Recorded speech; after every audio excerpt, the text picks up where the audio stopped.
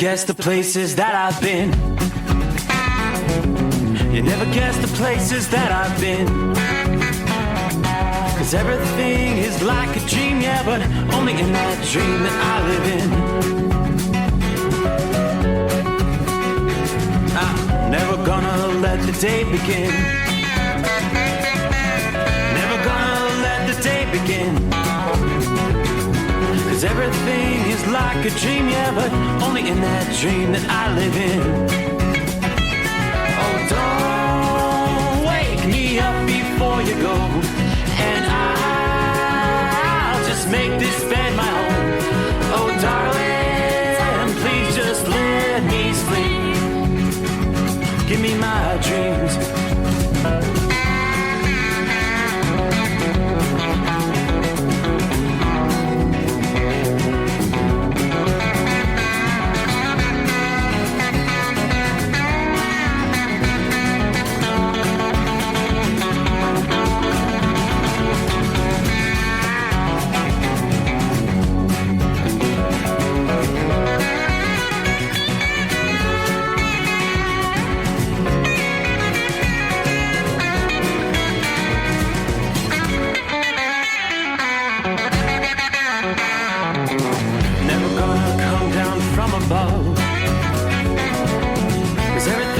Better from above. Nothing's ever as it seems, yeah, except in that world that I dream of. Never gonna lose the ones I love. Never gonna lose the ones I love. 'Cause everything is like a dream, yeah, but only in that world that I dream of. Oh, don't you go, 'cause I can't face this day alone. Oh, darling, please just let me sleep. Give me my dreams. Give me my dreams. Give me my dreams.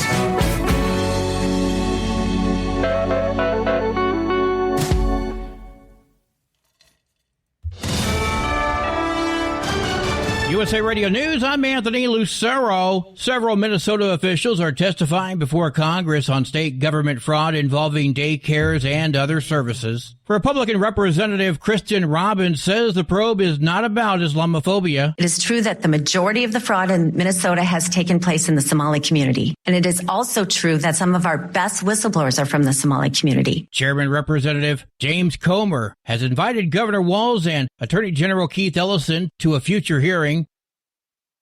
Tensions in Venezuela are rising as heavily armed far-left militias have taken control of Caracas. Gunfire erupted near the presidential palace as the military reportedly deserted key posts. Experts warn interim President Delcy Rodriguez faces pressure from hardliners and the threat of U.S. intervention, raising fears of civil unrest or even a coup in the capital. John Summers, USA Radio News. The U.S. has seized the Russian-flagged oil tanker Marinera after a 2-week Atlantic pursuit, accusing it of violating U.S. sanctions tied to Venezuelan oil exports. British military support aided in the operation, while Russia sharply condemned the boarding as illegal under maritime law. U.S. forces also intercepted a second sanctioned tanker in the Caribbean waters.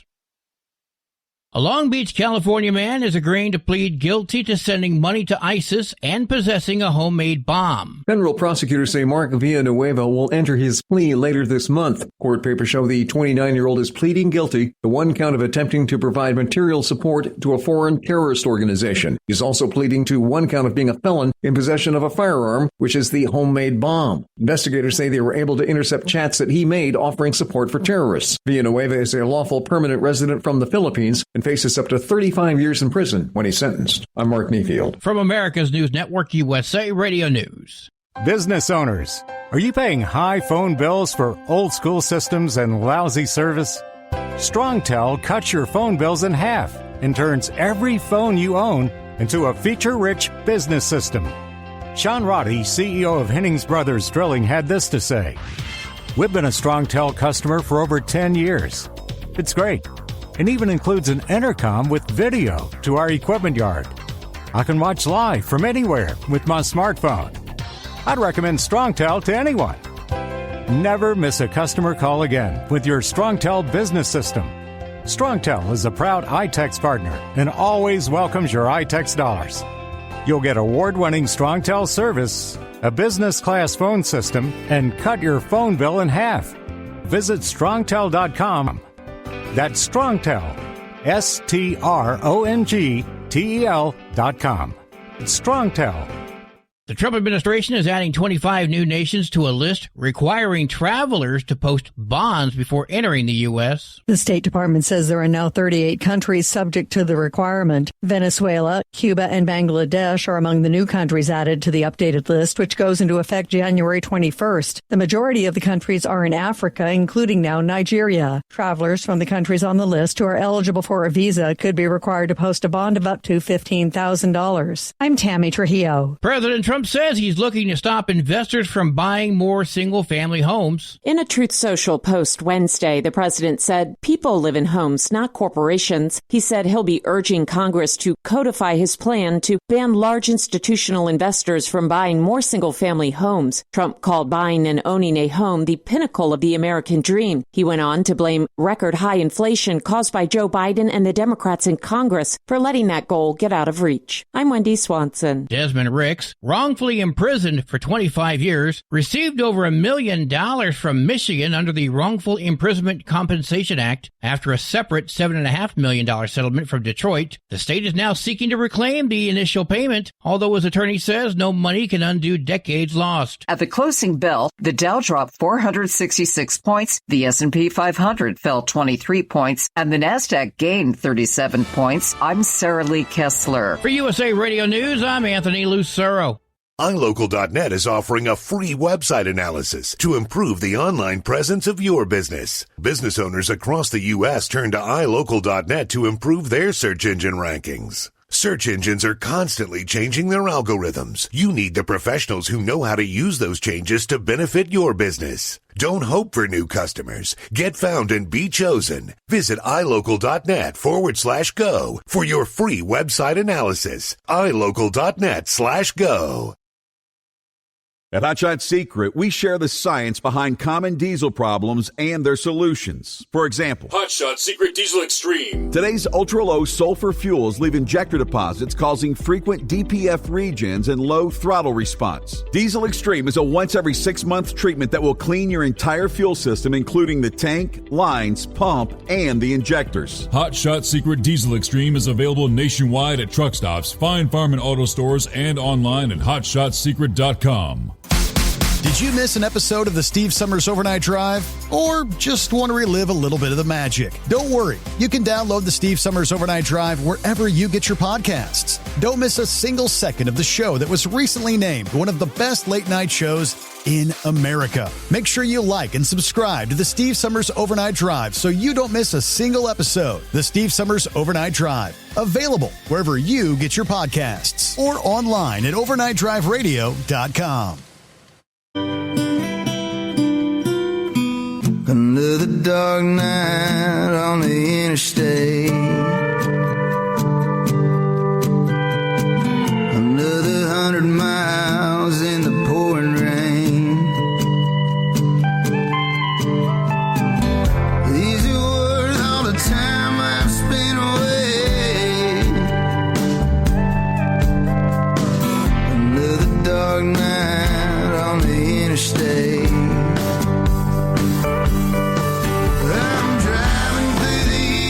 Trying to make it right, my baby's at home, hope she's doing alright. Miss my dogs and I miss my girls, I'm 1,000 miles away from my old world.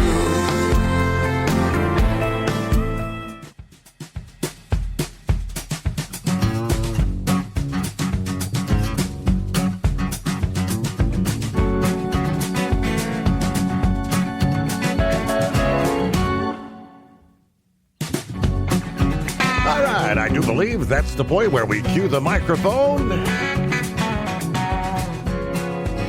and get the party started. So away we go. Hi there. Look at that. We cross over the midnight hour in the Eastern time zone. We'll get it up and running. The Steve Summers Overnight Drive, live from the Hot Shot Secret Studios. Now, what are we looking at? We're closing out Hump Day midweek. We start rolling toward the weekend once again. Great to have you on board. Hope your week's going well. Folks in the eastern U.S., you enjoying the January thaw? Enjoy it while it lasts. It's not going to be around a whole lot longer. Signs of change are on the horizon. And that's where we'll kick things off tonight with a look at our travelers' weather. A very quiet night across most of the eastern half of the country. Yeah, colder air already beginning to dip into the western USA. Now, what do we see? You have some winter weather advisories extending down into northern and central Nevada, right through central portions of Utah, all the way down into central Arizona. Winter storm warnings for some of the higher elevations in parts of New Mexico. Winter weather advisories right up to the heart of Colorado as well. Let's start on the warmer side of the country, though. The warm-up's going to be peaking here in the final days of the work week across much of the eastern USA before the colder air surges back in. That chill's going to push from the plains into the Midwest and Northeast. That raises a key question. Will it come with a major snowstorm or two? Well, through the end of the week, much of the east is running 10 to 20 degrees above average. Some locations in the south may be actually challenging some record high temperatures. The thaw melting the snow, muddy conditions. During the overnight hours, colder pockets dipping below freezing, allowing for some icy spots to form. But temperatures did indeed surge to record levels across parts of the plains on Monday as that warm air became established. Tuesday, temperatures climbing well into the 70s and 80s from Texas across the southern plains, as well as the lower Mississippi Valley. This past day and on into Thursday today, records dating back decades will be challenged from Texas to Georgia, the Carolinas. Temperatures in the Ohio Valley and the Northeast not climbing as high as the southern states, but still well above average. Highs forecast to be in the 50s in New York City and Philadelphia, 60s for the Washington, D.C. area by the time we get to Friday. Records will also be challenged across the southeast and as far north as the Ohio Valley. Friday night's temperatures will feel more like April or early May, thanks to a steady southerly breeze. Lows, 40s and even 50s forecast in the northeast, 60s in the southeast as the storm travels from the north over the Great Lakes and the St. Lawrence Valley. While the temperatures starting the day unusually high, many locations in the northeast will see highs 40s, 50s, maybe even some 60s as you get the weekend underway Saturday. Meanwhile, some colder air begins to sweep in behind the storm, finishing up in the northeast this weekend. In many cases, the colder air arriving here mid-January across the central and eastern states, not as harsh as the cold we had seen in much of December.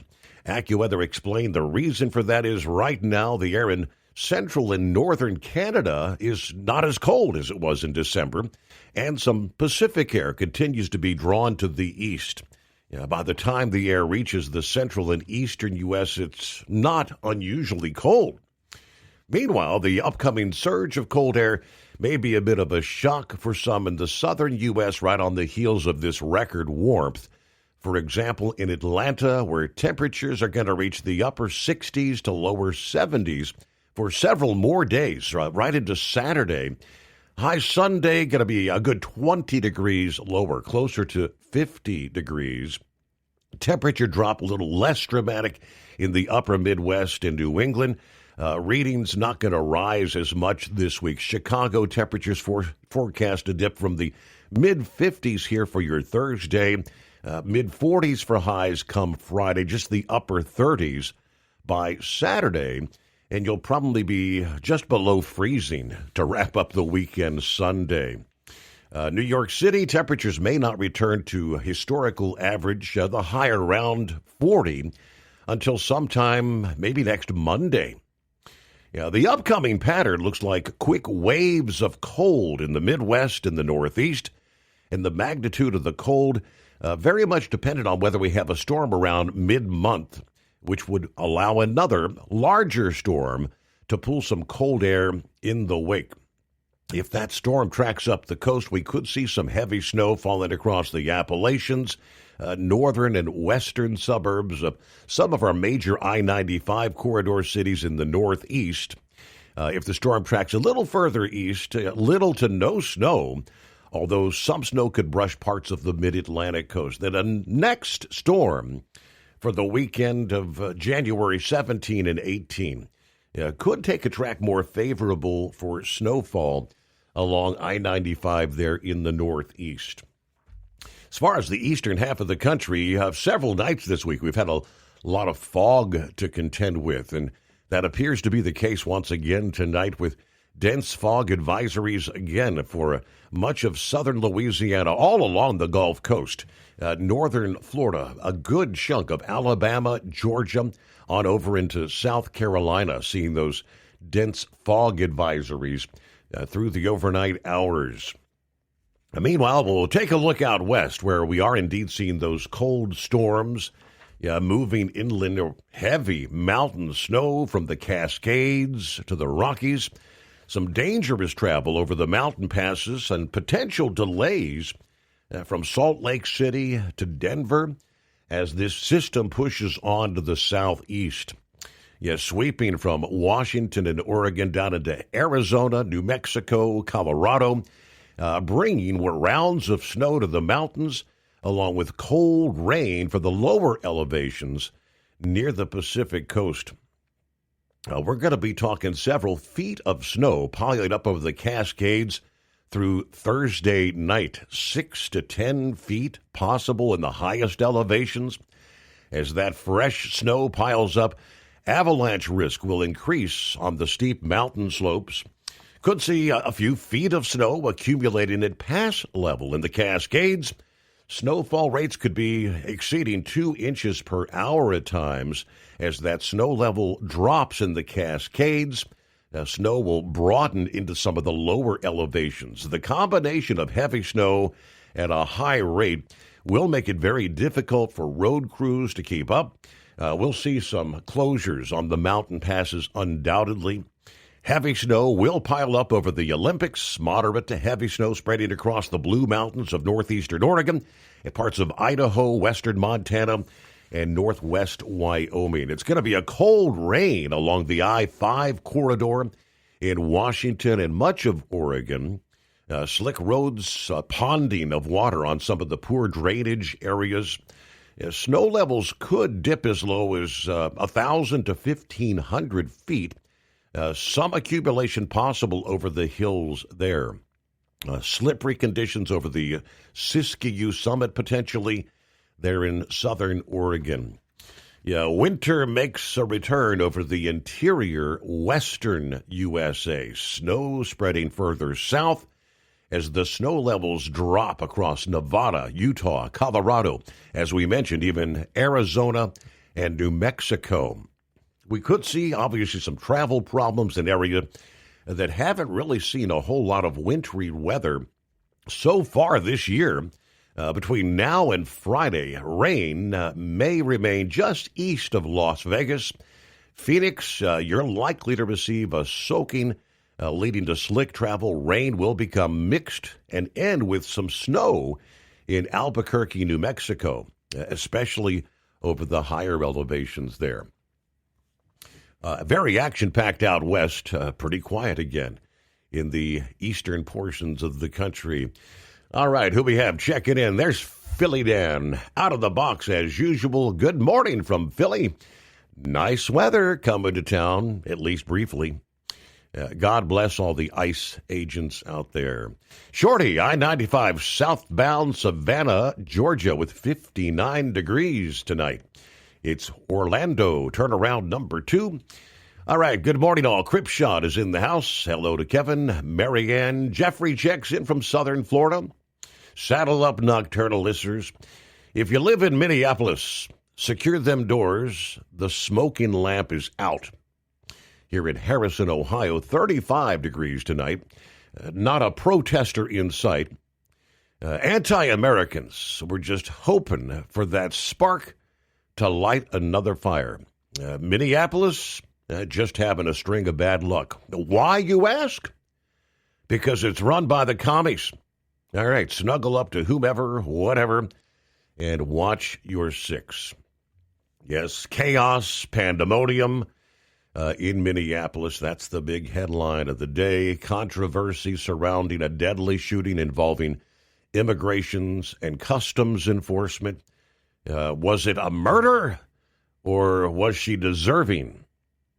I believe a 37-year-old female was the one that ended up losing her life. We'll give you the details on that coming up as we roll into a brand new day. First, though, Tank is in the house. Good morning, Steve. The overnight family, happy Thursday.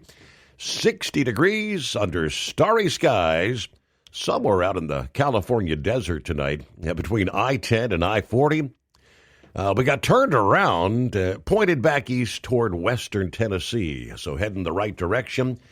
Everybody truck safe. Have a blessed day. Very good. A couple of other, there's Dave. Good morning, Steve. A.K.A. Cracker Box. Hello, Steve, all the listeners. I'll be kicking back, copy in the mail. All right. Jerry's on board. Morning, Steve. Hopefully everybody's safe and sound. Counting the mile markers. Listening to the Steve Summers Overnight Drive, brought to you by Hot Shot Secret. Thanks, everyone. Don't forget to tell them you love them every chance you get. And there's Larry. Good afternoon. Hammer down, be safe. 42 degrees tonight. Platkill, New York. Kicking off round number 3 to Schenectady. Did you miss an episode of the Steve Summers Overnight Drive? Or just want to relive a little bit of the magic? Don't worry. You can download the Steve Summers Overnight Drive wherever you get your podcasts. Don't miss a single second of the show that was recently named one of the best late-night shows in America. Make sure you like and subscribe to the Steve Summers Overnight Drive so you don't miss a single episode. The Steve Summers Overnight Drive. Available wherever you get your podcasts or online at overnightdriveradio.com. Truck downtime costs you money. One hidden killer on Cummins ISX 15 engines is weak injector cups. When they leak, coolant gets into the cylinders and suddenly you're facing a big repair bill. Industrial Injection has the fix. Our Torque Lock Injector Cup Kit with a threaded Torque Lock design. These cups stay sealed for good. No more coolant leaks. No more surprise downtime. Keep your truck on the road. Ask your shop for Industrial Injection Torque Lock Injector Cups today. Winter is here. When the temperature drops, so does your truck's performance. Avoid fuel gelling by using Hot Shot Secret's EDT Plus Winter Defense, a 7-in-1 fuel booster and anti-gel that improves cold weather performance. The 7-point cetane boost decreases DPF regens and increases fuel economy. Be confident that your engine is running smoothly and trouble-free, even in the coldest temperatures. Hot Shot Secret EDT Plus Winter Defense, available at Pilot Flying J, Amazon, O'Reilly Auto Parts, and HotShotSecret.com. Hot Shot Secret, powered by science. Your factory fuel filter is letting you down. AirDog heavy-duty diesel fuel systems don't just filter your fuel. The AirDog fully optimizes your truck's fuel system for peak efficiency. The factory-provided filter simply removes particulates and water from fuel. The AirDog system removes all contaminants, including entrained air, water, and particulates, and feeds the engine pump with optimal pressure. Check out AirDogDiesel.com to learn how you can capture every bit of performance and efficiency from your fuel system.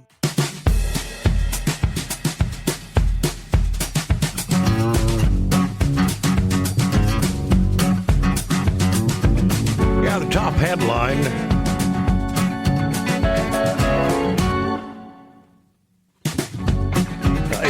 Chaos erupting this past day after ICE fatally shot a rioter who attempted to run over agents. Video showing the moment a female rioter, as they're describing her, was shot dead as she tried to run agents down. Yeah, the Department of Homeland Security calls it an act of terrorism. The full statement from Homeland Security. Today, ICE officers in Minneapolis were conducting targeted operations when rioters began blocking ICE officers, and one of those weaponized her vehicle, attempting to run over our law enforcement officers in an attempt to kill them, an act of terrorism. An officer, fearing for his life, the lives of his fellow law enforcement, and the safety of the public, fired defensive shots. He used his training, saved his own life, and that of his fellow officers. The alleged perpetrator was hit and is deceased. The officers who were hurt are expected to make full recoveries. This is the direct consequence of constant attacks and demonization of our officers by these sanctuary politicians who continue to fuel and encourage rampant assaults on our law enforcement, who are facing a 1,300% increase in assaults against them, an 8,000% increase in death threats. This is an evolving situation. We will give the public more information as it becomes available. Agents ultimately deploying tear gas amid the chaos. The city confirming, yes, there was an ICE-involved shooting. And, of course, the mayor is now telling ICE, get the blank out of our city. Tim Walz threatening to bring in the National Guard. Yeah, is he looking to put the National Guard face to face against Immigration and Customs Enforcement? That's not going to work. Meanwhile, let's see who we got on the board out of the box here. Hello? What I'm seeing. Hello, Matthew. Hi, yes. Hi, my name is Matthew E. O'Neill. I'm the author of the 2025 Amazon audiobook, To Kill a Terrorist in Self-Defense, the Matthew E. O'Neill story. It's on Audible and Amazon Music. And basically what happened was I was stationed in the Middle East back in 1999 in the Air Force as part of Operation Southern Watch. I was a communications computer systems operator. And I trained for boxing in the Air Force, and I beat Preston Hartzog, who was an Army champion. The next year, I was in Colorado Springs, Colorado, and I was confronted by a Middle Eastern man with a foreign accent. And he punched me as hard as he could, told me he was going to kill me, and this, that, and everything else. And I wound up killing him with a Kung Fu punch. I was in the Air Force martial arts program. And the Colorado Springs Police Department cleared me. That is in the audio book, To Kill a Terrorist in Self-Defense, the Matthew E. O'Neill story. Available on Amazon. Yes. And because, we have a lot of people talking about the Iraq war was just for oil. I've heard that recently. And there's some American companies pushing oil, just trying to say that Iraq was unjustified. And I know for a fact the war was justified. I was stationed at the Joint National Test Facility on Schriever Air Force Base for 3 years. I had a good outdoor run time. I was a strong weightlifter, and I was a very good youth athlete. And I got hooked up with the best martial arts trainers and best equipment. And I competed as a boxer in sanctioned matches, beating Preston Hartzog. He won the Armed Forces Championship in 1997 and 1999. Mm-hmm. And I want to thank my trainers for having the best training equipment and methods. And out of nowhere, when I was in Colorado Springs, this guy with a foreign accent punched me as hard as he could. Right. I was in the Colorado Springs business. And he was vulgar, and he was going to kill me. And my martial arts training saved my life, and that's in the book. But to make a long story short, I just want to say that the people that said Iraq is not justified, it was. And yes, we captured Venezuela's president.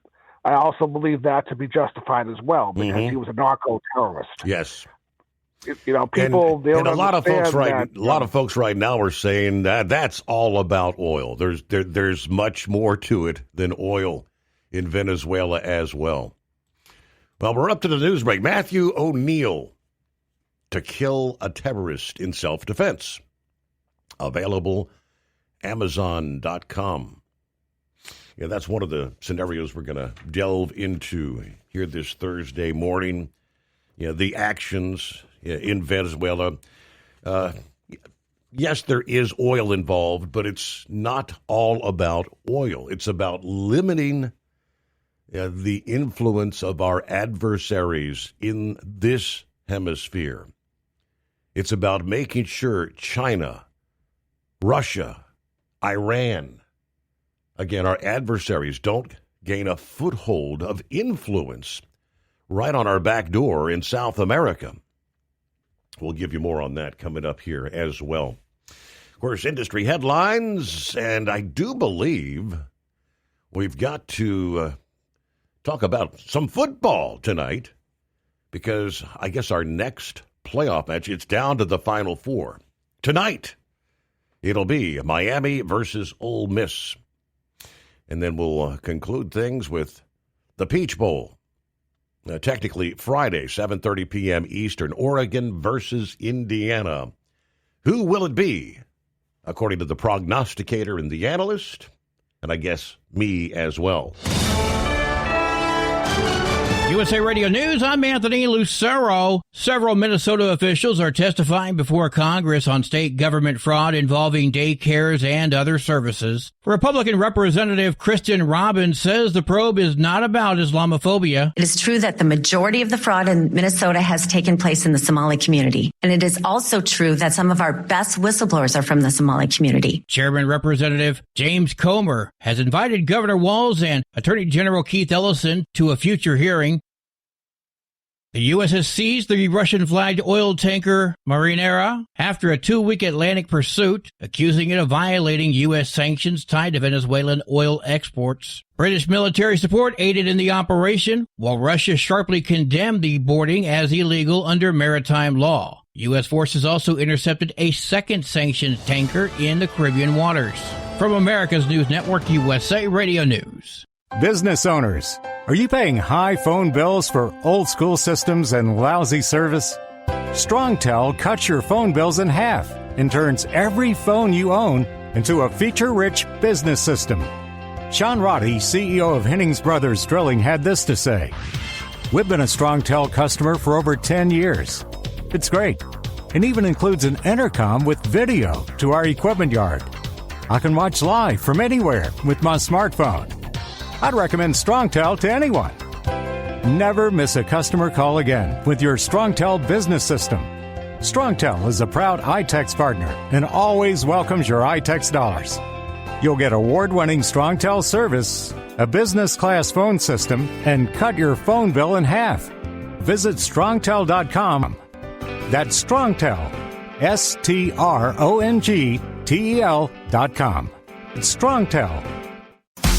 Did you miss an episode of the Steve Summers Overnight Drive? Or just want to relive a little bit of the magic? Don't worry. You can download the Steve Summers Overnight Drive wherever you get your podcasts. Don't miss a single second of the show that was recently named one of the best late-night shows in America. Make sure you like and subscribe to the Steve Summers Overnight Drive so you don't miss a single episode. The Steve Summers Overnight Drive. Available wherever you get your podcasts or online at overnightdriveradio.com. Your factory fuel filter is letting you down. AirDog heavy-duty diesel fuel systems don't just filter your fuel. The AirDog fully optimizes your truck's fuel system for peak efficiency. The factory-provided filter simply removes particulates and water from fuel. The AirDog system removes all contaminants, including entrained air, water, and particulates, and feeds the engine pump with optimal pressure. Check out airdogdiesel.com to learn how you can capture every bit of performance and efficiency from your fuel system. Diesel owners know if you take care of your engine, it'll return the favor. Hot Shot secret formulates additives that help you prevent problems and boost performance. Diesel Extreme cleans internal and external injector deposits, and EDT increases fuel economy by up to 7.3%. Scientifically proven by third-party testing. Add Hot Shot secret at your next fill-up to get the most out of your diesel. Available nationwide at truck stops, farm and automotive stores, and online at hotshotsecret.com. Hot Shot Secret. Powered by science. Truck Down downtime costs you money. One hidden killer on Cummins ISX 15 engines is weak injector cups. When they leak, coolant gets into the cylinders and suddenly you're facing a big repair bill. Industrial Injection has the fix. Our Torque Lock Injector Cup Kit with a threaded Torque Lock design. These cups stay sealed for good. No more coolant leaks. No more surprise downtime. Keep your truck on the road. Ask your shop for Industrial Injection Torque Lock Injector Cups today. Want to put your business on a brand that is heard in some of the biggest radio markets on some of the biggest radio stations in the United States? Or maybe you want to have your brand take advantage of the explosive growth in podcasting. Why not do both? The Steve Summers Overnight Drive offers the best of both worlds and is ready to put your business at the front of everyone's waking thoughts. I'm sorry, am I moving too quickly for you? Well, at least you'll be on their mind in there somewhere. For sure, the Steve Summers Overnight Drive was recently named one of the top 15 late-night shows in America. So advertising on the Steve Summers Overnight Drive will put you in front of the very clients you want to walk through your front door. Interested? Maybe you want to take a test drive, kick the tires, do a sample tasting, which might be kind of gross. Get details at overnightdriveradio.com or email rwild@lubricationspecialties.com. And let's put the Steve Summers Overnight Drive to work for you today. Well, we're off the air. For good, I think. The Overnight Drive with Steve Summers. Live from the Hot Shot Secret Studios. Call Steve now. 844-844-3388. That's 844-844-3388.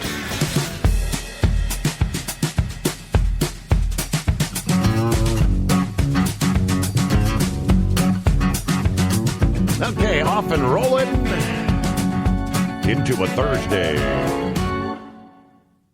Hello to John. Good morning, Steve. All the overnight family.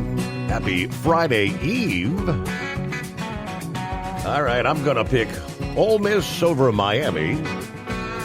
I'm going to pick Indiana over Oregon. All right, thank you, John. Clear skies, 41 degrees in Indianapolis tonight. Have a good night. John, I think we're on the same page there.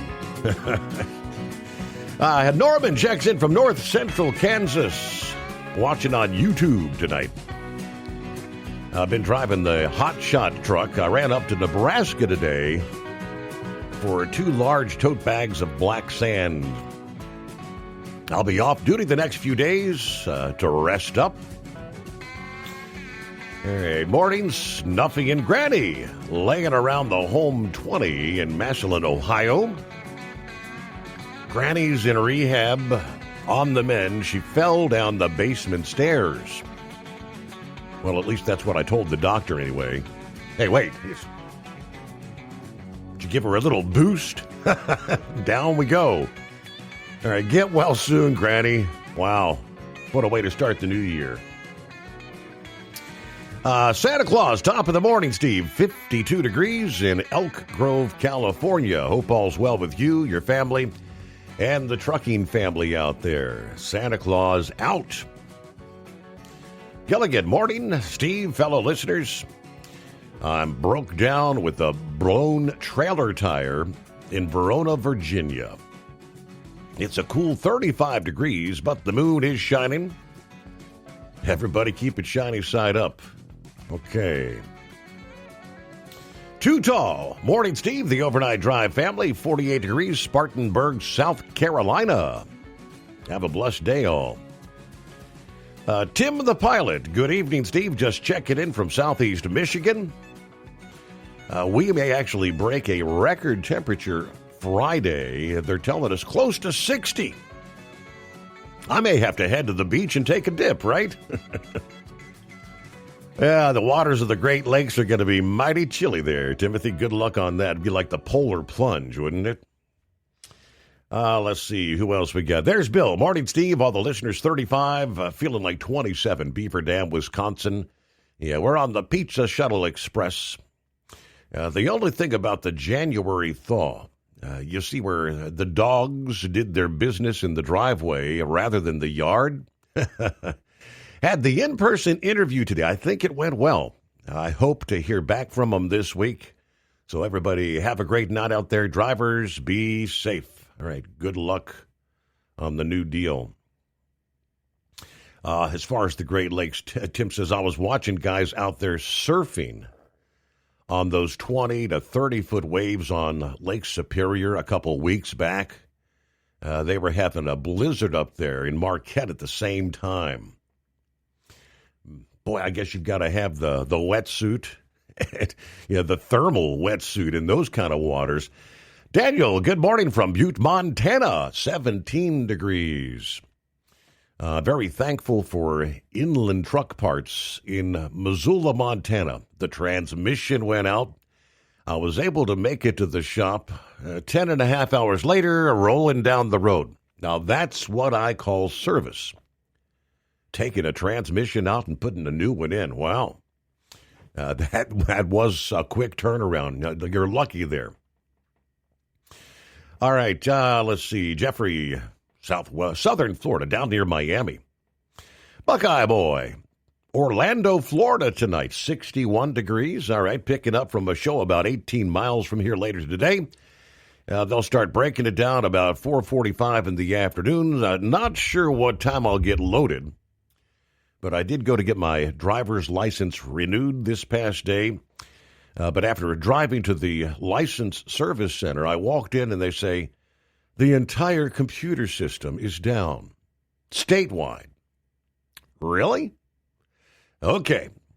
Sad about the protester getting shot, but when you play stupid games, you win stupid prizes, as they say. It was a justified shooting, but the radical left was hoping that they could have an excuse to destroy property and break the law. Have a great night, everybody. Be careful out there.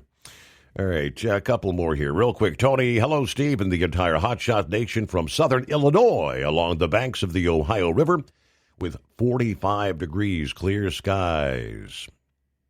And James, have we heard from Lone Ranger or Always Moving recently?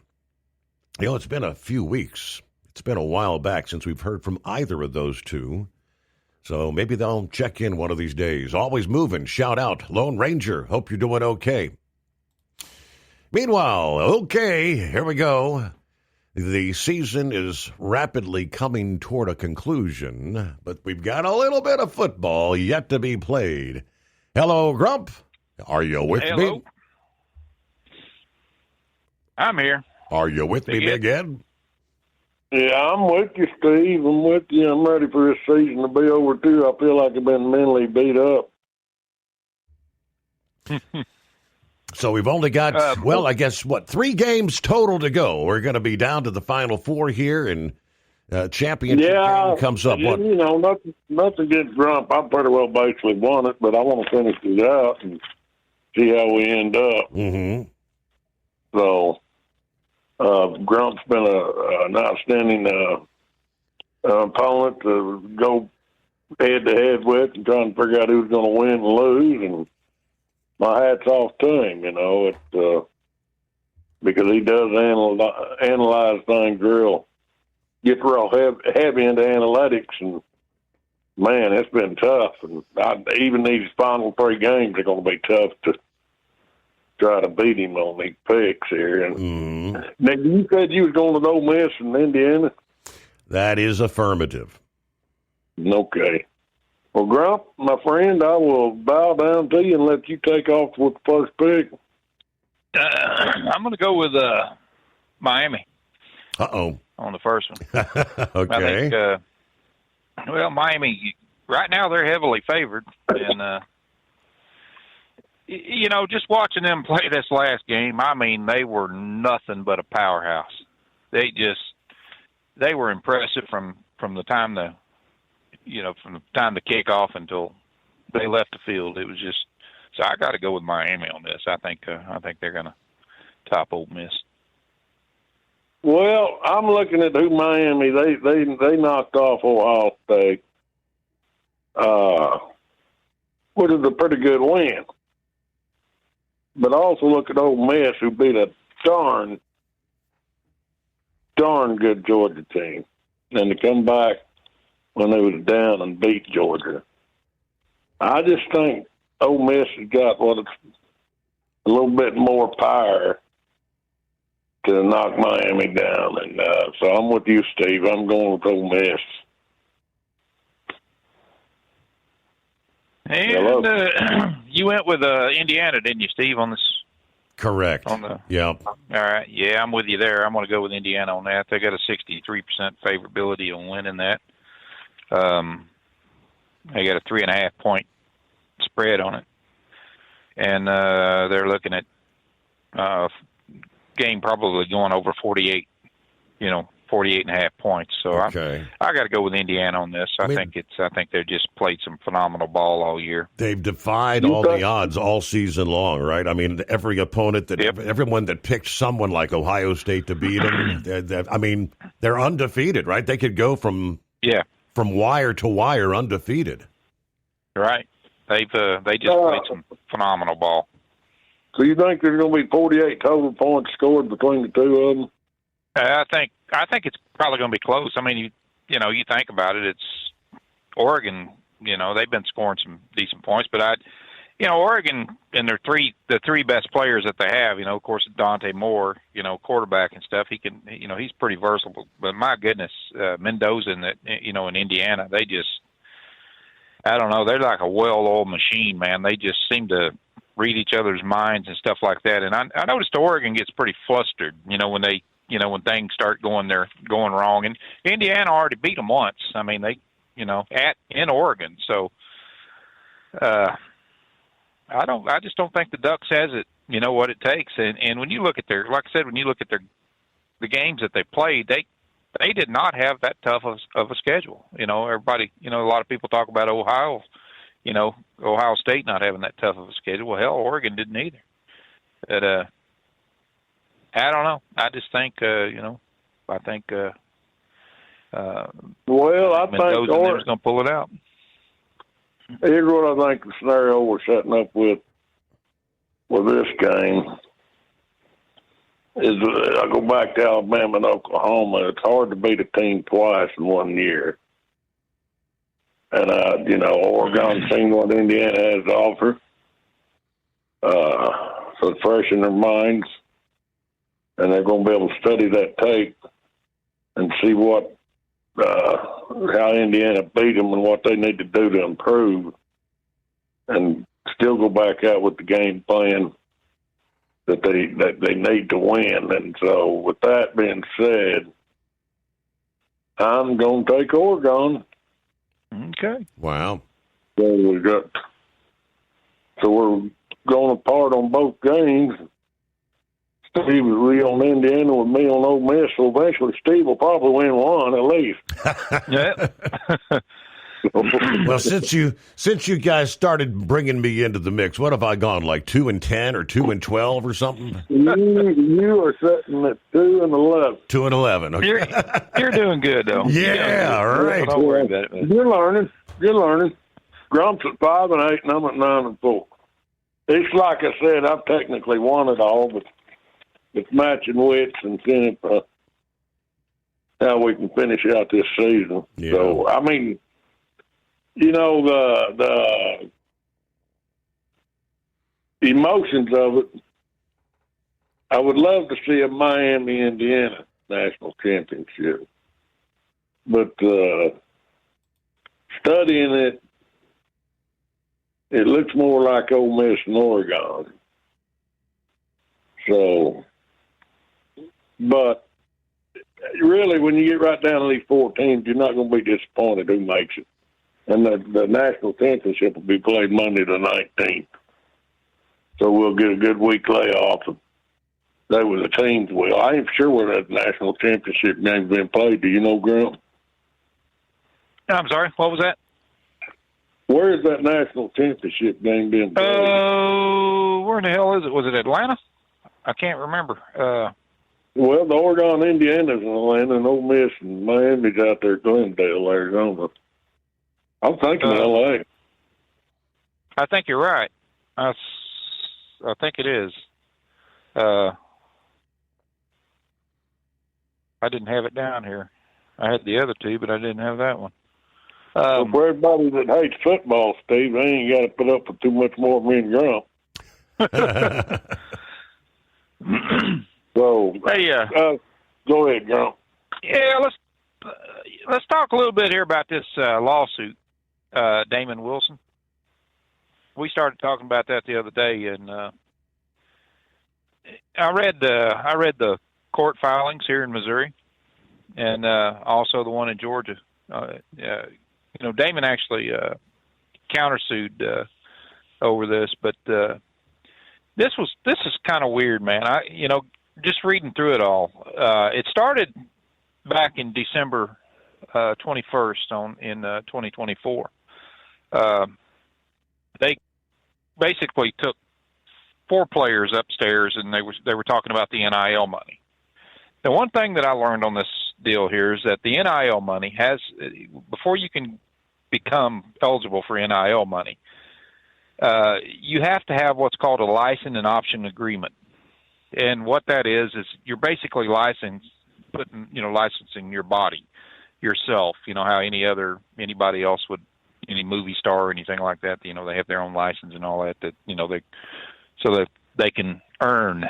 Well, the funny thing about this was that the kid actually signed, what he signed was a non-binding agreement. It's called a term sheet or a term agreement. And he signed that, and all that is it lists all the things, what they're negotiating over. And so he went on ahead and signed it, and hell, this Classic City Collective group that it was started by 2 employees, and they were actually employees of the school, and then they started this collective group, which right now every damn body under the sun is starting a collective group, and they're all getting together so that they can all share revenues. So it's turning into this big debacle. But this kid, he went on ahead and signed that, and then he initialed the non-disclosure.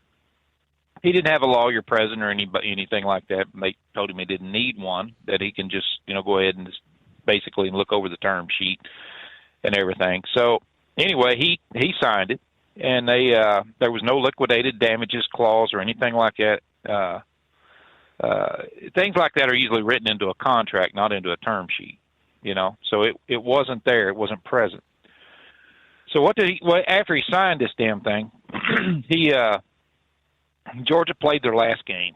But on Christmas, after he signed it on the 21st, he got a $30,000 check. Now, bear in mind that this is still the 2024 season. So he got a $30,000 check from the collective. All right, and then they talked about the term, which was $500,000. You get $30,000 and blah, blah, blah, and then a $40,000 bonus and, yada, yada, yada. It just went on. But basically what he did was after Georgia lost to Notre Dame, he decided he would check into the portal to get into the transfer portal. Now, what this does is, I don't know if everybody knows what the transfer portal actually is. It's nothing more than a database. And when players enter into the transfer portal, all their information's in there, like how many tackles they've had, all this other stuff. And coaches look at this.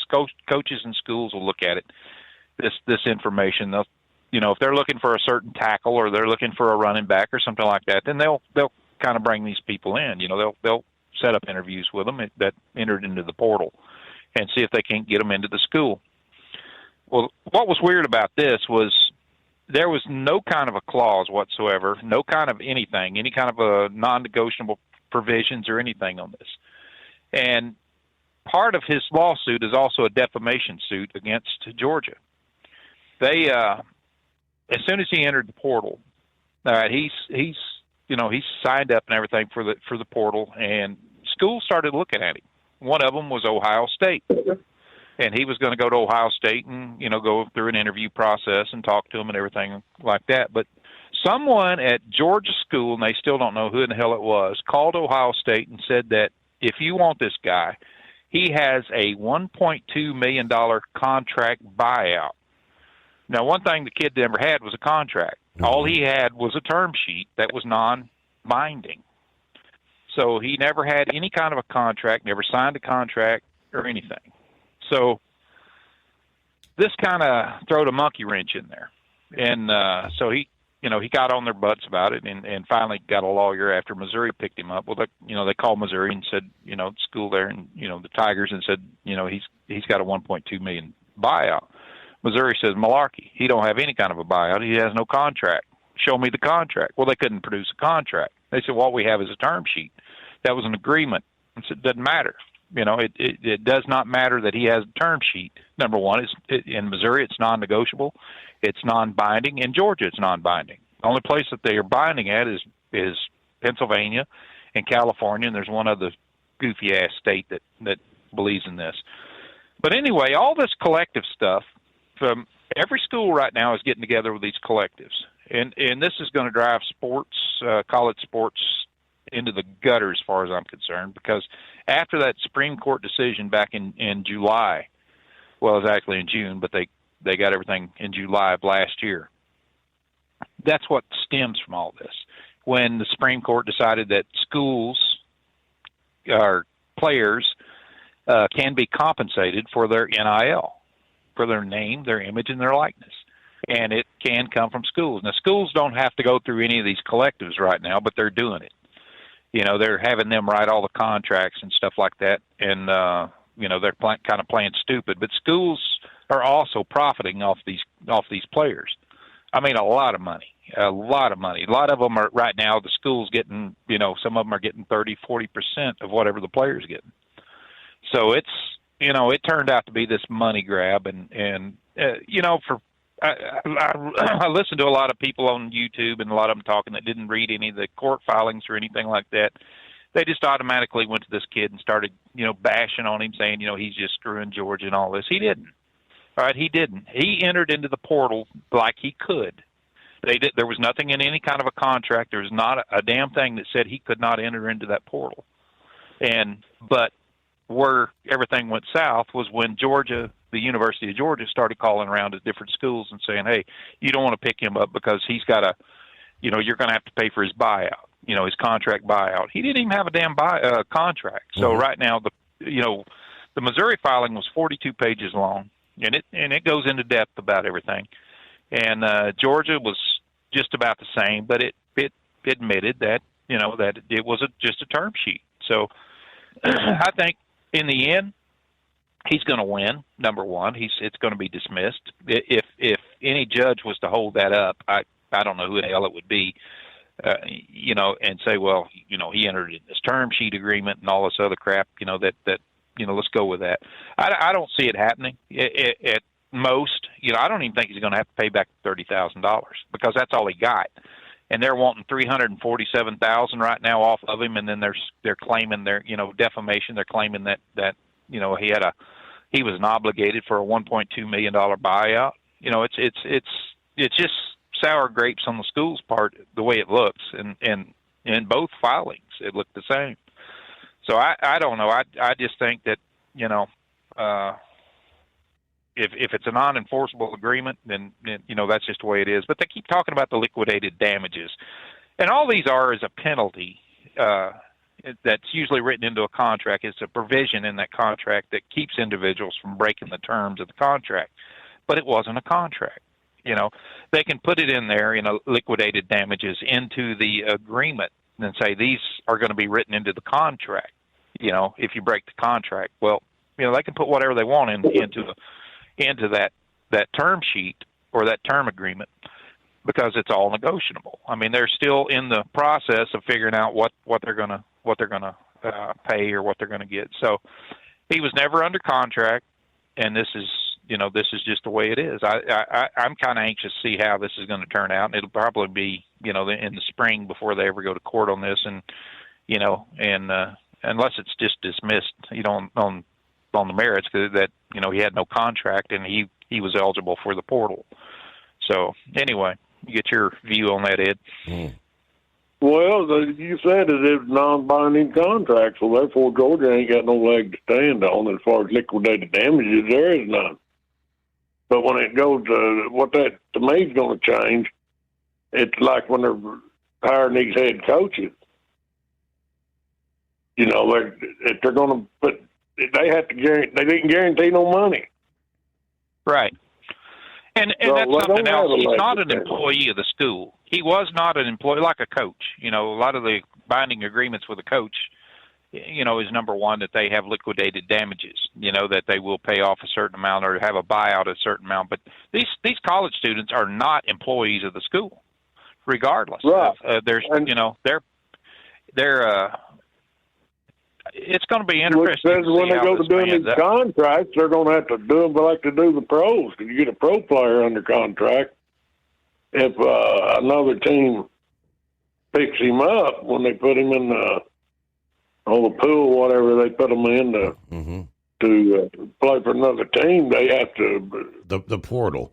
Hey, we got to pause there.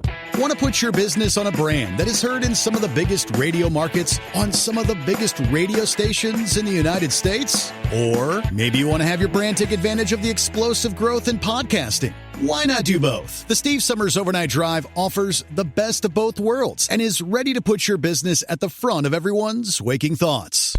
I'm sorry, am I moving too quickly for you? Well, at least you'll be on their mind in there somewhere.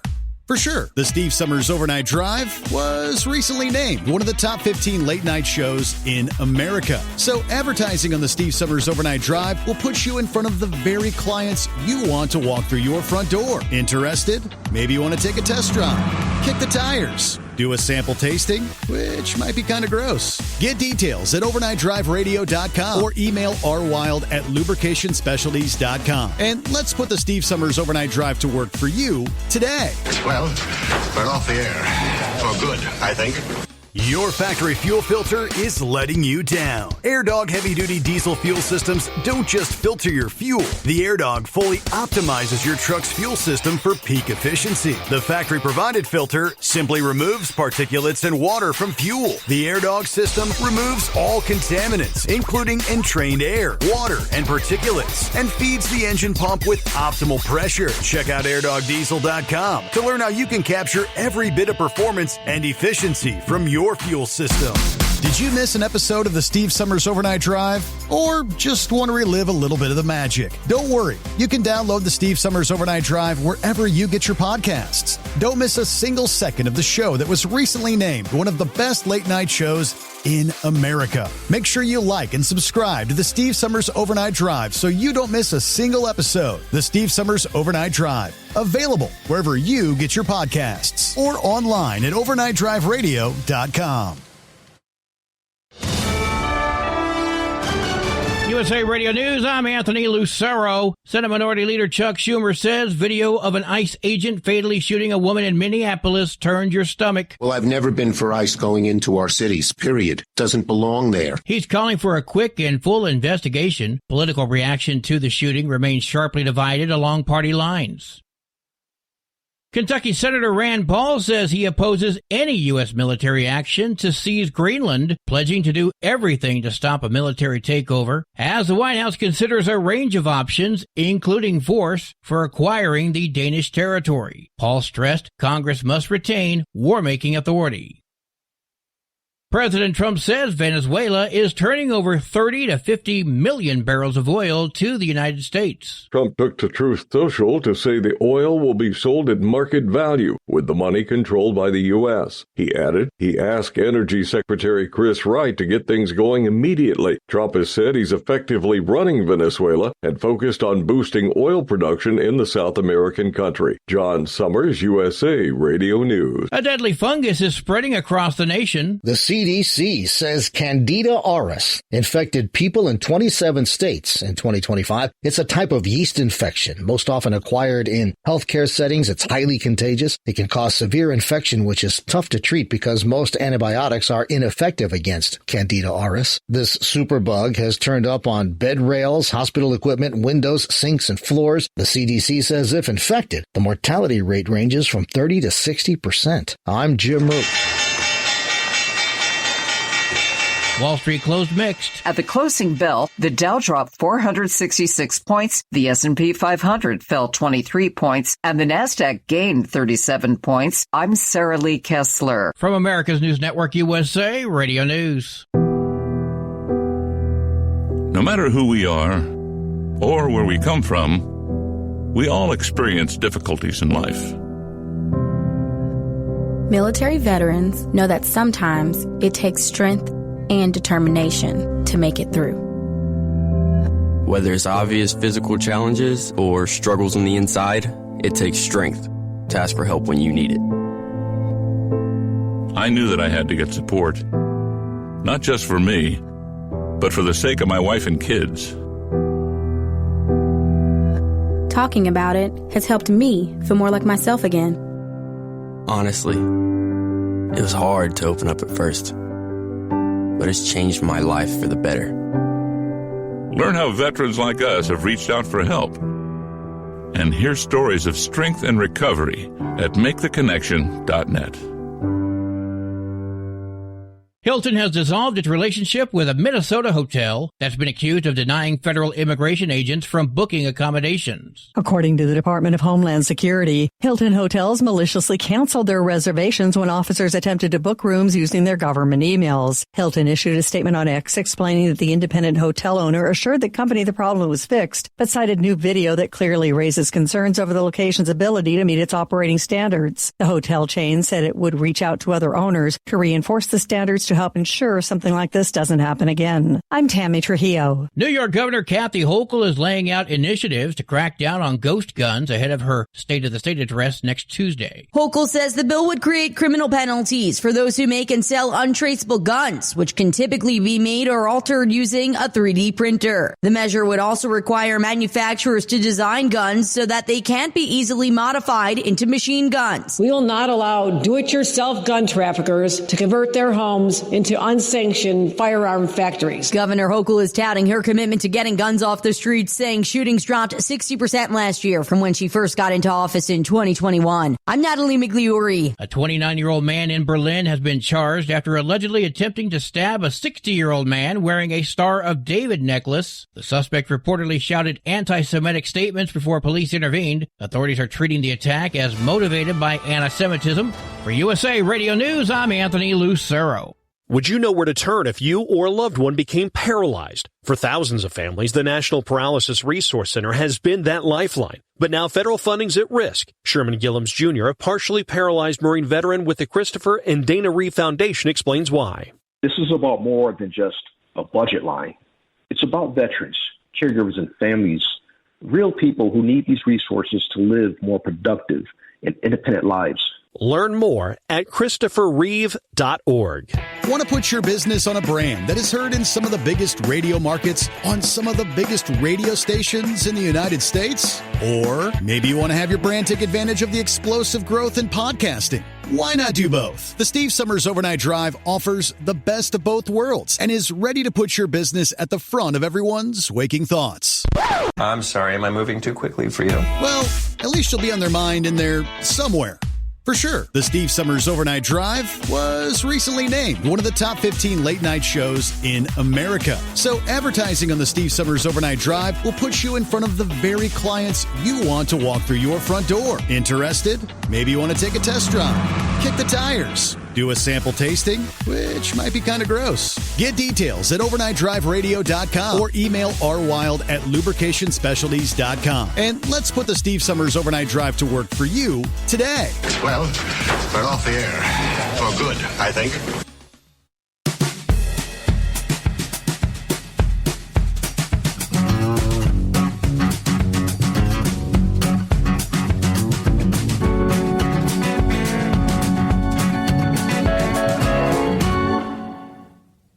All right, welcome back.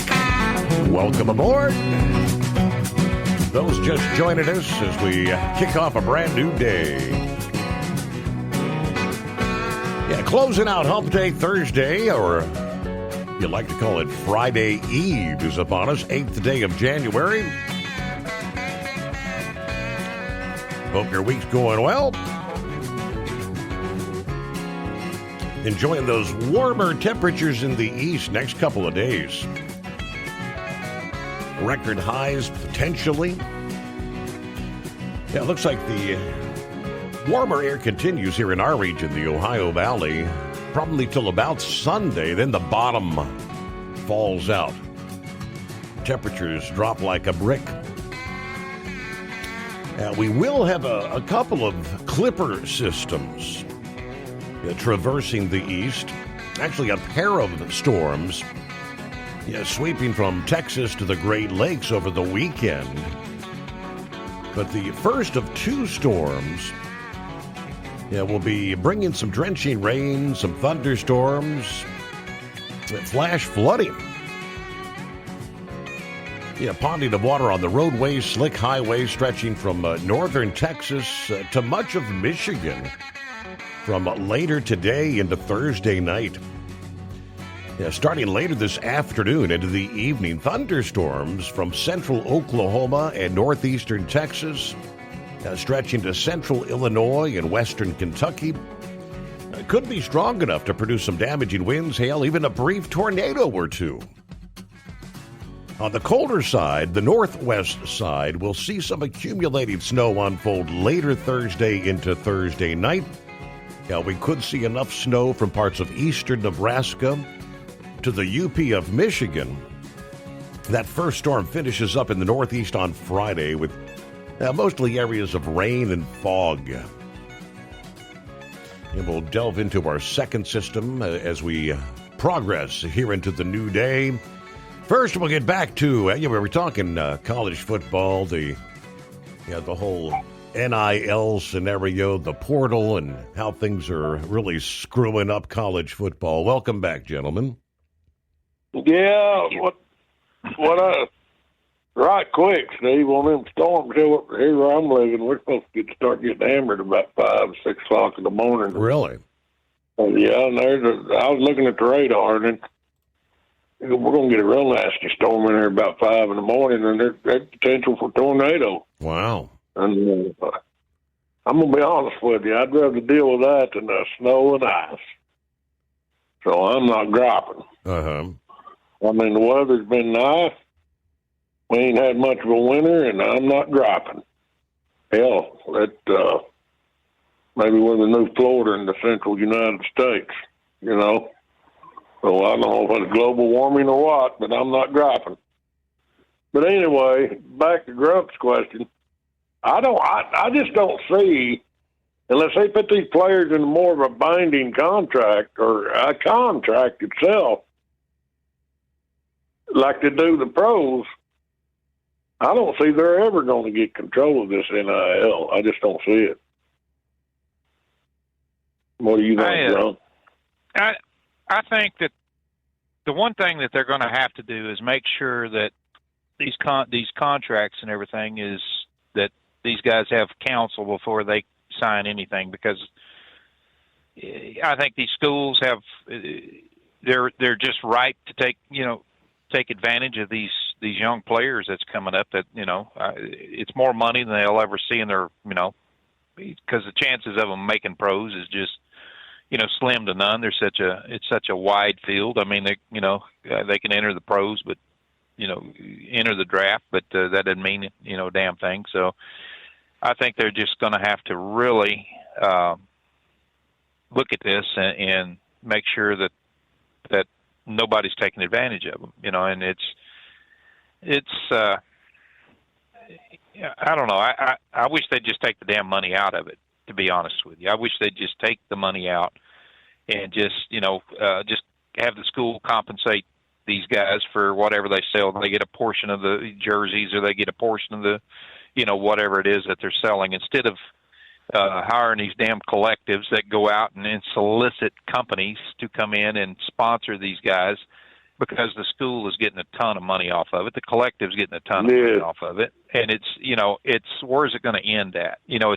It's turned into this business. Then nobody ever heard of these damn collectives until after the right. And what you're saying, the players are the ones that's going to be getting the shot.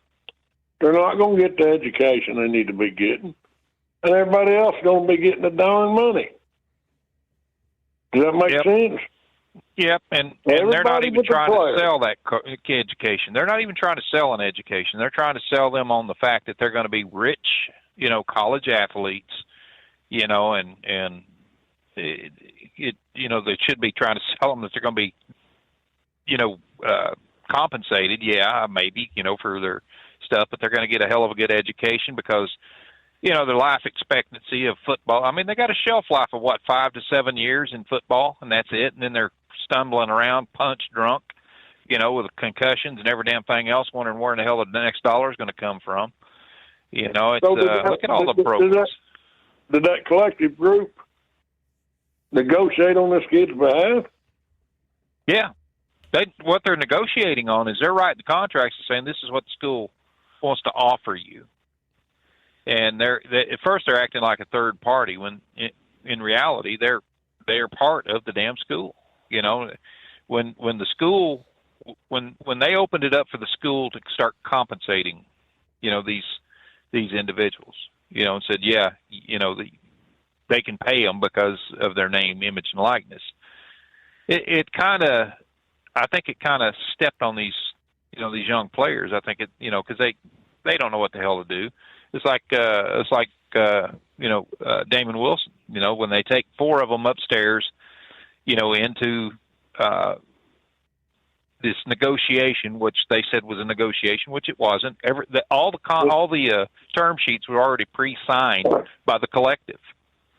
So, the kids had to just put their names on them, and say, yeah, hell, But I don't think these lawsuits are going to be over. I think when you got schools that are trying to defame these kids and smear them, and just to get them to stay at that school, I think it's opening the door up for a lot more than what we're going to see here. I mean, it's a damn shame that it's turned into this kind of a business, basically. And schools they've always made money off ticket sales and every damn thing else. When you got 80,000 people packed into a stadium, they're making $6 to $8 million per game at their home stadium. When they're packed, just off of ticket sales. That's a lot of damn money to bring in when you got 14 games and stuff. And when they play in at other places, of course it's shared.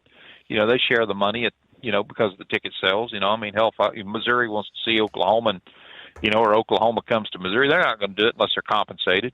They get a little bit of that gate money, but this is completely different. This is big dollars, man. This is just. Well, don't each one of these schools, don't these schools their gate sales, it all pulls into one big pool, and then each school gets so many millions for being in that conference.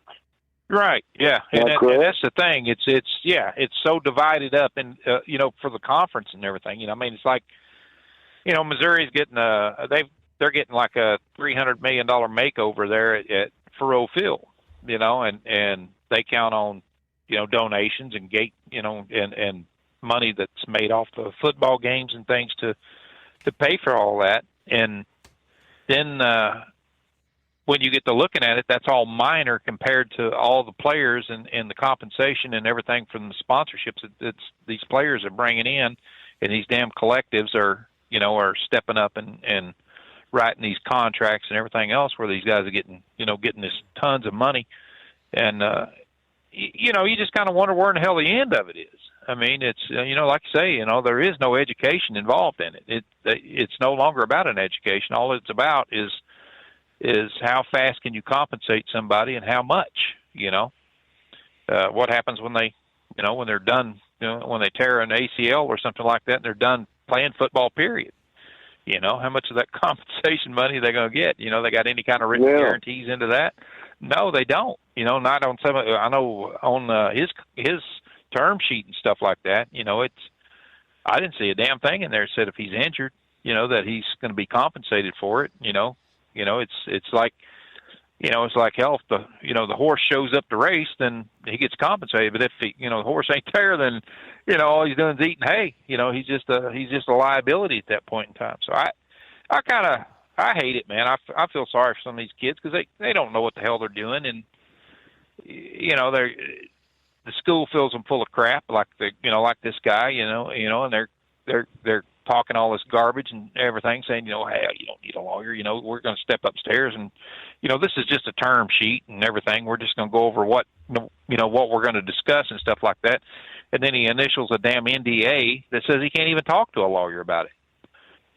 He can't disclose anything that was in that term sheet, as long as the school has control over it, without a lawyer present. Why is he even doing it? He don't know any better. Back in the day, your bigger name stars used to get insured through the Lloyds of London. I remember Sam Bradford did, just in case they got hurt and couldn't go into the NFL. So I'm wondering how many of these players signing these so-called NIL contracts, is somebody putting insurance on them? And then if so, how much is that player going to get out of that? God, man, you see the deep sewage pit that's been dug? Yeah, if you're in school, and if you have to get a guaranteed contract to the player, well, you've got to protect your liabilities. God, man, that was. See, I'm not educated enough to really get into this stuff, Steve. That's where I'm depending on you to have a good, intelligent conversation with Grump. I'm going off the seat of my pants. I'm there with you there, Ed. We're both damn dummies. God, man, that's bright on it, but deeper. I've been doing a lot of reading on it, and the more you read on it, you just think, what the hell's wrong with the school? I don't see how they're going to get this in control. It's going to take Congress. It's literally going to take Congress to write some through the education department, but they're doing away with that. Now it's all going to state. So it's literally going to take, I don't know, it's going to take several lawsuits and things like that. Maybe it's going to be left up to individual states, for the schools and then what's that going to do? That's going to open the door for a mass exodus of, if kids ain't getting what they want, if these players aren't getting what the hell they want, they're like, what the hell? I'll just enter the portal and go somewhere else, and it's that seems to be what they're doing right now anyway. It's just, I don't know. It's, and they get a taste of this money.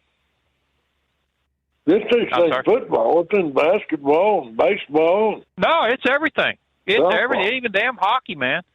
And it what gets me is there was nothing in the lawsuit, period, or the Supreme Court decision that would stop high schools from bringing in sponsors and bringing in other kids from the other schools just to win these damn championships and stuff. Is it getting that competitive? It's just, I don't know. Like I said, it just burns me up that, this is where it's going. But hey, I guess it's all about the almighty dollar. We're just going to have to sit back and see where the ride takes us. I guess that's all we can do right now. Well, Steve, you kind of cut me off the other night when I say my famous thing that I should get copyrighted. I don't know it all, but I do know my football. There you go. Remember, that's copyrighted. And if that's all you gentlemen got from me, hell, I'm going to be up 2 hours now because of Grump filling my brain full of stuff I don't understand. But I understand football, and I'm telling you, Ole Miss going to kick Miami's ass, and Oregon's going to kick Indiana's ass. With that being said, you gentlemen be safe, and we'll talk to you Sunday night, Monday morning. All right, there you go. The prognosticator of prognosticators. Sounds like fight words. Based on my picks previous to this morning, he may be correct. If you want to know who to bet against, listen to who Steve says. Well, I haven't been too good in that area either. And it's when you go back through it, it's come down to a field goal or something like that. So he's been pretty damn lucky too. There's a lot of luck involved in that. And it's just the way it is. It's just whoever shows up. We said it from the very beginning, and some days the teams that I pick will show up. And most of the days, the teams that Ed picks shows up. So it's just one of them things, buddy. But it's been fun. It really has. I've really enjoyed the discussions and the things that we've talked about, and kind of trying to educate people a little bit on what's going on in the college world and the sports world and things, and get it out there. I think it's just been like I said, it's just been a fun time. I've really enjoyed it. Good deal. Well, I guess I'll see if I can find any of these games on television. You know, we talked, with the last weekends, everything turned out to be like on ESPN or whatever. And I don't have a subscription to ESPN. I couldn't find anything. Really? Yeah. I can't remember where in the hell they were, like on Prime. I think one of them was on Prime, but yeah, I don't know. I haven't even looked to see what the hell they're on. Yeah, this of course. Tonight's game, these evening games on weeknights. Of course, I'll be getting my beauty rest. I'll be up in time to see how things conclude with tonight's game, and of course, I'd be able to watch Friday night. Well, you don't want to screw with that beauty rest, brother. I need all I can get. You and me both, buddy. You and me both, man. It's yeah, that's just the way it is. I don't have to sneak up on a glass of water, but ain't far from it. All right, Grump. Well, thank you so much, the analyst, the prognosticator of prognosticators. All right, switching gears, I guess. Yeah, the shooting in Minneapolis. Is this going to be the catalyst for everybody that wants something for nothing? The latest opportunity to get out. Let's do some shooting and looting and rioting. Looking at from the Linwood Times in Seattle, posted about 2 hours ago, hundreds of people have left the Seattle Federal Building. Have now taken to the streets of downtown to protest the fatal shooting of Renee Good by the ICE agent earlier in the day in Minneapolis. So Seattle, playing games tonight. What else shall we see? The local report said after the shooting, all the protesters out there began cursing and yelling at officers as they tried to secure the scene. Minneapolis Mayor Jacob Frey, of course a Democrat, fanning the flames, immediately calling for ICE to get the F out of this city. I am aware of a shooting involving an ICE agent. He wrote on social media, the presence of federal immigration enforcement is causing chaos in our city. We are demanding ICE leave immediately. We stand rock solid with our immigrant and refugee communities. In other words, we stand with illegals and criminals. Homeland Security Assistant, I think is McLaughlin, went on to blame all this anti-ICE rhetoric. This, she says, is a direct consequence of constant attacks and demonization of our officers by these sanctuary politicians who actually fuel and encourage rampant assaults on our law enforcement. I can share a couple of very interesting updates, new details, they say, raising some serious questions about the shooting here. There is new video footage that shows the wife, yes, the wife of Renee Good, the 37-year-old woman involved in that shooting this past day, standing outside the vehicle filming while ICE officers were being blocked by her vehicle. What the video shows, she's outside the SUV wearing a flannel shirt. She's walking around the vehicle recording officers. Renee is inside the car, and that's actively blocking the ICE vehicles. After the shooting, she runs back to check on Renee. She tells a nearby man, "That's my wife." When asked if she can call family, she says, "We're new here. I don't have people. I can't even breathe right now." So that raises some questions. The unavoidable question, why is she outside filming while her wife is using the vehicle to obstruct federal officials?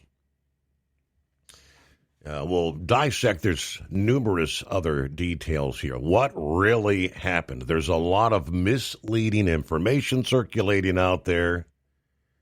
Yeah, some of the mainstream media are painting this as, quote, ICE shoot an innocent woman who was trying to simply drive away. You're hearing that. The actual details from credible outlets are telling a different story. Like, breaking it down claim by claim. We'll start with number one. Yes, she was blocking law enforcement vehicles. The video, the police accounts show her SUV stopped sideways in the street, intentionally blocking ICE vehicles during a federal enforcement operation. The vehicle was impeding officers' movement before any shots were fired. That's a fact. Now, this wasn't just some random or unrelated to law enforcement presence. According to video reviewed on the scene, reported by local news, agents repeatedly yelled for the driver to stop and exit the vehicle. Several agents attempted to engage before using force.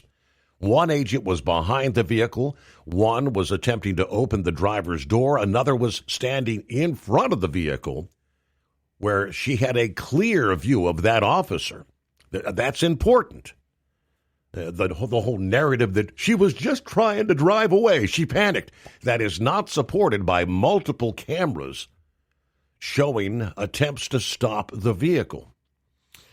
We'll break for a news update and come back dissecting this piece by piece to get the truth of what actually transpired this past day. USA Radio News, I'm Anthony Lucero. Several Minnesota officials are testifying before Congress on state government fraud involving daycares and other services. Republican Representative Kristen Robbins says the probe is not about Islamophobia. It is true that the majority of the fraud in Minnesota has taken place in the Somali community. And it is also true that some of our best whistleblowers are from the Somali community. Chairman Representative James Comer has invited Governor Walz and Attorney General Keith Ellison to a future hearing. The U.S. has seized the Russian-flagged oil tanker Marinera after a 2-week Atlantic pursuit, accusing it of violating U.S. sanctions tied to Venezuelan oil exports. British military support aided in the operation, while Russia sharply condemned the boarding as illegal under maritime law. U.S. forces also intercepted a second sanctioned tanker in the Caribbean waters. From America's News Network, USA Radio News. Business owners, are you paying high phone bills for old school systems and lousy service? StrongTel cuts your phone bills in half and turns every phone you own into a feature-rich business system. Sean Roddy, CEO of Hennings Brothers Drilling, had this to say: "We've been a StrongTel customer for over 10 years. It's great, and even includes an intercom with video to our equipment yard. I can watch live from anywhere with my smartphone. I'd recommend StrongTel to anyone. Never miss a customer call again with your StrongTel business system. StrongTel is a proud iTex partner and always welcomes your iTex dollars. You'll get award-winning StrongTel service, a business-class phone system, and cut your phone bill in half. Visit StrongTel.com. That's StrongTel, StrongTel.com. It's StrongTel. Want to put your business on a brand that is heard in some of the biggest radio markets on some of the biggest radio stations in the United States? Or maybe you want to have your brand take advantage of the explosive growth in podcasting. Why not do both? The Steve Summers Overnight Drive offers the best of both worlds and is ready to put your business at the front of everyone's waking thoughts. I'm sorry, am I moving too quickly for you? Well, at least you'll be on their mind in there somewhere. For sure, the Steve Summers Overnight Drive was recently named one of the top 15 late-night shows in America. So advertising on the Steve Summers Overnight Drive will put you in front of the very clients you want to walk through your front door. Interested? Maybe you want to take a test drive, kick the tires, do a sample tasting, which might be kind of gross. Get details at overnightdriveradio.com or email rwild@lubricationspecialties.com. And let's put the Steve Summers Overnight Drive to work for you today. Well, we're off the air. For good, I think. Truck downtime costs you money. One hidden killer on Cummins ISX 15 engines is weak injector cups. When they leak, coolant gets into the cylinders, and suddenly you're facing a big repair bill. Industrial Injection has There's the fix, our Torque Lock Injector Cup Kit with a threaded Torque Lock design. These cups stay sealed for good. No more coolant leaks. No more surprise downtime. Keep your truck on the road. Ask your shop for industrial injection Torque Lock Injector Cups today. At Hot Shot Secret, we share the science behind common diesel problems. For example, fuel additives.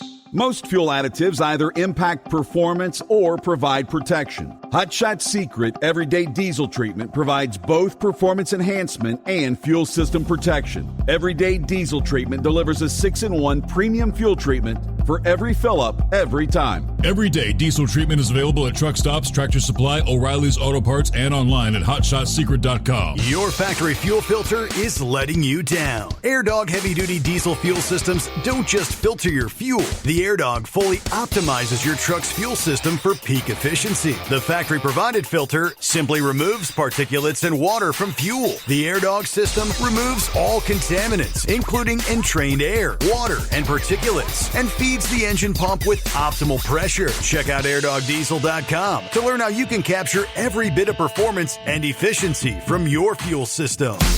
Did you miss an episode of the Steve Summers Overnight Drive?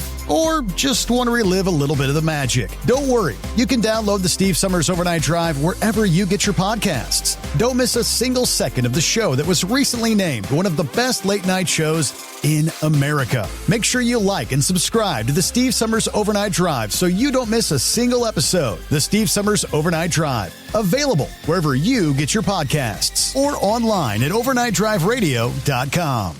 Because Channel 19's a little congested. Call Steve now at 844-844-3388. The Overnight Drive.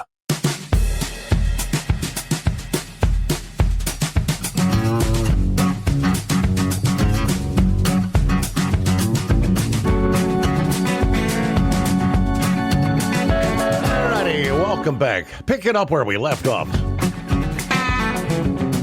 We left off with the narrative. Summer saying she just panicked. She was trying to drive away. All right, the vehicle was seen as an immediate threat as soon as she ignored the officer's direct orders and proceeded to drive. Officials, including a Minnesota public safety representative, described the woman's movements as refusing to comply, then aggressively moving the vehicle towards agents. The refused to obey commands and then proceeded to weaponize her vehicle. That was from the Minnesota Public Safety briefing this past day. The language, weaponize her vehicle. That's why federal self-defense justification is being cited. Now, media narratives do not match the full context. They tell us some headlines emphasize ICE shot an innocent driver. Others saying the woman deliberately tried to run over the ICE agents with her vehicle. Even local leaders who criticized the shooting acknowledged conflicting evidence of how this unfolded, yet not that she was simply leaving. Even the mayor said the federal explanation was garbage, but he did not say she was just driving off. Now, multiple angles show at least two agents approaching the vehicle with different commands. One telling her to get away, to move, another telling her to get out. That's precisely the kind of detail they say that law enforcement investigators are going to have to analyze, and part of why an independent review is underway. Now, local news, a review of body cam and security cam footage. The fact that there may have been differing commands doesn't excuse anything, but it does explain why authorities are investigating and withholding final judgment until all footage and testimony is examined. At the time of reporting, no final official conclusion had been publicly released about whether the use of deadly force was justified. That determination typically comes after a full review of all the video angles, witness statements, ballistics, forensics, expert use of force analysis. The FBI and Bureau of Criminal Apprehension both say they're investigating the incident. Now, what the facts really show. The credible official statements support, first of all, ICE agents were engaged in an enforcement encounter, not some random traffic duty. The woman on her own chose to block ICE agents from doing their job, was confronted by agents, given commands before force was used. Officials described her movement as non-compliance and potentially threatening. There may have been conflicting commands captured on video. Investigations by federal and state authorities are ongoing.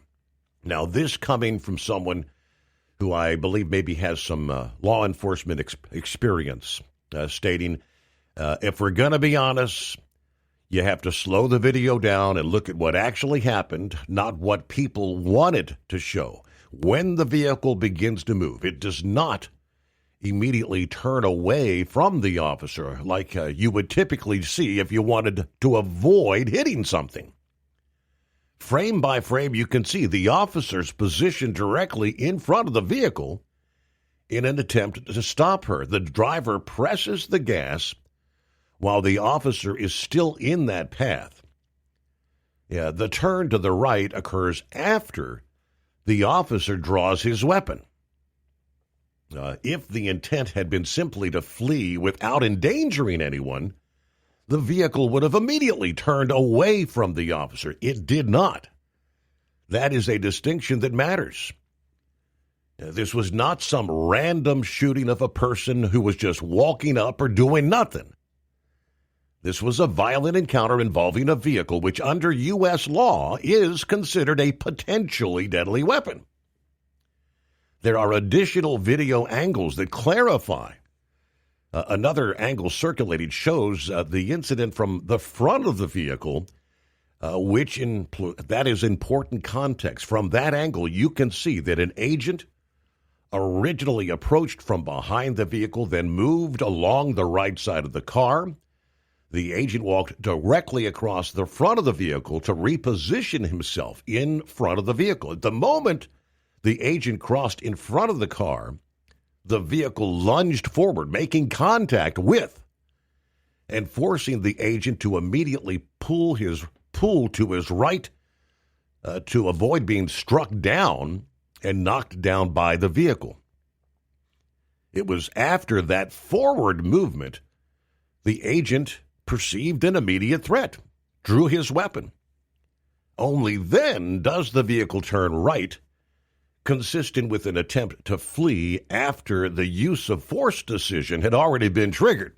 That matters because it directly contradicts the claim that the driver simply tried to drive away without endangering officers.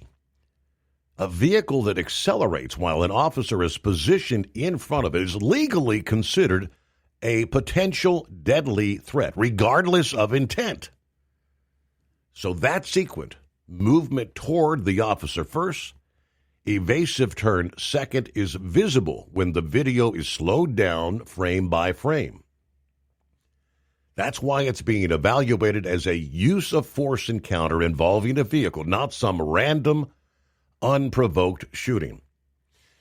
Now, what the law actually says, under long-standing federal and state use of force standards, a vehicle can constitute deadly force. Officers may use lethal force if they reasonably believe they face an imminent threat of serious bodily harm or death. Failure to obey lawful commands while advancing a vehicle forward towards an officer can meet that threshold. The standard comes from a U.S. Supreme Court ruling, Graham versus Connor, as well as the Department of Justice use of force policy, as well as the Minnesota Peace Officer Standards of Training guidelines. The question investigators examine is not intent after the fact. It's whether a reasonable officer in that moment perceived an imminent threat. That evaluation, they say, includes positioning, movement of the vehicle, failure to comply with commands, the timing that is measured in fractions of a second, not in hindsight minutes. That's why slowing the footage down matters. So he explains this is being reviewed under established legal standards, not internet narratives. Based on the visible sequence alone, the claim that she was just trying to drive away does not align with the video evidence. And these are facts that matter. Context matters. And vehicles used this way are not benign. Now, I'm sure you've seen the video, Pappy. You're actually one that has to kind of, when use of force occurs, you get to go through and examine all the evidence in these sort of scenarios, right? Yes, sir. I do use of forces, and I gotta say whether the use of force was justified or not. Now, with that said, if it's an officer involved in shooting, that will go above me, okay? Or CIS and Internal Affairs will both do an investigation. Mm-hmm. Steve, what you said here, and how many times have I said this on your show when I spewed out the justification for deadly force? It's when an officer believes that there is imminent threat of serious physical harm or death to the officer or others. And your key word, what you said here, was imminent threat, immediate threat of serious physical harm. So you don't have to say that his life was threatened. He was just threatened with serious physical harm. If you get hit by a car, Steve, would you consider that serious physical harm? Absolutely. If you got a broken leg? Yeah, you know. So, listen, man, Steve, you know me. I am a straight shooter. I'm going to tell you everything I think. Once again, this just happened. It's going to take weeks, probably, for this investigation to get done. It all depends on all the evidence. Are they wearing body cameras, witness statements, all this stuff? Mm-hmm. It could be cleared pretty fast, depending on, certain criteria. Now, with that said, I'll comment on what we know right now.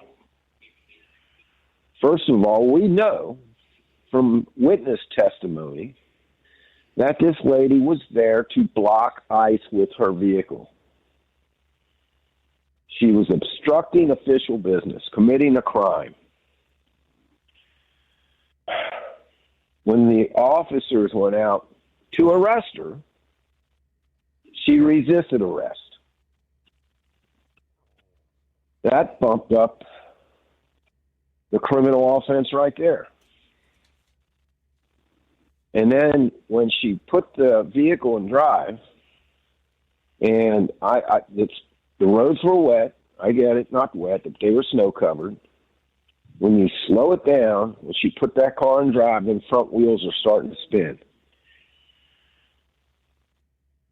And she went forward towards that officer. I would say any reasonable officer would say that he feared for his safety, he feared for serious physical harm and or death.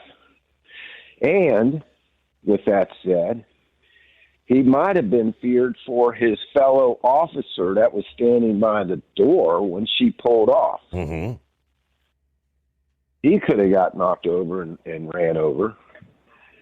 They said this officer just got drugged by a vehicle like a week or two before this. Did you hear that? I had not. That's what Fox News was reporting. Okay. That the officer involved in this shooting. Now, I was going to make a comment, and I'm still going to make it. But with that said, you just said something and correct me if I'm wrong, because I did not see this video evidence. What I saw was the lady stopped in the road. There was another vehicle to her left. There was another vehicle to her right.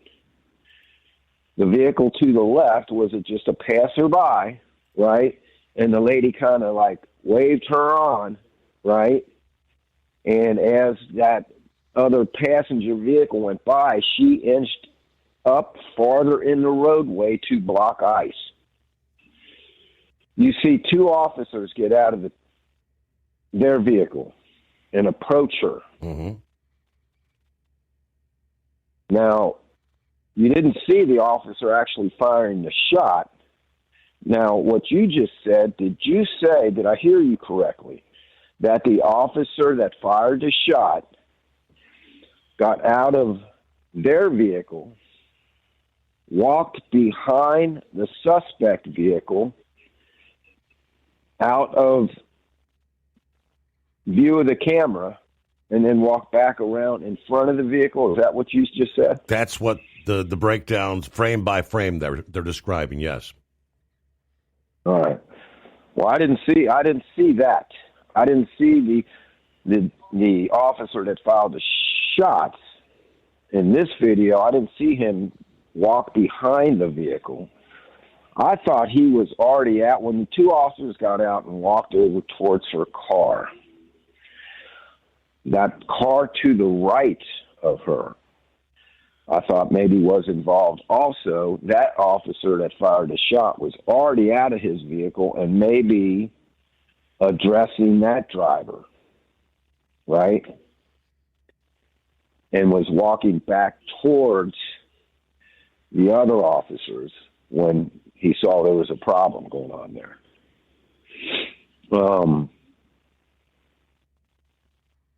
Listen, is it in my mind, is it a justified shoot from what we have seen?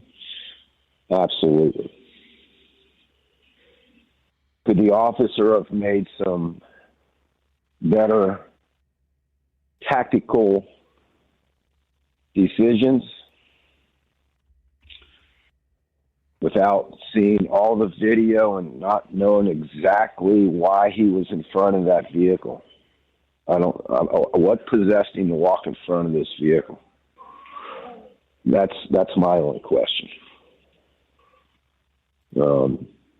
If he was dealing with that other vehicle, right? Mm-hmm. Trying to figure out if the other vehicle to the right of the suspect's vehicle was involved in a crime by blocking, or if it was just another passerby, and he was walking back towards the suspect vehicle, then okay, I get it. You know, you're not expecting somebody to try to run you over. So there's some video that's lacking for me to try to make any real judgment if that was a bad tactical decision on his part to get in front of that vehicle. So, with that said, I mean, you know, I don't know about Minnesota state law, but I can tell you, with every officer shooting, if it's not cleared and they try to charge him, and I don't even know if they can, Steve. I don't know, because this is a federal agent. The federal government's going to do the investigation, not Minneapolis police. I would assume. Mm-hmm. I would assume. Maybe find out more about this tomorrow.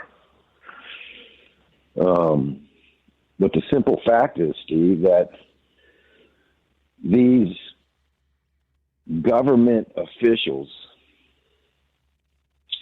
that literally get out in front of the TV and tell these people, this is okay to do this. It's okay to interfere with ICE, right? It's okay to commit a crime. Steve, how many times have we heard about these federal agents getting rammed by other vehicles, right? So for these governors and senators and all these other people, I mean, Steve, they were literally on video telling the people to go out and stop ICE from doing their job. Yep. So if you don't put a stop to people committing crimes, obstructing official business, obstructing officers from doing their legal obligation, and you allow people to do this with no consequences, this is what's going to happen. You're going to have chaos in the streets. If officials would have put a stop to this, then people would realize, okay, I get out and try to stop a police officer from making an arrest. I'm going to go to jail. Maybe this wouldn't have happened. But that's not what's going on in this country.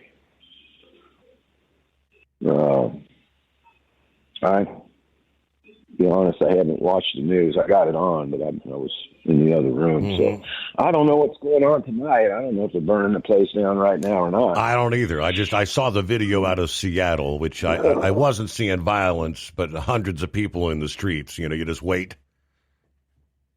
and see what unfolds. You know, Steve, I hate to say it, but I posted it on Facebook. I really hate to say this, but I believe that these leaders were just hoping for something like this to happen. They wanted that spark to ignite the fire to cause chaos in our streets. Steve, if they didn't want this to happen, they would have been on TV telling these people, stop interfering with federal agents. It's not your job to go out there and interfere with federal agents.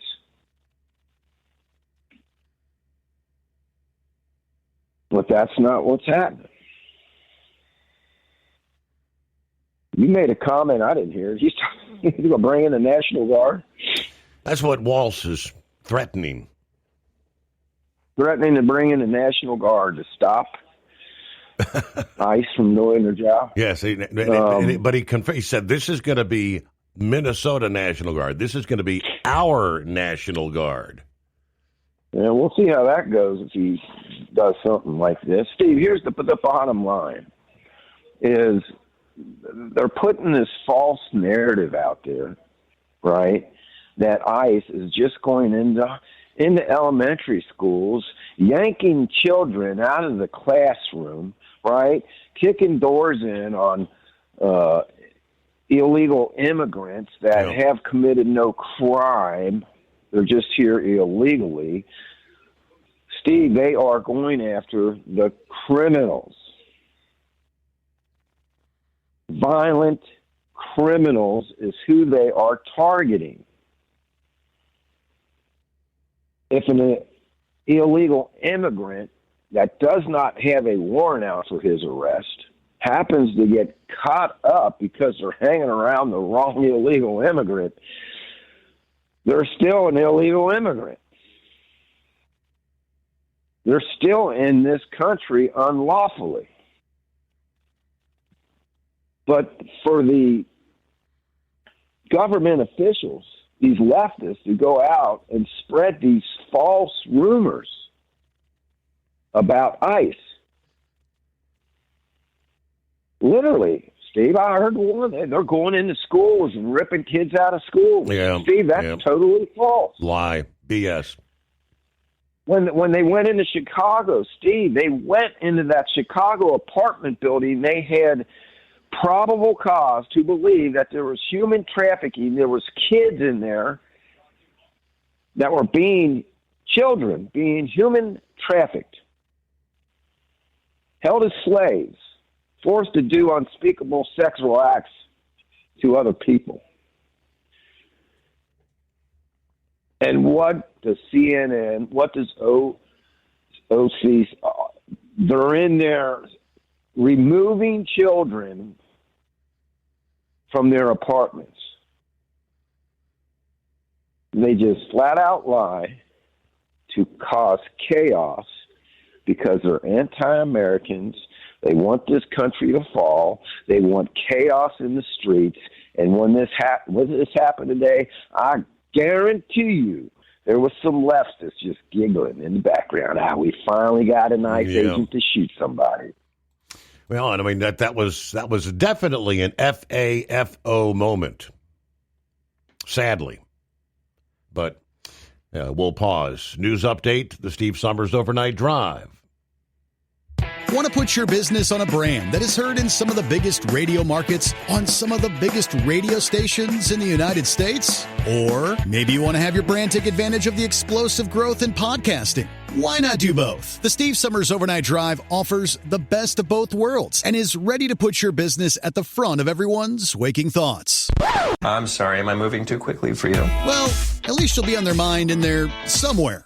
For sure, the Steve Summers Overnight Drive was recently named one of the top 15 late-night shows in America. So advertising on the Steve Summers Overnight Drive will put you in front of the very clients you want to walk through your front door. Interested? Maybe you want to take a test drive, kick the tires, do a sample tasting, which might be kind of gross. Get details at overnightdriveradio.com or email rwild@lubricationspecialties.com. And let's put the Steve Summers Overnight Drive to work for you today. Well, we're off the air. For good, I think. It's no secret, today's diesel isn't as good as it should be. Diesel lacks lubricity. That can lead to fuel system failure, costing thousands in repairs. But you can prevent those issues with Hot Shot Secret products. Clean injectors, boost cetane, increase fuel economy while adding 4 times more lubricity than the leading competitor. Claims proven by real-world use and confirmed by third-party ASTM testing. Available nationwide at truck stops, farm and automotive stores, and online at hotshotsecret.com. Hot Shot Secret. Powered by science. Did you miss an episode of the Steve Summers Overnight Drive? Or just want to relive a little bit of the magic? Don't worry. You can download the Steve Summers Overnight Drive wherever you get your podcasts. Don't miss a single second of the show that was recently named one of the best late-night shows in America. Make sure you like and subscribe to the Steve Summers Overnight Drive so you don't miss a single episode. The Steve Summers Overnight Drive. Available wherever you get your podcasts or online at overnightdriveradio.com.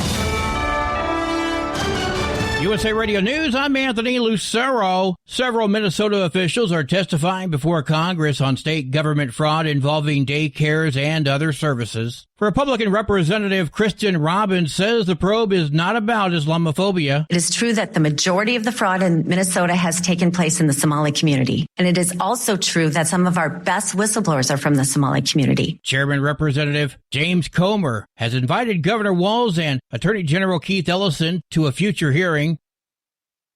Tensions in Venezuela are rising as heavily armed far-left militias have taken control of Caracas. Gunfire erupted near the presidential palace as the military reportedly deserted key posts. Experts warn interim President Delcy Rodriguez faces pressure from hardliners and the threat of U.S. intervention, raising fears of civil unrest or even a coup in the capital. John Summers, USA Radio News. The U.S. has seized the Russian-flagged oil tanker Marinera after a 2-week Atlantic pursuit, accusing it of violating U.S. sanctions tied to Venezuelan oil exports. British military support aided in the operation, while Russia sharply condemned the boarding as illegal under maritime law. U.S. forces also intercepted a second sanctioned tanker in the Caribbean waters. A Long Beach, California man is agreeing to plead guilty to sending money to ISIS and possessing a homemade bomb. Federal prosecutors say Mark Villanueva will enter his plea later this month. Court papers show the 29-year-old is pleading guilty to one count of attempting to provide material support to a foreign terrorist organization. He's also pleading to one count of being a felon in possession of a firearm, which is the homemade bomb. Investigators say they were able to intercept chats that he made offering support for terrorists. Villanueva is a lawful permanent resident from the Philippines and faces up to 35 years in prison when he's sentenced. I'm Mark Mayfield. From America's News Network, USA Radio News. Business owners, are you paying high phone bills for old school systems and lousy service? StrongTel cuts your phone bills in half and turns every phone you own into a feature-rich business system. Sean Roddy, CEO of Hennings Brothers Drilling, had this to say. We've been a StrongTel customer for over 10 years. It's great. It even includes an intercom with video to our equipment yard. I can watch live from anywhere with my smartphone. I'd recommend StrongTel to anyone. Never miss a customer call again with your StrongTel business system. StrongTel is a proud iTex partner and always welcomes your iTex dollars. You'll get award-winning StrongTel service, a business-class phone system, and cut your phone bill in half. Visit strongtel.com. That's StrongTel, StrongTel.com. It's StrongTel. The Trump administration is adding 25 new nations to a list requiring travelers to post bonds before entering the U.S. The State Department says there are now 38 countries subject to the requirement. Venezuela, Cuba, and Bangladesh are among the new countries added to the updated list, which goes into effect January 21st. The majority of the countries are in Africa, including now Nigeria. Travelers from the countries on the list who are eligible for a visa could be required to post a bond of up to $15,000. I'm Tammy Trujillo. President Trump says he's looking to stop investors from buying more single-family homes. In a Truth Social post Wednesday, the president said people live in homes, not corporations. He said he'll be urging Congress to codify his plan to ban large institutional investors from buying more single-family homes. Trump called buying and owning a home the pinnacle of the American dream. He went on to blame record-high inflation caused by Joe Biden and the Democrats in Congress for letting that goal get out of reach. I'm Wendy Swanson. Desmond Ricks, wrongfully imprisoned for 25 years, received over $1 million from Michigan under the Wrongful Imprisonment Compensation Act after a separate $7.5 million settlement from Detroit. The state is now seeking to reclaim the initial payment, although his attorney says no money can undo decades lost. At the closing bell, the Dow dropped 466 points, the S&P 500 fell 23 points, and the Nasdaq gained 37 points. I'm Sarah Lee Kessler. For USA Radio News, I'm Anthony Lucero. iLocal.net is offering a free website analysis to improve the online presence of your business. Business owners across the U.S. turn to iLocal.net to improve their search engine rankings. Search engines are constantly changing their algorithms. You need the professionals who know how to use those changes to benefit your business. Don't hope for new customers. Get found and be chosen. Visit iLocal.net/go for your free website analysis. iLocal.net/go. Did you miss an episode of the Steve Summers Overnight Drive? Or just want to relive a little bit of the magic? Don't worry. You can download the Steve Summers Overnight Drive wherever you get your podcasts. Don't miss a single second of the show that was recently named one of the best late-night shows in America. Make sure you like and subscribe to the Steve Summers Overnight Drive so you don't miss a single episode. The Steve Summers Overnight Drive. Available wherever you get your podcasts or online at overnightdriveradio.com. Your factory fuel filter is letting you down. AirDog heavy-duty diesel fuel systems don't just filter your fuel. The AirDog fully optimizes your truck's fuel system for peak efficiency. The factory-provided filter simply removes particulates and water from fuel. The AirDog system removes all contaminants, including entrained air, water, and particulates, and feeds the engine pump with optimal pressure. Check out airdogdiesel.com to learn how you can capture every bit of performance and efficiency from your fuel system. Keep the bugs off your glass and the smokies off your ass. This is the Overnight Drive with Steve Summers.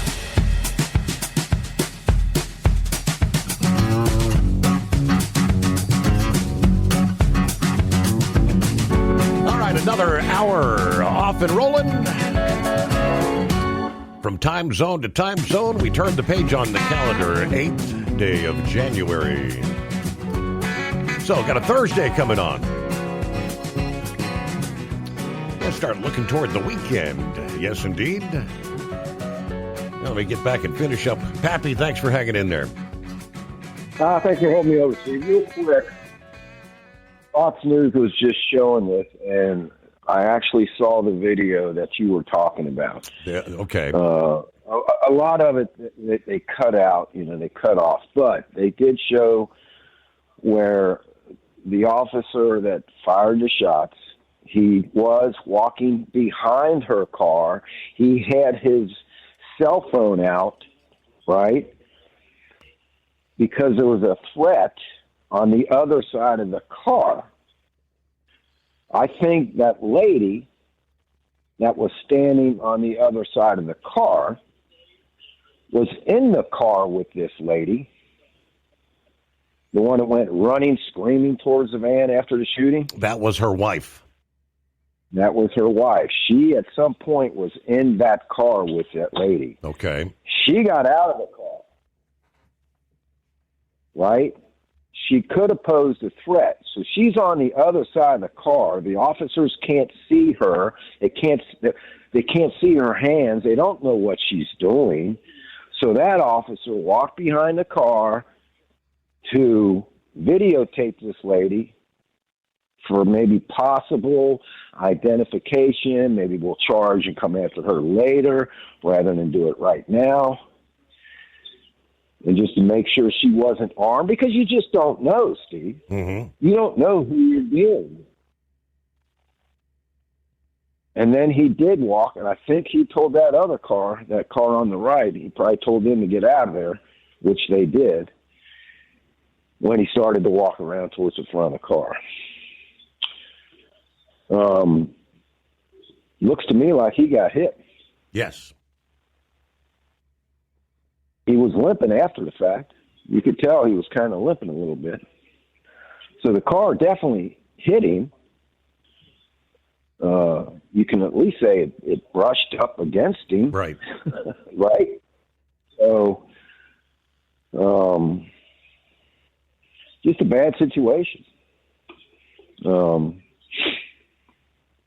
You hate to call anybody out, but was it a bad move to put himself in front of that car? Another thing I noticed is one of the ICE agents was telling her to get out of the car. The window was down. He's pulling on a car handle. The door's locked. Yep. He reaches in to unlock the car door so he can open the car door. Steve, we don't reach into cars. It's a no-no. You just don't do it. Bad things happen. That's how you get drugged. That incident here in Cincinnati, Ray Tenzing, when that officer reached inside the car to take the keys out of the ignition. Mm-hmm. That's when all that went down.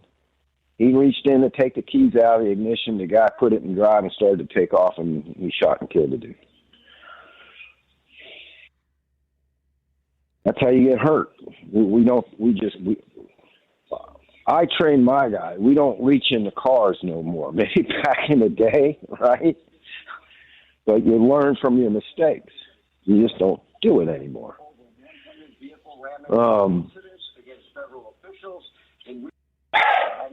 What a shame, Steve. I mean, here you got some. And listen, these are all paid protesters. The majority of these people there are getting paid to be there and cause this issue. And they're even told, don't worry, if you get arrested, we will bail you out, and we got the judges in the palm of our hand where you will not get convicted. The hell kind of country we living in? Mm-hmm. And they do People say getting paid. The woman that you saw standing outside the vehicle, I hadn't seen the footage where she at some point was, I didn't realize she was in the vehicle, but the wife, she was out there recording, but after her wife was shot and she ran up to him, she's the one that said, yeah, we're new here. I don't have people. And now the plates on that vehicle, they say, were registered in Missouri. Steve, it's a known fact. Let's find out the history on these two. Right? Who are they? Had they come into town to officially participate in the protests? Yeah. Are they out-of-towners here, paid, even maybe paid to cause trouble? That same guy that went in and did this investigation into all these daycare centers, I forget his name, Nick something? Yeah. He goes around all these protesters, and he put a couple videos out And I think one of them I reposted. And when he goes to these protests, he recognizes all these people. Hey, I saw you at the last one. That's Bill.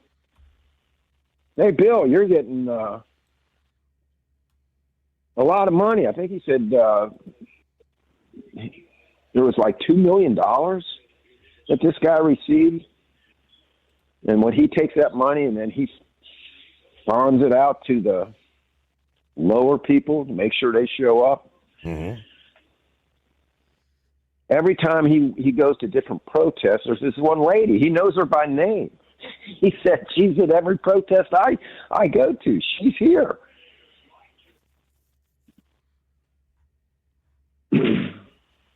So when you got people being paid to throw rocks, right, at agents,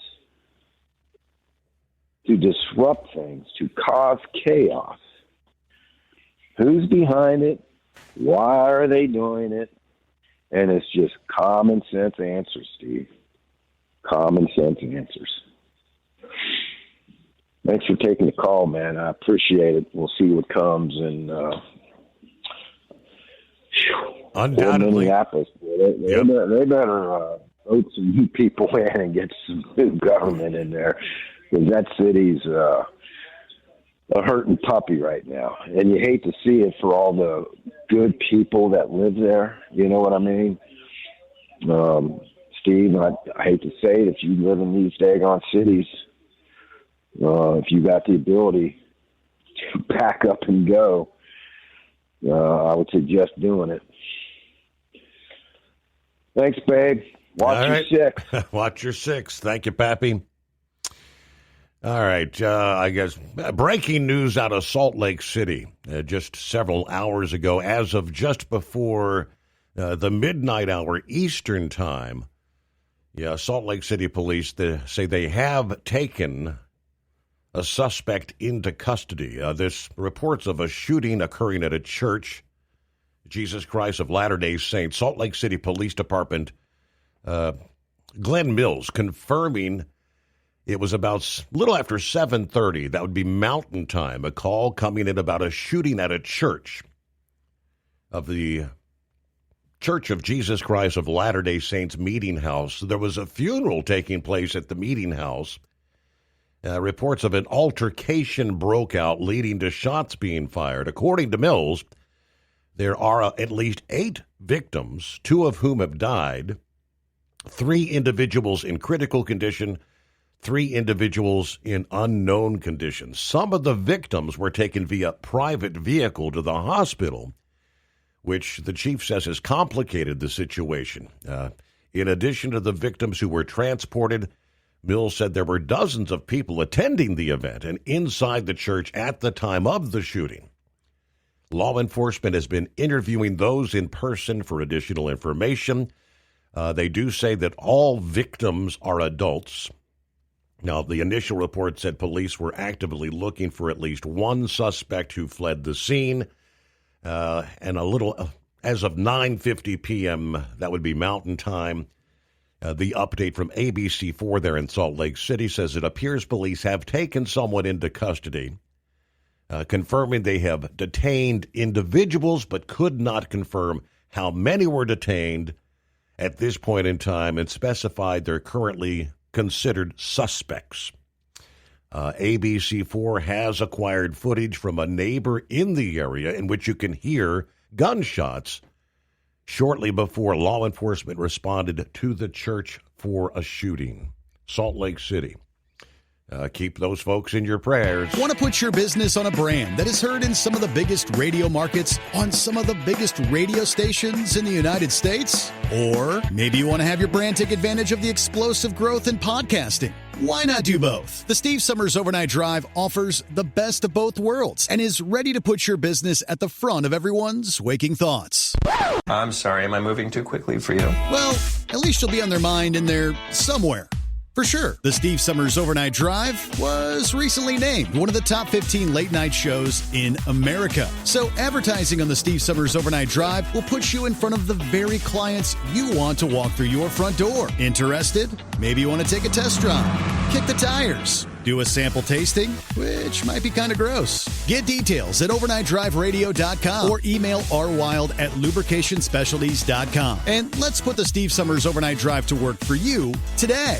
Well, we're off the air. For good, I think.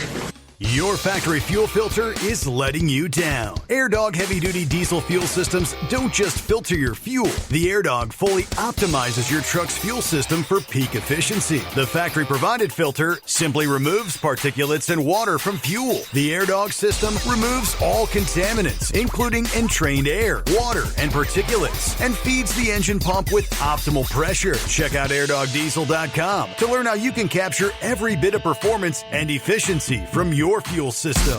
Did you miss an episode of the Steve Summers Overnight Drive? Or just want to relive a little bit of the magic? Don't worry. You can download the Steve Summers Overnight Drive wherever you get your podcasts. Don't miss a single second of the show that was recently named one of the best late-night shows in America. Make sure you like and subscribe to the Steve Summers Overnight Drive so you don't miss a single episode. The Steve Summers Overnight Drive. Available wherever you get your podcasts or online at overnightdriveradio.com.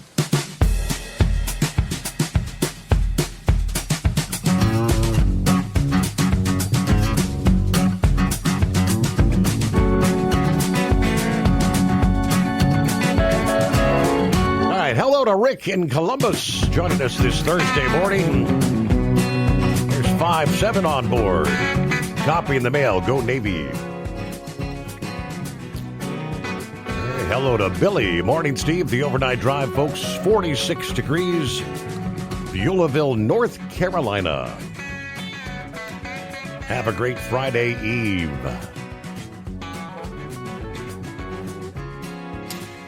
Neighbor Dave on board. How you doing there, Neighbor Dave? It's been a while. Happy New Year, by the way. All right, meanwhile, let's get back to our listening friends. Let me see. Scrapyard, I believe. We got you, Scrapyard. What's happening, Captain? That's out here playing in a little bit of rain and gusting winds out here, picking up and laying down and doing it again. Yeah, it's been a hell of a dead-gum night, and woke up, was headed to work, found out my great-aunt and great-uncle were nearly killed in Texas by a hit-and-run semi-driver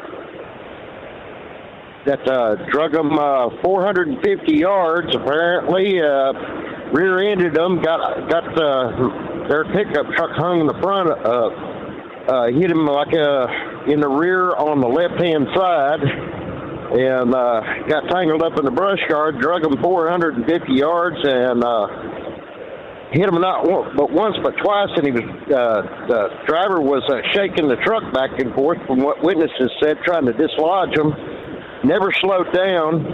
And they ended up shooting backwards off out into the trees and flipping upside down, and they had to cut the truck apart to get my elderly great-aunt and uncle out of the truck. Wow. People chased the driver down while having the Texas State Police and apparently also the Texas Rangers showed up to this guy's house and snapped him up. Never made it an attempt to slow down. Apparently hit him in excess of 85 mile an hour. Wow. And never attempted to slow down. So you never know when everything can just absolutely go wrong and all that stuff. But it is what it is and all that. See something, say something. Crazy times, Scrapyard, I'm telling you. Oh, yeah, and I found out from another driver tonight, it looks like the drug smugglers have found a new way to get fentanyl across our southern border in commercial motor vehicles inside of the fire extinguisher because they don't look at them. Mm-hmm. Yeah, using a condom as a bladder, emptying them out, and trimming the pickup tube in the extinguisher and filling it with the condom with fentanyl, tying it up, dropping it in, putting the powder back in, and recharging the system so it sprays powder. But bringing it into the country like that without modifying the fire extinguisher. So that's something else for our Border Patrol to be on the lookout for.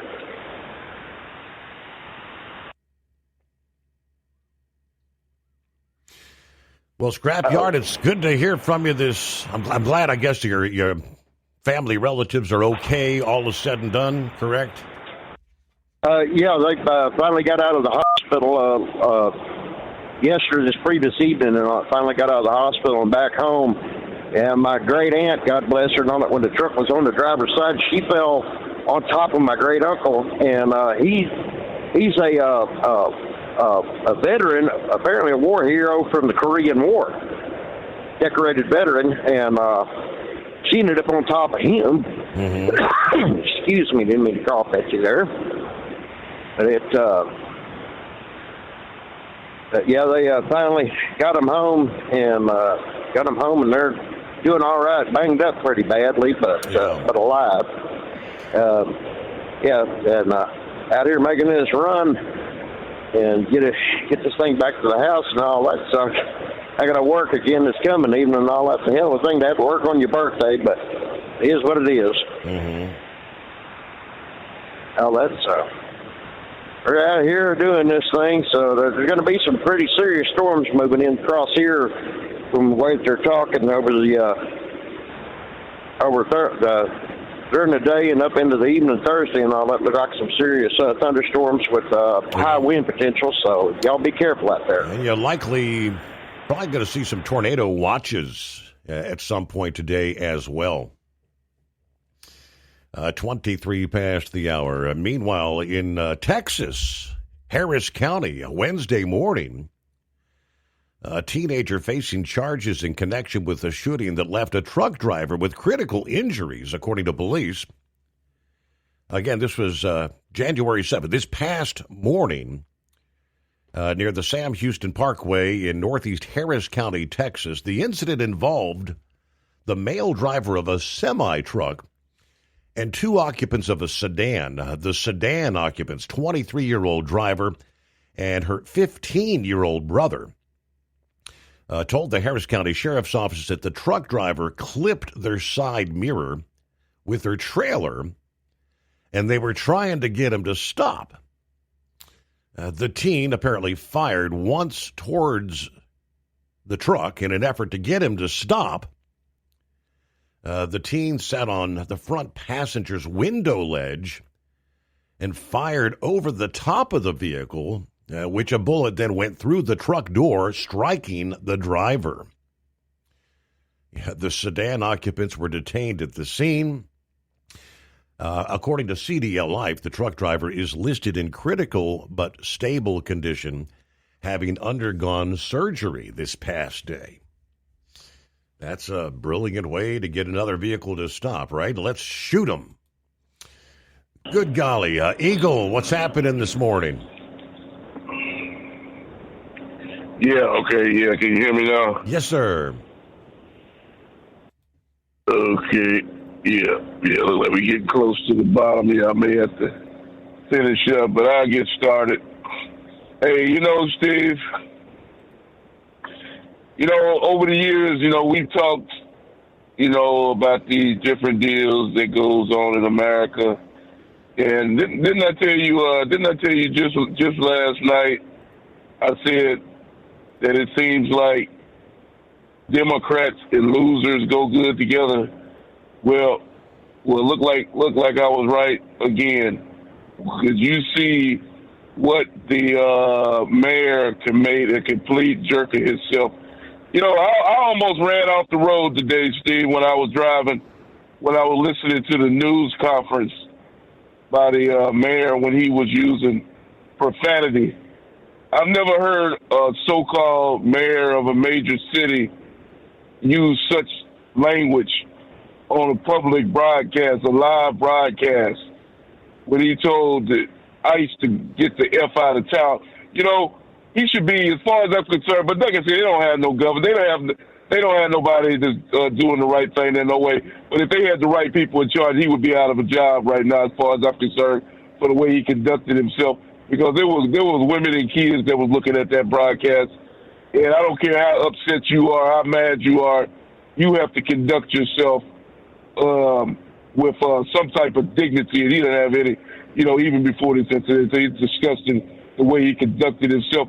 And, for him to say that about the ICE people, Steve, we've talked about this, over and over and over and over and over for the last 4 years.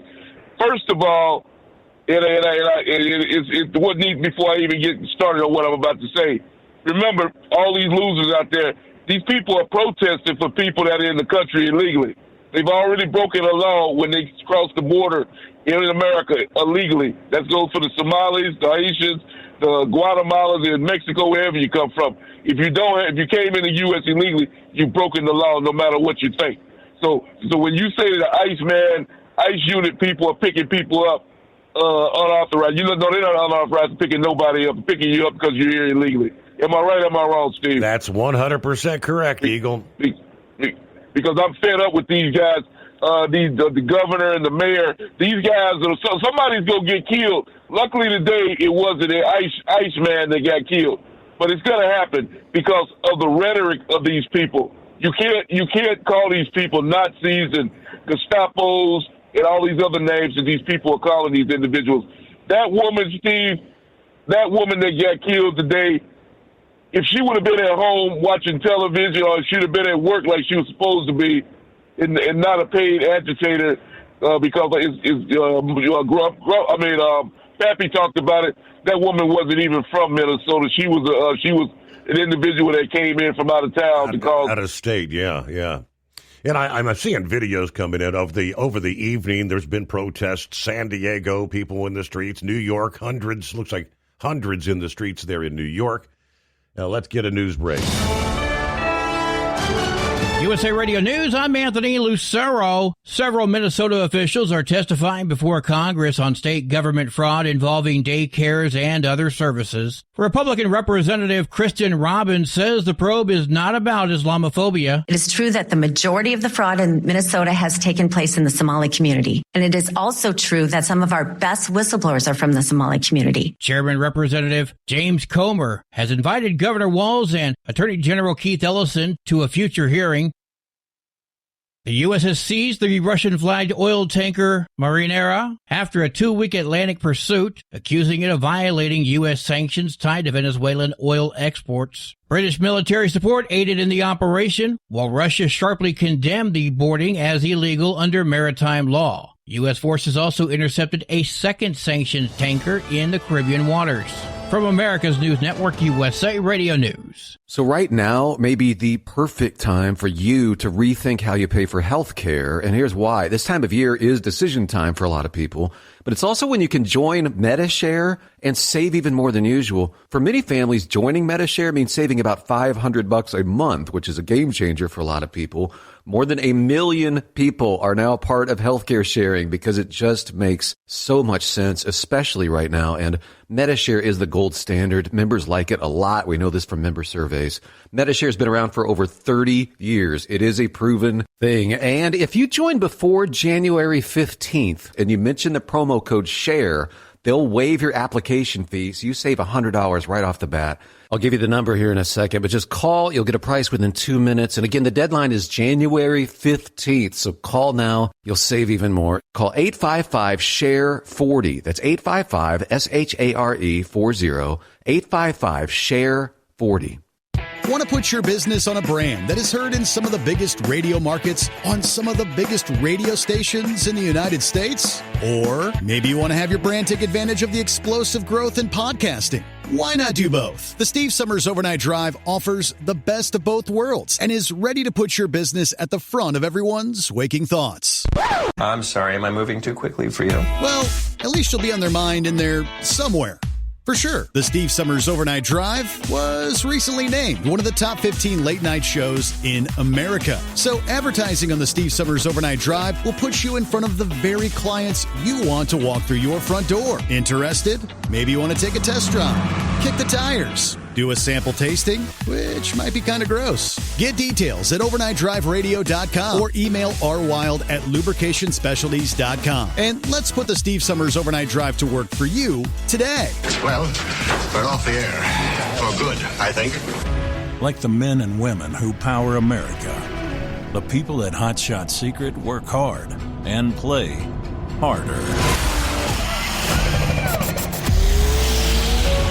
We're the fastest growing diesel and oil additive brand in the country. We solve problems. We protect engines. We save you money. And more importantly, time. Hot Shot Secret, powered by science. Truckers, meet the Speedmax Pro Max, the tire built for serious hauls and serious peace of mind. With rugged construction and performance you can count on, Pro Max is made for the long road ahead. And here's the best part. It comes with an 8-year warranty. That's right, 8 years of confidence, mile after mile. Ask Speedmax. Drive far. Drive strong. For more info, call 860-436-4100 or buy online at digitire.com. At TEL, we know what it takes to succeed as an owner-operator because we were founded by one. The big secret? Affordable new trucks. New equipment keeps you moving, improves cash flow, and delivers reliability. For over 20 years, we've helped drivers take the next step in their careers. Call TEL at 866-404-6289 and use promo code OVERNIGHT100. We look forward to meeting you. Did you miss an episode of the Steve Summers Overnight Drive? Or just want to relive a little bit of the magic? Don't worry. You can download the Steve Summers Overnight Drive wherever you get your podcasts. Don't miss a single second of the show that was recently named one of the best late-night shows in America. Make sure you like and subscribe to the Steve Summers Overnight Drive so you don't miss a single episode. The Steve Summers Overnight Drive. Available wherever you get your podcasts or online at overnightdriveradio.com.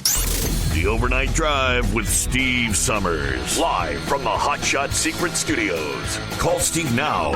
844-844-3388. That's 844-844-3388.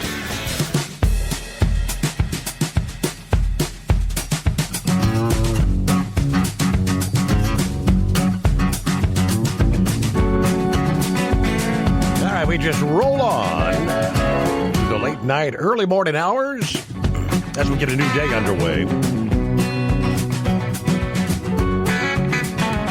Yeah, as far as the woman shot by ICE this past day, all I know is there was photos of the vehicle, and they had zoomed in on the license plate, and they said the plates were from Missouri. So I'm just assuming, these two, and of course the wife, when she says we're new to town, yes, sounds like that kind of leads me to believe they just had driven up there to be part of the protest. Other eyewitnesses testified that she was the lead vehicle in a protest. She was definitely trying to obstruct the ICE vehicles from being able to get through. That was her intention. Yeah, YB Phony says it's truly sad. She had to be brainwashed. In a way, I feel bad for her parents, he says. Why would you travel 2 states away to attempt to confront armed men? Well, she was 37 years old. But yep. Meanwhile, let me get back to Eagle. Yes, take 2. Thanks for hanging in there, Eagle. Welcome back. Yeah. Okay, I appreciate that. Hey, and listen, Steve, before I get started on this situation again, I want to remind people, just in case they didn't know, we're only 7 days into the new year of 2026, and you look at what has transpired in these 7 days. We've had a year worth of action in less than 7 days in America with what happened with Venezuela, what happened with the tanker ships, and what has happened with this deal in Minnesota, and now you're saying they got another shooting in Salt Lake City, Utah. Steve, my mom gave me something before she died a couple years ago, and I keep it in this truck with me everywhere I go, every mile I drive, and that's the Bible. And I read a Bible verse every night before I go to bed. America needs to get God in their life, Steve. America needs God. I'm not going to preach to nobody. But I'm just telling people that it's my duty, and it says in the Bible, you need to touch somebody. Maybe somebody tonight can hear my voice, and they'll make a decision to get God in their life, because America needs God at this point, Steve, because we got too many lost people in this country, and it's a damn shame how many people are lost souls we have walking around America. They better get God in their life, because they're gonna end up in a place they don't want to be if they don't. Now, let me get back to this lady here. Okay, now the situation is, Steve, this woman here, whether she was paid to be an agitator or not, from the evidence you said and other people had said, she had Missouri tags on the car. Whether she was Missouri, I don't know. Right. They really don't care. Yep. But she was in the place she shouldn't have been. She had been agitating these officers all morning long. They said she was blocking traffic. She was trying to whistle, as they call them, trying to alert people that ICE was going to be knocking on doors and arresting people. She's basically a troublemaker, and she parked the vehicle in the middle of the road. Now, I'm going to say this, Steve. It doesn't matter if it was me in the middle of that, park my SUV in the middle of that road, or if it was you. And you decided, if an officer, if you listen to the audio, the officer clearly told the woman, get the F out of the car. Or as he walked up there and tried to open the door, which was a bad mistake. That guy, he lucky, like Pappy said, he lucky he didn't get dragged down the road, because he tried to reach in there and turn the ignition off. Now, when the officer told her to get out of the car, Steve, we wouldn't even be talking about this tonight. If all she had to do was turn the ignition off, put the car in neutral, and put her hands up and get out of the vehicle, and we wouldn't be talking about this right now. But she chose the other option. Nobody forced that woman to put that car in drive. She reversed the vehicle, and then she put the car in drive and hit the gas pedal. That woman was trying to avoid arrest, and she brought that on herself. The officer, there's not an officer in America that wouldn't have made the same move, Steve. It's either you or them. You're not going to stand there and let somebody run you over. That woman was trying to run them because she tried. Well, let me put it another way. Whether she tried to run him over or not, she was trying to evade arrest. She tried to leave the scene of a crime, which she was involved in, by blocking the roadway from the progress of the ICE people. She brung this on herself by not abiding by the rules and obeying the officer's orders. We talked about this before. You had a situation up there in Cincinnati a couple of years ago where a guy got shot in the same similar situation almost. He got shot in the head as he tried to drive off. So like I told you that night, Steve. So what is the officer supposed to do? Because she decides she doesn't want to cooperate with the officer, she's supposed to just let her put the car in drive and then drive on down the road and go on about her merry way. And he get back in his car and he go his way. That's what's supposed to happen. He's not supposed to arrest this woman for trying to stop progress of the ICE unit. So the whole thing makes no sense. And for these people out there to be protesting tonight, it's an embarrassment. What they're doing, and they're doing it because anybody with two eyes can look at the video and clearly see what the woman did was wrong by putting the car in drive, and and this whole thing would have been avoided. But like I say, when you got a city that's run by these two guys, Steve, people like that, you're going to have this type of problem. These same two guys, because they have nothing, because they don't know how to run a city, and that's why they got so much chaos going on with these Somalians and all this other nonsense they got going on. And it's only going to get worse. It's only going to get worse for Minnesota because, like I said, luckily tonight they didn't protest. We don't know what's going to happen tomorrow night. Yep. But I promise you this, and I hope Donald Trump takes action and he doesn't let it turn into another George Floyd thing where people were looting and robbing and busting in the stores, because you don't have the right to loot and steal just because you're unhappy with the what happened with the law enforcement. So hopefully Donald Trump is giving this guy the opportunity to get control of his city. If he chooses not to do that, then Donald Trump has every right to send in his people, the National Guard, or whatever he got to do. But you know what disappoints me the most about this whole thing, Steve, is that these people seem to that guy, both of these guys, Walls and him. I don't know what their obligation is to these foreigners, these Somalians. They seem like they love those guys more than they love their own people in America. It is really sad that these guys were willing to risk their jobs and everything for people that are outsiders to the United and have no loyalty to this country whatsoever. So when they go down, they get everything they deserve when Walls and that bogus mayor go down, because both of them are an embarrassment to the United States of America. And I thank you for taking my call. All right. As far as, Minneapolis tonight, I haven't seen any reports of any violence at this point. I've seen videos from San Diego to Los Angeles to Chicago, New York City, Seattle, video of all those cities where marches and protests have been taking place throughout the evening. Yeah, it's amazing. We're all these hundreds and thousands of people in a matter of like 2 hours time get all these signs, ICE out of our city and things of that nature. All pre-printed. I guess they're just waiting for the call. All right, it's time to hit the streets. Get your signs. But we do see Minneapolis public schools will be closed today, Thursday, as well as Friday.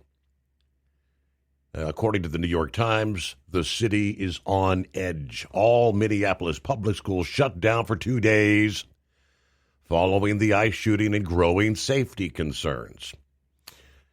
So just a sign that the anticipation is all the agitators, the protesters, will likely be out in mass. At some point in time, things, as we've seen in the past, Eagle just mentioned the George Floyd scenario. Been there, done that. What starts off as the peaceful protest devolves into absolute chaos as the evening progresses. Meanwhile, it's 844-844-3388. See if Senor Heatwave is on board. What's happening? Oh, good morning, Senor. Third time is a charm. Well, I'm up here in the Four Corners area of New Mexico, and the roads are dry. It's cloudy, but I tell you what, coming up through Cuba, New Mexico, there on US 550, they were on both sides of the town salting heavily, so I guess they're expecting a little bit of snow, which I was in a lot of mist, heavy mist, and then the misty like snow, almost like fog. Mm-hmm. So it's been a hodgepodge of different weather out here in the 3.5 hours I've been out here on the road this morning.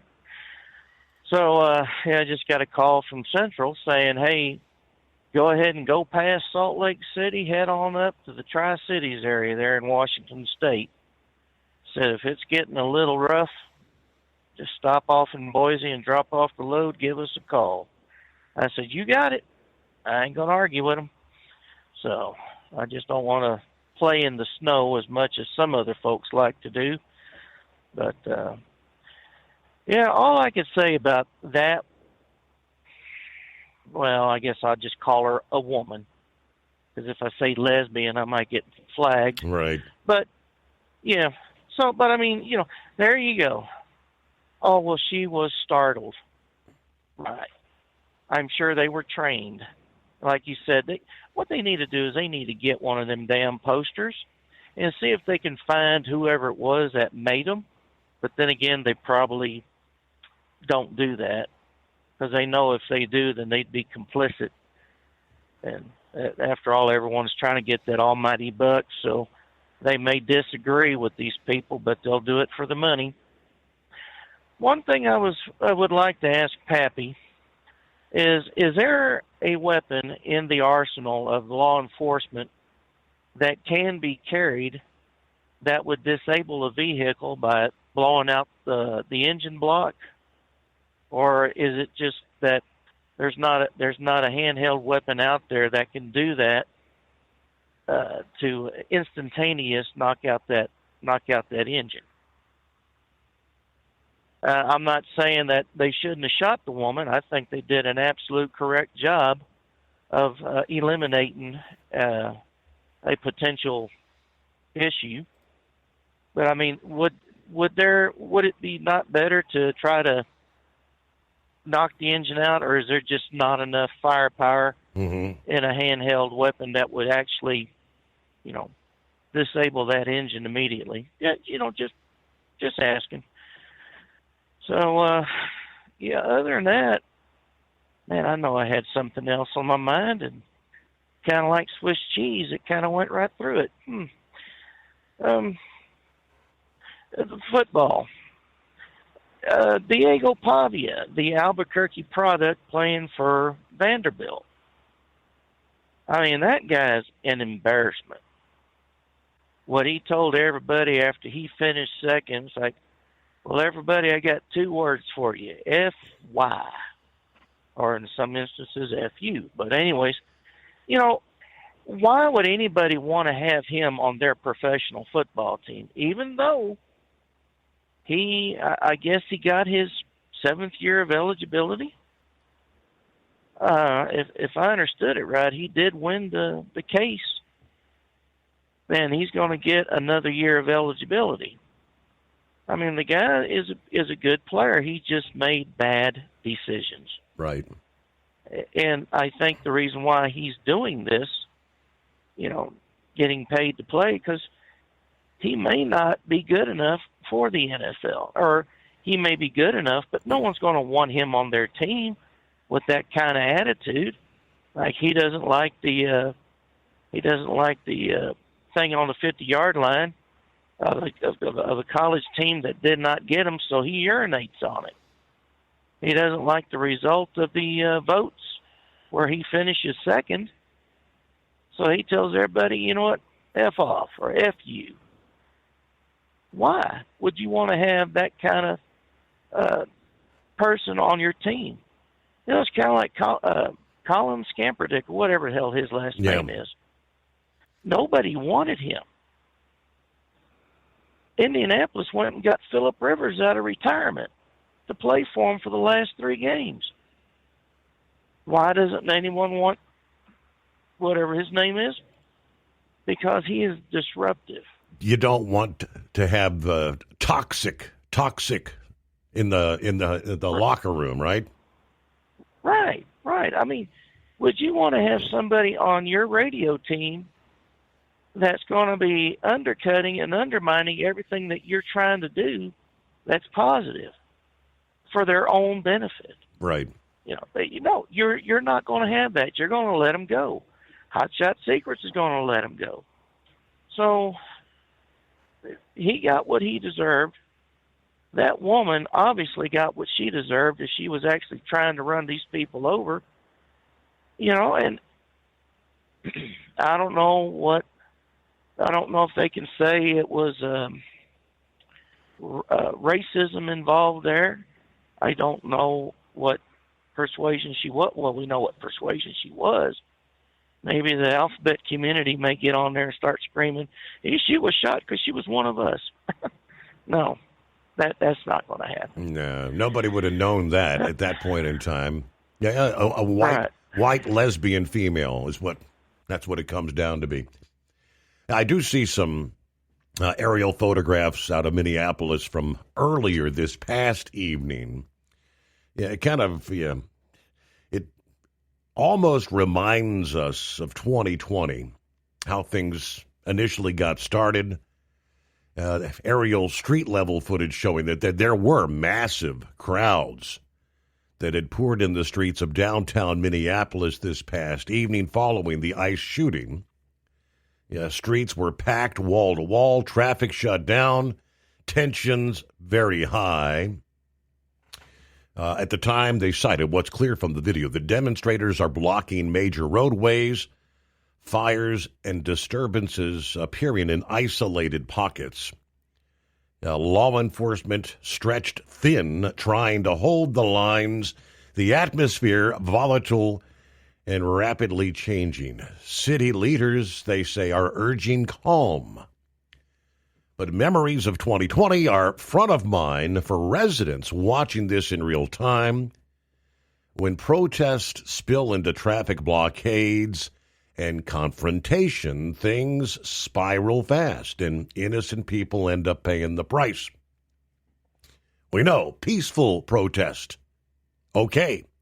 Violence, no. Anyone pushing chaos puts lives at risk, whether it's protesters, residents, or law enforcement alike. Everybody watching Minneapolis. So I think, again, that was going back probably after the sun had set, but I'd say 7, 8 o'clock in the evening. I have no idea how long it took to get the crowds calmed down, but and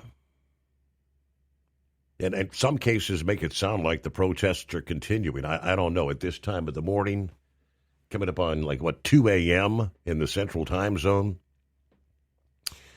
It's 844-844-3388, the Steve Summers Overnight Drive. Want to put your business on a brand that is heard in some of the biggest radio markets on some of the biggest radio stations in the United States? Or maybe you want to have your brand take advantage of the explosive growth in podcasting. Why not do both? The Steve Summers Overnight Drive offers the best of both worlds and is ready to put your business at the front of everyone's waking thoughts.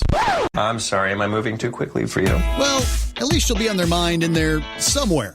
For sure, the Steve Summers Overnight Drive was recently named one of the top 15 late-night shows in America. So advertising on the Steve Summers Overnight Drive will put you in front of the very clients you want to walk through your front door. Interested? Maybe you want to take a test drive, kick the tires, do a sample tasting, which might be kind of gross. Get details at overnightdriveradio.com or email rwild@lubricationspecialties.com. And let's put the Steve Summers Overnight Drive to work for you today. Well, we're off the air. For good, I think. It's no secret, today's diesel isn't as good as it should be. Diesel lacks lubricity. That can lead to fuel system failure, costing thousands in repairs. But you can prevent those issues with Hot Shot Secret products. Clean injectors, boost cetane, increase fuel economy while adding 4 times more lubricity than the leading competitor. Claims proven by real-world use and confirmed by third-party ASTM testing. Available nationwide at truck stops, farm and automotive stores, and online at HotShotSecret.com. Hot Shot Secret. Powered by science. Did you miss an episode of the Steve Summers Overnight Drive? Or just want to relive a little bit of the magic? Don't worry. You can download the Steve Summers Overnight Drive wherever you get your podcasts. Don't miss a single second of the show that was recently named one of the best late-night shows in America. Make sure you like and subscribe to the Steve Summers Overnight Drive so you don't miss a single episode. The Steve Summers Overnight Drive. Available wherever you get your podcasts or online at overnightdriveradio.com.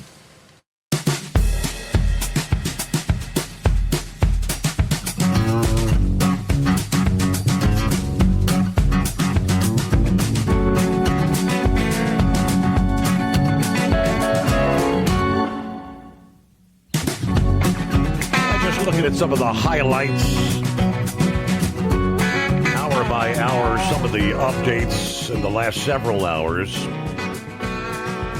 And the 37-year-old woman, Renee Good, had once been a student at Old Dominion University in Norfolk. According to the college, in an emailed statement Wednesday night, graduated from the College of Arts and Letters with a degree in English. Graduated December of 2020. According to the statement from the school president, Vice President J.D. Vance weighed in, saying the fatal shooting was a tragedy, but said the woman was responsible for what happened. You can accept that this woman's death is a tragedy while acknowledging it's a tragedy of her own making, he says. Don't illegally interfere with federal law enforcement operations and try to run over our officers. It's really that simple, he said. So the vice president's remarks kind of align with those made by the president and Homeland Security Secretary Kristi Noem earlier, saying the officer was acting in self-defense. All right, going through the footage and whatnot. Democrat Senator Tina Smith posting on X, she's heartbroken and angry over the shooting by an ICE officer of a woman that she described as a U.S. citizen, a mother, a Twin Cities resident. Criticizing the president, Homeland Security Secretary Kristi Noem, for recklessly depicting the victim ahead of any investigations. Okay. As I mentioned a few moments ago, Minneapolis Public Schools cancels all classes Thursday, Friday. The district told teachers they'd be allowed to work remotely today unless supervisors require them to work in person. Tom Homan, the border czar, initially struck a more cautious tone than the president and other officials who were quick to defend the ICE officer. He says, I was not on the scene.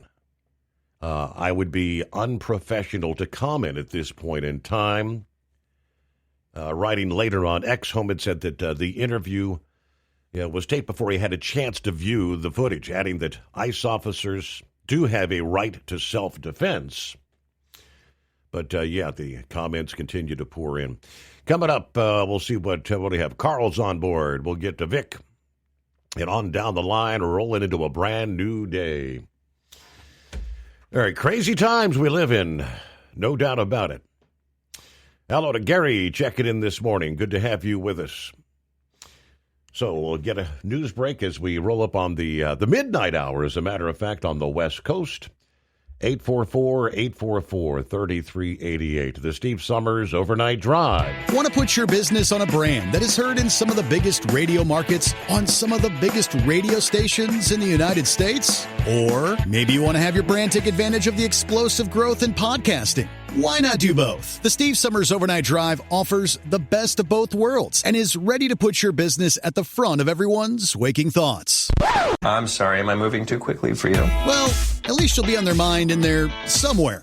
For sure, the Steve Summers Overnight Drive was recently named one of the top 15 late-night shows in America. So advertising on the Steve Summers Overnight Drive will put you in front of the very clients you want to walk through your front door. Interested? Maybe you want to take a test drive, kick the tires, do a sample tasting, which might be kind of gross. Get details at overnightdriveradio.com or email rwild@lubricationspecialties.com. And let's put the Steve Summers Overnight Drive to work for you today.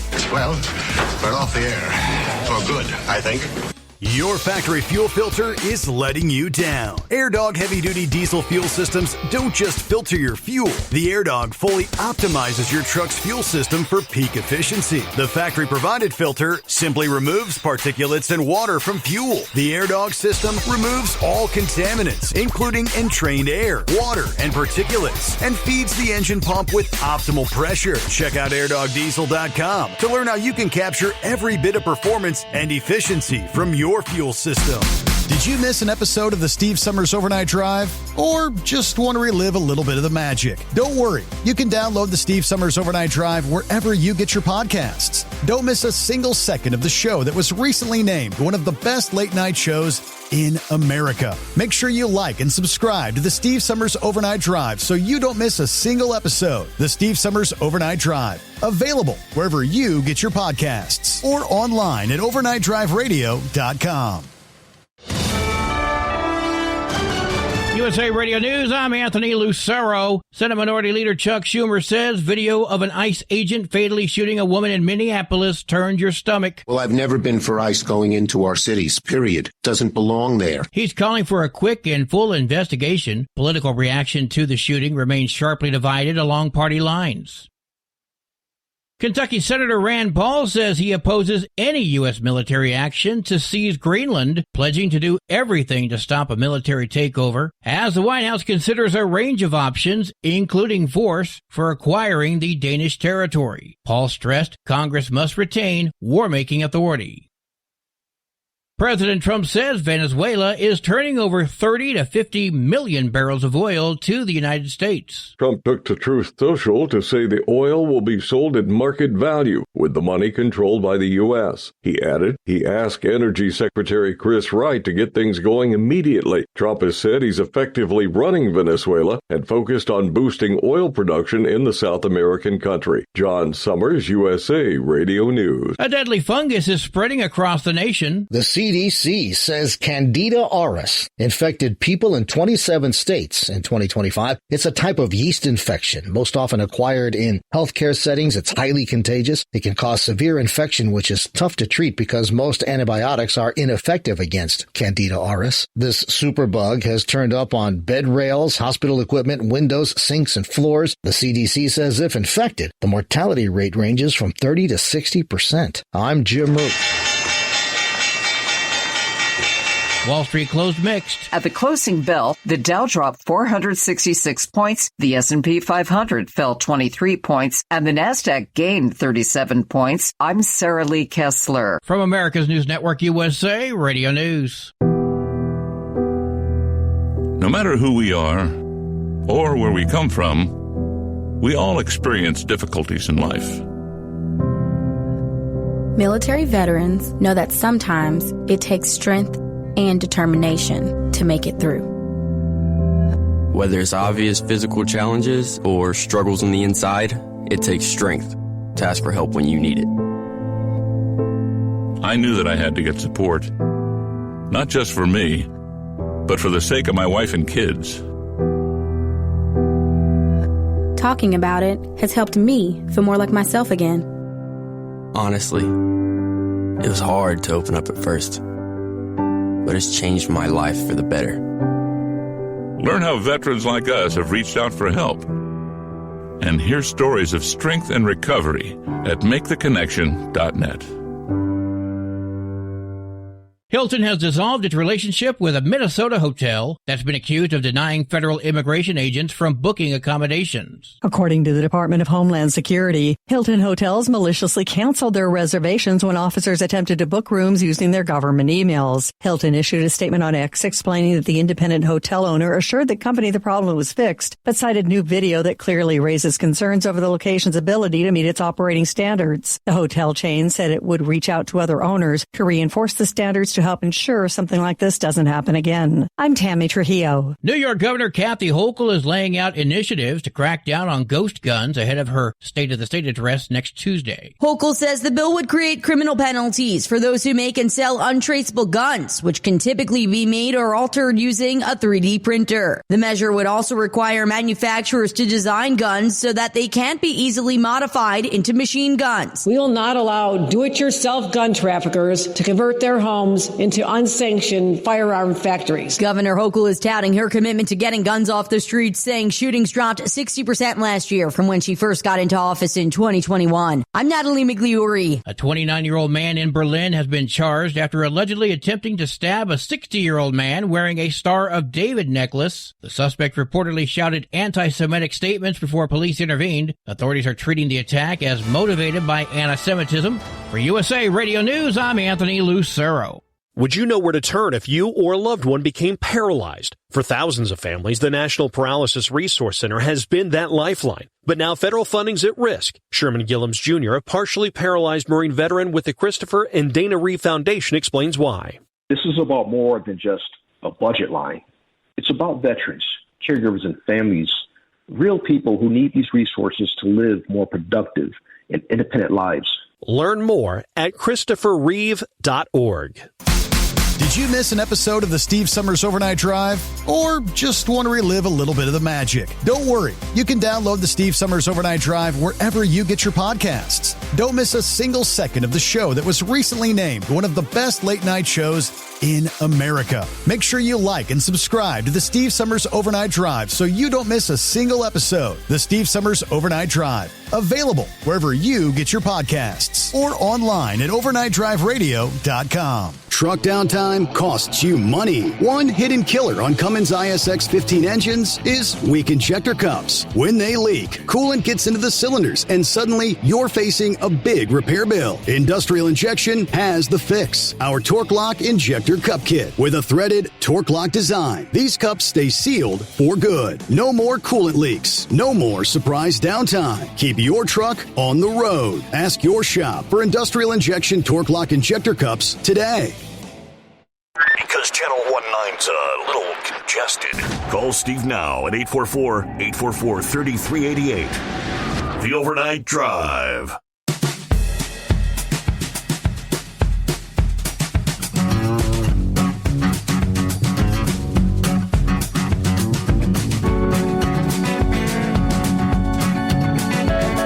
All right, welcome to a Thursday, folks, on the West Coast as you cross over the midnight hour there.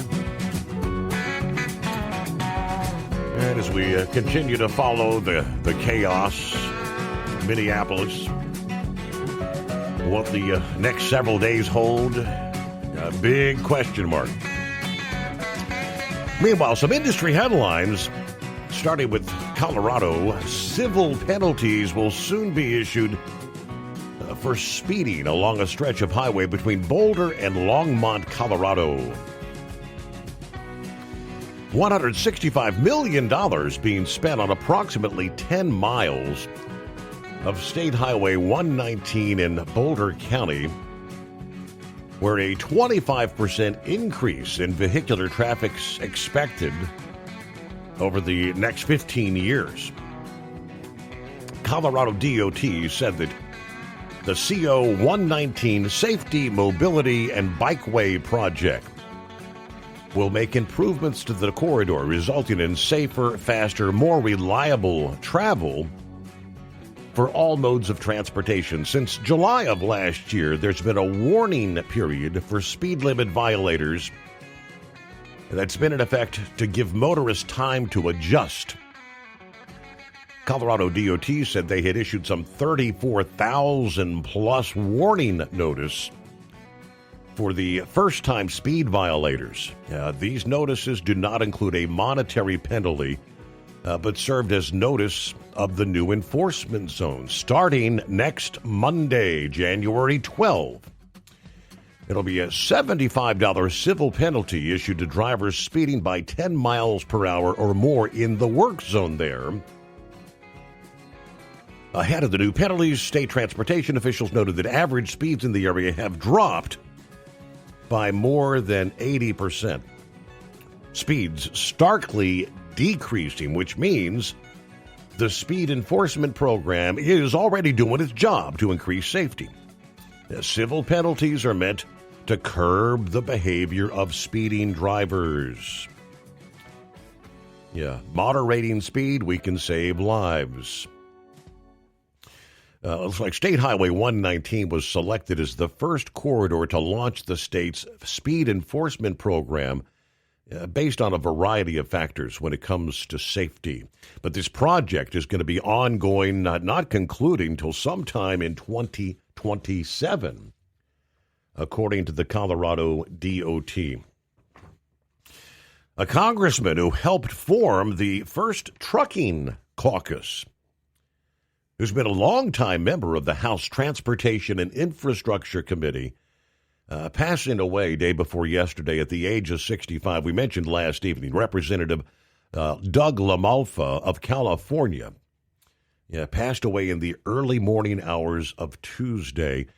LaMalfa, a fourth-generation farmer, began his tenure in the U.S. House of Representatives in 2013, joined the Transportation and Infrastructure Committee in 2017.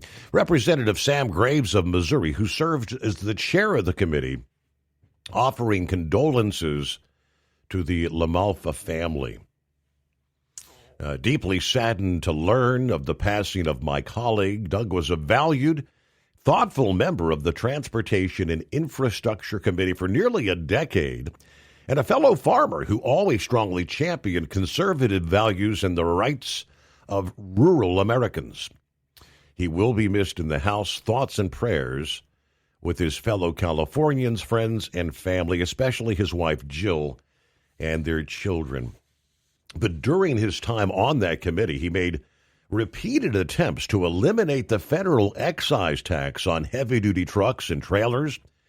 He was a friend of trucking. He advocated for hours of service flexibility, truck parking funding, a bill that would prevent the FMCSA from mandating speed limiters. He also fought against attempts to increase truckers' minimum liability insurance. Just this past December, LaMalfa joined Representatives David Taylor and Shamari Figures, Harriet Hagman, Pat Harrigan, and Mary Miller to form Congress's first ever trucking caucus that we mentioned a couple of weeks ago. LaMalfa had just recently said, I'm pleased to join the Congressional Trucking Caucus and focus on the difficult real-world issues truckers deal with. Trucking isn't optional, in the rural areas especially. It's how the goods get to the shelves, how the raw materials get to the farms, how the farmers get the product to market. If you got it, a truck brought it. So he said he was looking forward to working to make sure truckers can keep on moving. Obviously, OOIDA mourning the loss of the trucking advocate. Director of Governmental Affairs, Colin Long, says Representative LaMalfa understood truckers. He valued their work. He used his seat in Congress to help make the lives of truckers safer and their careers more successful. His loss particularly painful because he truly was a friend of OOIDA and our members. That's not hyperbole. He was a sincere, dependable friend to truckers. We're really going to miss him. All right. Age of 65. Just life can be gone in a moment. All right, Carl, thanks for hanging in there. Good to have you with us. What's on your mind? All right. Good morning, Steve. Thank you for taking my call. Yes, if you got it, a truck bought it. You know, that's the way it is. Yes. But getting into the college football, I'd like to talk about a couple subjects here tonight. College football and college basketball. It's no longer really college football and basketball. I'm just becoming more and more of the realization. It's like kind of like an epiphany moment. You know, you want to think about college sports as being what it used to be. You know, but now the money has been introduced into it so heavily. Yep. That when you have multi-million dollars, okay, going to one player, and then the other players are kind of like the offensive linemen, they're not getting the same amount. All right, so you've got into a problem there. All right, because there's not going to be as much cohesion, team cohesion there, unless there are favors being passed out. You know, so there's corruption going on these teams, and you can think about it, you know, in various ways. And I don't like to. I like to always say, you know, this year in particular, Indiana has a great football team. All right, but how much corruption is on the team? I'd like to know. I mean, if you could get into it, you know, you just wonder. And Miami, the University of Miami, you wonder about the corruption. And these are all good football teams. We can see that they play good football on the field. But they have these sports agents who sign them into contracts, okay, sports agents. Mm-hmm. And they're representing NFL and NBA players and Major League Baseball players at the same time that they're representing college athletes.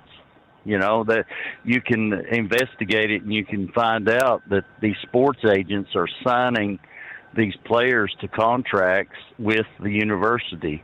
And so these players don't really have to go into a meeting with the college. The sports agent goes into the meeting with the college, all right? Because they're representing these players. All right, so so it's not what some people are advertising it to be. Okay, these players have representation. All right, and they are being represented by lawyers. They employ lawyers. They employ accountants because they are making multi-million dollars on these contracts, and they need accountants. They need lawyers. They need these things to help them do what's necessary. Because if they didn't have the paperwork drawn up the way it's supposed to be, then they would be taken advantage of. You know, so there would be so much that they would be missing out on if they didn't have the proper representation. And these major league sports agents, they can be fired if they're not doing their job too, because they're making millions of dollars off of these players too. They're It's all a big money racket. It's gotten so bad that even the college athletes, nobody's even talking about GPA anymore. The grade point average. Nobody's even mentioning what grade point average they have to maintain to stay in school and this and that and the other. Right. Who cares? They transfer. They've got the ability to transfer. It's like meat wagon. They're being traded off into different places. The one quarterback will come from one university to another, and then the other quarterback from that same university will go to the other university where the other quarterback came from. So I mean, it's just amazing what's going on, in college sports nowadays, and it's gotten to the point to where I've become kind of sort of indifferent about the whole thing. I watch it, and I'm going to watch this here, and I hope Indiana wins it all. But I just wonder, about their corruption. What may be underneath? What may be lying underneath all of that? So right. All that can come out later. But and getting to the Venezuela situation, the last time I called in, I had said that President Trump was going to make a move on Venezuela probably by the first of the year, or shortly thereafter. Yeah, you nailed that one. Actually, yeah, exactly. I could see it coming. I knew that he was ready to do that, and things were lining up on that issue. Yep. And the same is going with Greenland on this issue here. I believe he's going to do a deal where we're going to acquire Greenland one way or another by the end of this month. Okay, so I think things are lining up on that, and it could be happening sooner than the end of the month on that one. So, and we need Greenland, to be honest. We need Greenland because it's a setup for our outer space, our satellite issues that we have going on, okay, with military lining up perfectly with the satellites, okay, and the things that we've got going on there with that. And as well as Russia patrols that area like all the time, and we don't need that. We don't need that. They are doing fake ships up there to throw us off, like the fake oil tanker up there that were tracking for weeks up there, and then we finally took board on that one just the other day. Yep. So, they're doing some things up there that's really bad, and China is doing it too. And so we need that area up there to help us on that. And plus it has a lot of minerals and everything that's necessary up there. Oh, gosh, the minerals of Greenland. If you research that, they have got all kinds of minerals. But we wouldn't have to even look for a way to do the chips. They have those very same minerals that you need to make chips out of, and it's like, amazing how much they've got. And all that the stuff minerals we're going to need so much of that here as we move forward. Yes, for the chip manufacturers. Matter of fact, we'll have more on the Greenland. President has been throwing out, using military, like we're going to take over Greenland militarily. And that had thrown, I was talking to Big Ed this past morning. So, why in the hell is the president threatening militarily? I said, well, they're kind of changing the tune now. They're discussions of trying to buy Greenland. Okay.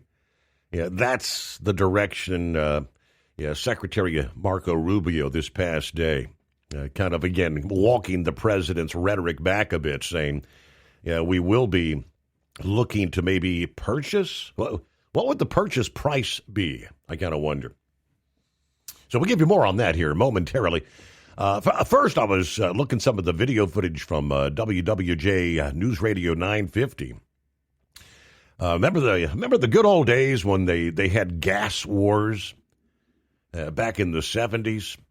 I'm old enough to remember. Yeah, the lines where you'd have convenience stores on competing corners of an intersection. And one lowers the price, and the one across the street drops it a couple of pennies. Back and forth they go.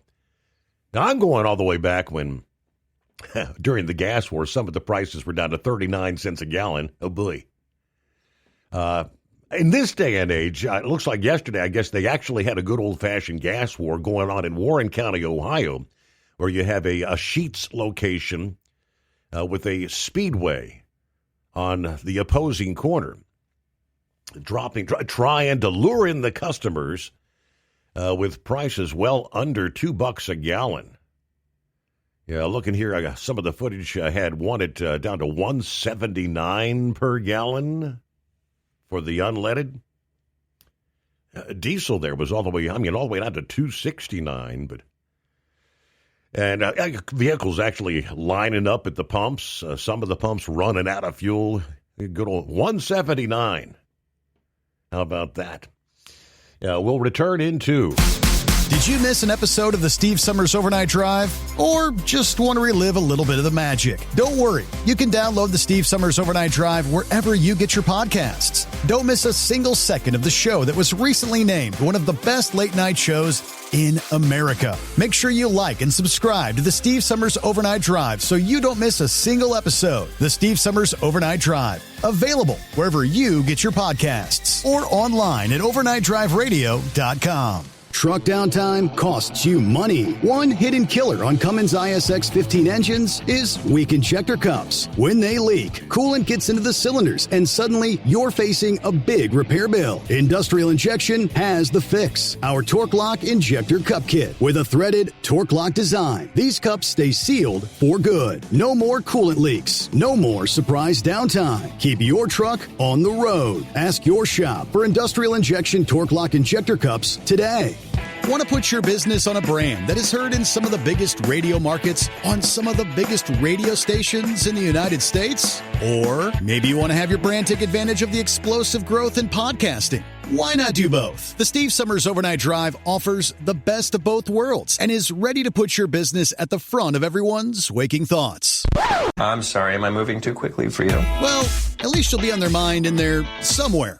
For sure, the Steve Summers Overnight Drive was recently named one of the top 15 late-night shows in America. So advertising on the Steve Summers Overnight Drive will put you in front of the very clients you want to walk through your front door. Interested? Maybe you want to take a test drive, kick the tires, do a sample tasting, which might be kind of gross. Get details at overnightdriveradio.com or email rwild@lubricationspecialties.com. And let's put the Steve Summers Overnight Drive to work for you today. Well, we're off the air. For good, I think.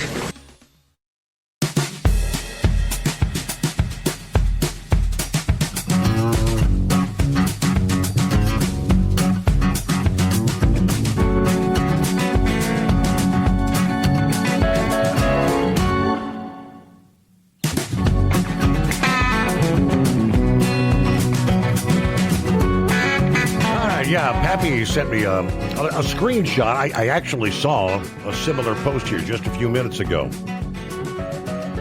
In regards to the woman shot in Minneapolis. Supposedly, Good and her family left the Walled area home in December of 2024. I think that was with her parents. Another neighbor said her partner indicated they were moving to Canada because of politics here in the U.S. Well, that would definitely fit the narrative of her, wanting to, obviously supporting the leftist policies, supporting the likes of the illegals, the Somali community. Obviously, there's a lot going to be forthcoming, but promise we get the details. Greenland, Secretary of State Rubio told lawmakers that President Trump wants to acquire Greenland through a purchase rather than military action, as they revisit a long-standing proposal that's pushed strong pushback from European allies and a renewed debate about U.S. strategy in the Arctic. Rubio delivering the remarks during a closed-door briefing earlier this week with members of the Armed Services and the Foreign Policy Committee in both chambers of Congress. The briefing focused mainly on Venezuela, but lawmakers did raise questions about the intentions toward Greenland after some of the comments the president had made. The same day as the congressional briefing, the president asked aides to provide an updated plan for acquiring Greenland, expressing an interest. He's expressed that since his first term, has framed the issue as a national security priority tied to growing competition in the Arctic. Of course, Greenland is sparsely populated, resource-rich territory governed by Denmark, which is a NATO member, but it operates with broad autonomy over domestic affairs. Rubio didn't outline what a purchase would entail or whether formal talks with Denmark have occurred. But we did see on Tuesday Denmark's prime minister had joined leaders from Britain, France, Germany, Italy, Spain, Poland in a joint statement rejecting President Trump's assertions that the United States should take control of Greenland, emphasizing collective security through NATO and respect for national sovereignty. Greenland belongs to its people, according to the statement. It is for Denmark and Greenland and them only to decide on matters concerning Denmark and Greenland. USA Radio News, I'm Anthony Lucero. Several Minnesota officials are testifying before Congress on state government fraud involving daycares and other services. Republican Representative Kristen Robbins says the probe is not about Islamophobia. It is true that the majority of the fraud in Minnesota has taken place in the Somali community. And it is also true that some of our best whistleblowers are from the Somali community. Chairman Representative James Comer has invited Governor Walz and Attorney General Keith Ellison to a future hearing. The U.S. has seized the Russian-flagged oil tanker Marinera after a 2-week Atlantic pursuit, accusing it of violating U.S. sanctions tied to Venezuelan oil exports. British military support aided in the operation, while Russia sharply condemned the boarding as illegal under maritime law. U.S. forces also intercepted a second sanctioned tanker in the Caribbean waters. From America's News Network, USA Radio News. So right now may be the perfect time for you to rethink how you pay for health care. And here's why. This time of year is decision time for a lot of people, but it's also when you can join Medi-Share and save even more than usual. For many families, joining Medi-Share means saving about $500 a month, which is a game changer for a lot of people. More than 1 million people are now part of healthcare sharing because it just makes so much sense, especially right now. And Medi-Share is the gold standard. Members like it a lot. We know this from member surveys. Medi-Share has been around for over 30 years. It is a proven thing. And if you join before January 15th and you mention the promo code SHARE, they'll waive your application fee, so you save $100 right off the bat. I'll give you the number here in a second, but just call. You'll get a price within 2 minutes. And again, the deadline is January 15th, so call now. You'll save even more. Call 855-SHARE-40. That's 855-SHARE-40. 855-SHARE-40. Did you miss an episode of the Steve Summers Overnight Drive? Or just want to relive a little bit of the magic? Don't worry. You can download the Steve Summers Overnight Drive wherever you get your podcasts. Don't miss a single second of the show that was recently named one of the best late-night shows in America. Make sure you like and subscribe to the Steve Summers Overnight Drive so you don't miss a single episode. The Steve Summers Overnight Drive. Available wherever you get your podcasts or online at overnightdriveradio.com. TEL's independent owner-operator program gives you the power to operate under your own authority or choose the carrier you want to run for.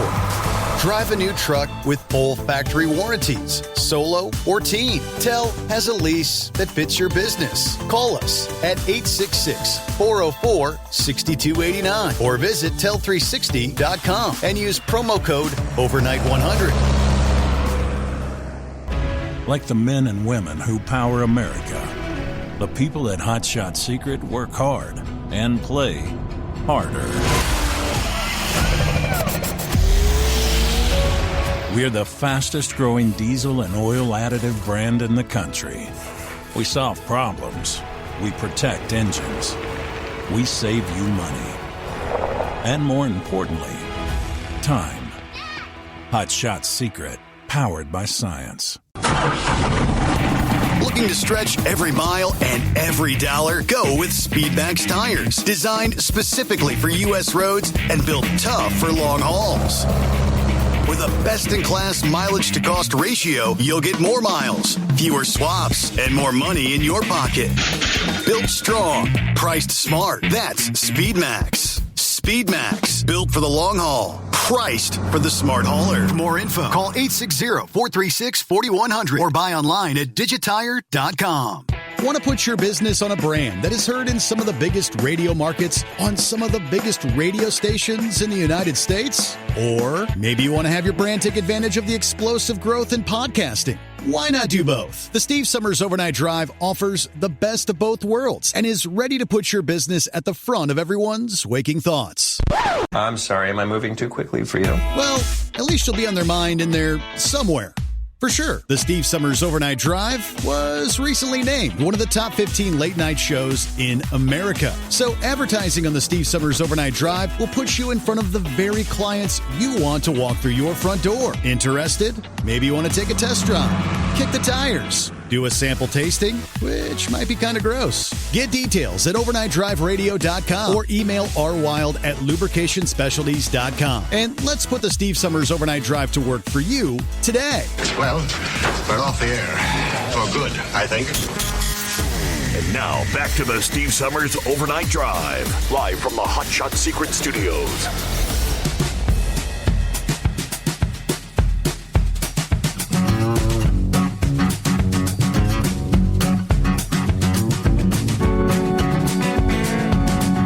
In other industry headlines, I can't help but wonder, you know, if you can't read the road signs,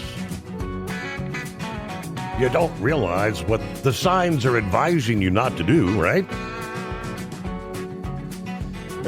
Would not surprise me a bit if the driver of this particular truck couldn't read the damn signs. California Highway Patrol reminding the public, road signs have an important purpose. After a semi-truck got stuck on a nearly impassable road in Placer County.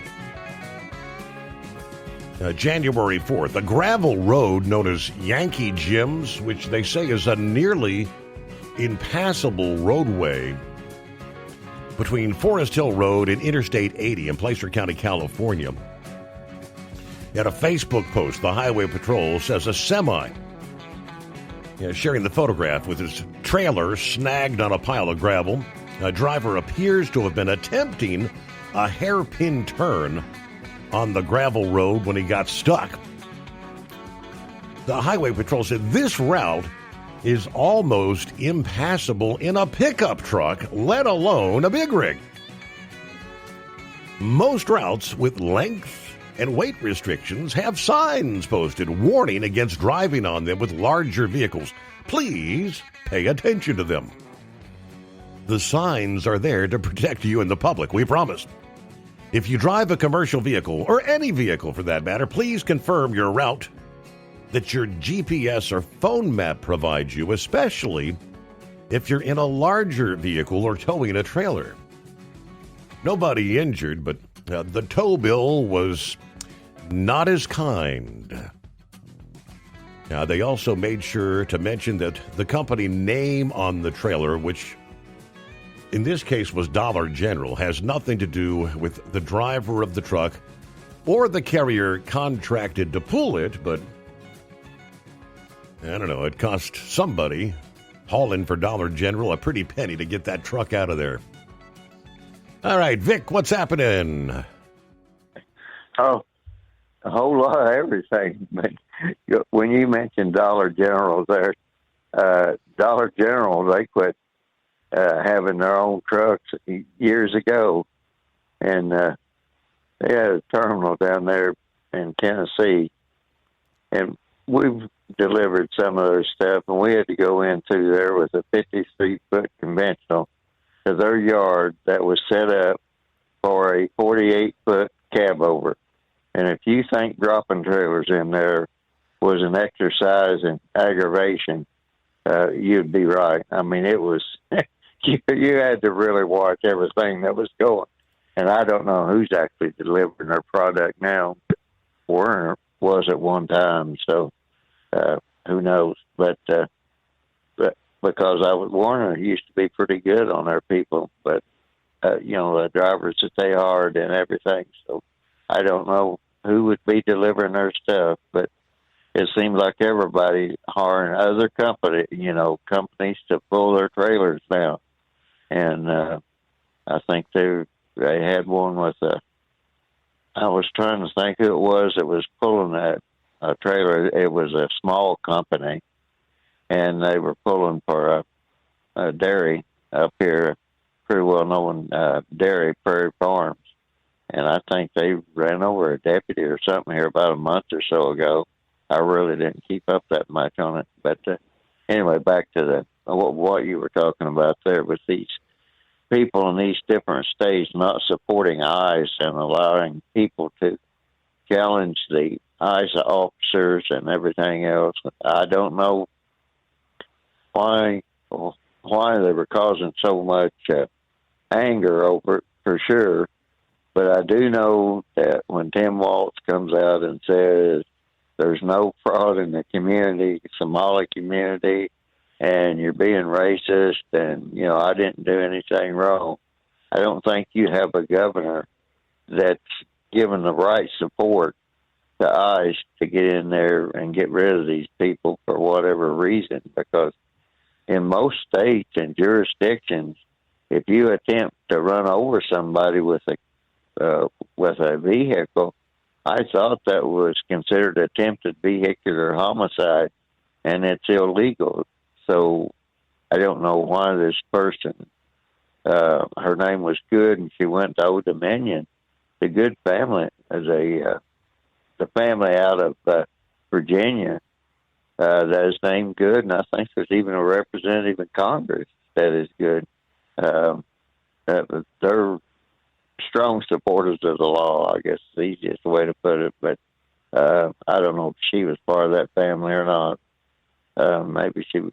But the point of it is, whenever these people go in there to get rid of the illegals, it's not just the fact that they got to the country illegal. 90% of the time, they're creating other illegal acts of one sort or another. It might be identity theft. It might be just outright fraud in the various government programs. So I'm trying to figure out why these people are protesting ICE getting rid of people that are contributing to the tax burden. There has to be something deeper to that. And I would have to say that if you travel, 2 or 3 states or moved or did any of this stuff or was part of a group thing, you would have to be part of incitement to riot. And Trump, he's sending out all kinds of different messages, like you were talking about trying to take over Greenland. Mm-hmm. When we've had a good relationship with Greenland forever, because I've had family members that had to serve there at Thule Air Force Base way back in the Korean War, and it's not a hospitable place. Their dinnerware had to be made out of some sort of a clay thing, because if they tried to use glass, it would shatter. Metal would get too cold, so somehow they come up with because they brought some of the cups home, and it just looked like an adobe or pottery or something. So the deal with him wanting to take over Greenland, I understand why he thinks it's a security issue, because the Arctic is melting. Some of those the seas up there, the Arctic Sea, Beaufort Sea, and all that, where they used to have icebreakers to go across there, it is melting and opening up things up. And we are going to get into a conflict sooner or later with Russia over the mineral rights. And one thing the president brought up was he said that in and around Greenland, that both China and Russia have, military. They're all over the place, with their military up there. Right. Yeah, but I mean the melting up there, the whole geographic situation is changing there. But what I was trying to point out is that the Danish people, or the Greenland people, that's a Danish territory, they're a part of NATO, and the people have always been friendly towards the United States. But if it's a forceful thing, sometimes you try to force people into doing something whenever you could have did it more congenial with him, they will be against him.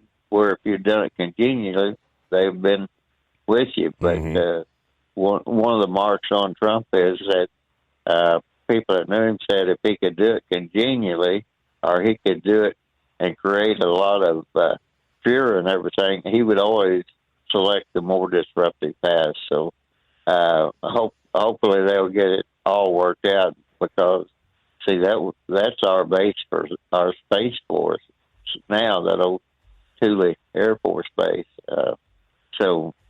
But back to what I was really mentioning was this different states and everything that aren't cooperating as far as getting rid of the illegals and everything. With most of them are like Walt. I believe they're collecting a lot of money that they're really not entitled to, maybe privately or publicly, as far as the use of the funds. And today, yesterday I should say, they had the hearings on Congress about that.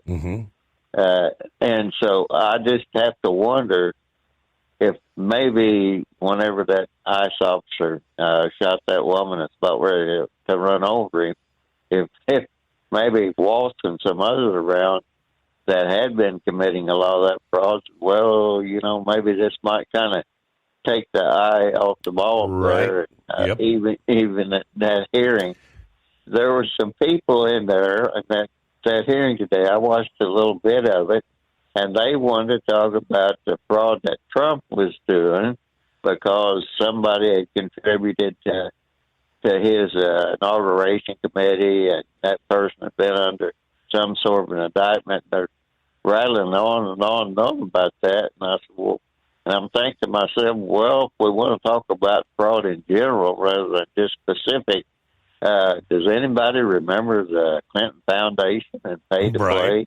I mean, so the simple fact of the matter is they're trying their best to get their attention off of this fraud that is going on, and that is hurting. That doesn't make us look good in the eyes of the Venezuelan people that are hoping to get out from under what Chavez and Maduro put them under. It's just the whole thing is it's all about get Trump, and everything that I look at, that's just what I think about is, they're taking and trying to get serious interest to get this country on, going and everything. The economy is beginning to take off, and there were a lot of things in the work before Trump took off on these tariffs. Like I said, I really don't know why he did that, because I looked up, there were a lot of things the World Trade Organization was already looking at, and there were cases involved there that specifically because I even noticed the thing that China was doing something with biodiesel, and there was a case there where that they weren't supposed to come into the United States. But then whenever Biden took over, he was giving credit to the used cooking oil for biodiesel to China. And it's like, wait a minute, those subsidies, and that's what Senator Grassley out of Iowa is trying to say, that's for American people. That's not for people all over the world. So there's a lot of things that hopefully they'll get out, bring all the programs that intended for American people. They will quit giving them to foreign countries, and there are several of them. I won't bore those, but Senator Grassley, he's leading that charge to make sure that we don't give government subsidies to foreign countries for our own food and agricultural production. But eliminate the fraud. Eliminate that. That's what it's all about. The corruption. All right, I do see a bit of an update. We were kind of speculating earlier as to whether this woman may have been like a paid agitator. Yeah, but the license plates out of Missouri. Apparently, having, I guess, lived in Virginia, attended Old Dominion University in Norfolk, had been living with, was it her parents, maybe, in, I believe, in Kansas City. So Kansas City, Missouri, I presume. That would explain the Missouri plates. Supposedly, had moved from there just about a year ago, December of 2024. This particular update says, let me see, injured in her vehicle when she was initially shot, taken to the hospital but did not survive. Now, according to officials, she was an observer who was looking out for her neighbors, who were immigrants, presumably illegal. In an interview with the Minnesota Star-Tribune, her mother, Donna Gange, said Renee was one of the kindest people I've ever known, extremely compassionate. She's taken care of people all her life, loving, forgiving, affectionate. In 2020, she studied creative writing, as we said, at Old Dominion University in Norfolk. Family said she loved writing, reading, talking about writing. Members of the Minneapolis community also mourning her loss, while many in the country are divided over who is at fault. It's important to remember when we lose compassion for others, we lose what it means to be human. All right, so that's, I guess, a word from the Good family, her family, and her mother. So it's 844-844-3388.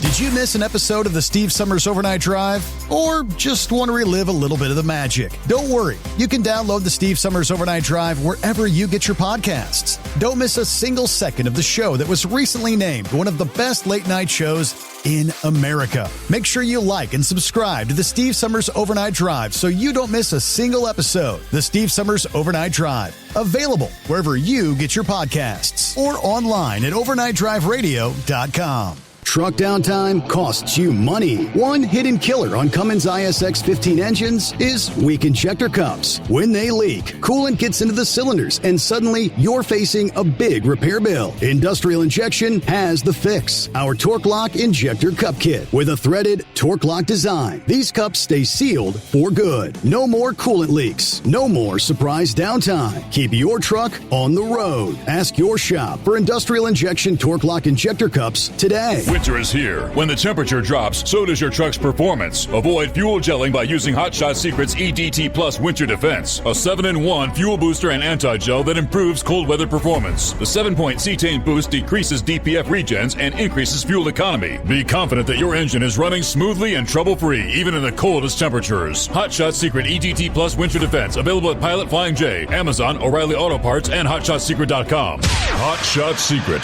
powered by science. Your Your factory fuel filter is letting you down. AirDog heavy-duty diesel fuel systems don't just filter your fuel. The AirDog fully optimizes your truck's fuel system for peak efficiency. The factory-provided filter simply removes particulates and water from fuel. The AirDog system removes all contaminants, including entrained air, water, and particulates, and feeds the engine pump with optimal pressure. Check out airdogdiesel.com to learn how you can capture every bit of performance and efficiency from your fuel system.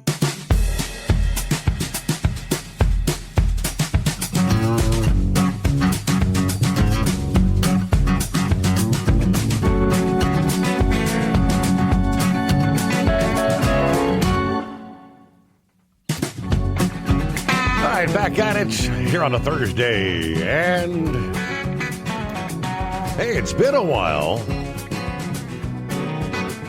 Been quite a while, as a matter of fact. Happy New Year, pup.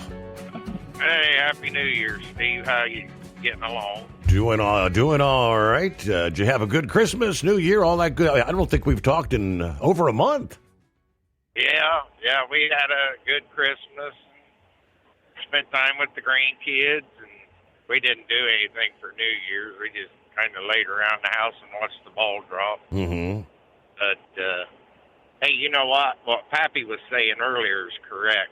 That ICE officer, remember in Chicago when they were ramming the cars up there in Chicago and an officer got drugged? That was the same guy. Okay. That lady about hit. But have you ever heard of a guy by the name of Matt Morris? Doesn't ring a bell. You might check him out sometime. But this is going to lead up to something. You know how when you make campaign donations, unless you're a super PAC or something, you got to keep them small donations and stuff? Okay. And you remember how Kamala had almost $2 billion that she squandered away? Have you ever wondered why she would have picked an idiot like Tim Walz to be her VP? Good question. I mean, out of nowhere. Yep. You want to know a little secret on that? Over half of that money came from donations out of Minnesota.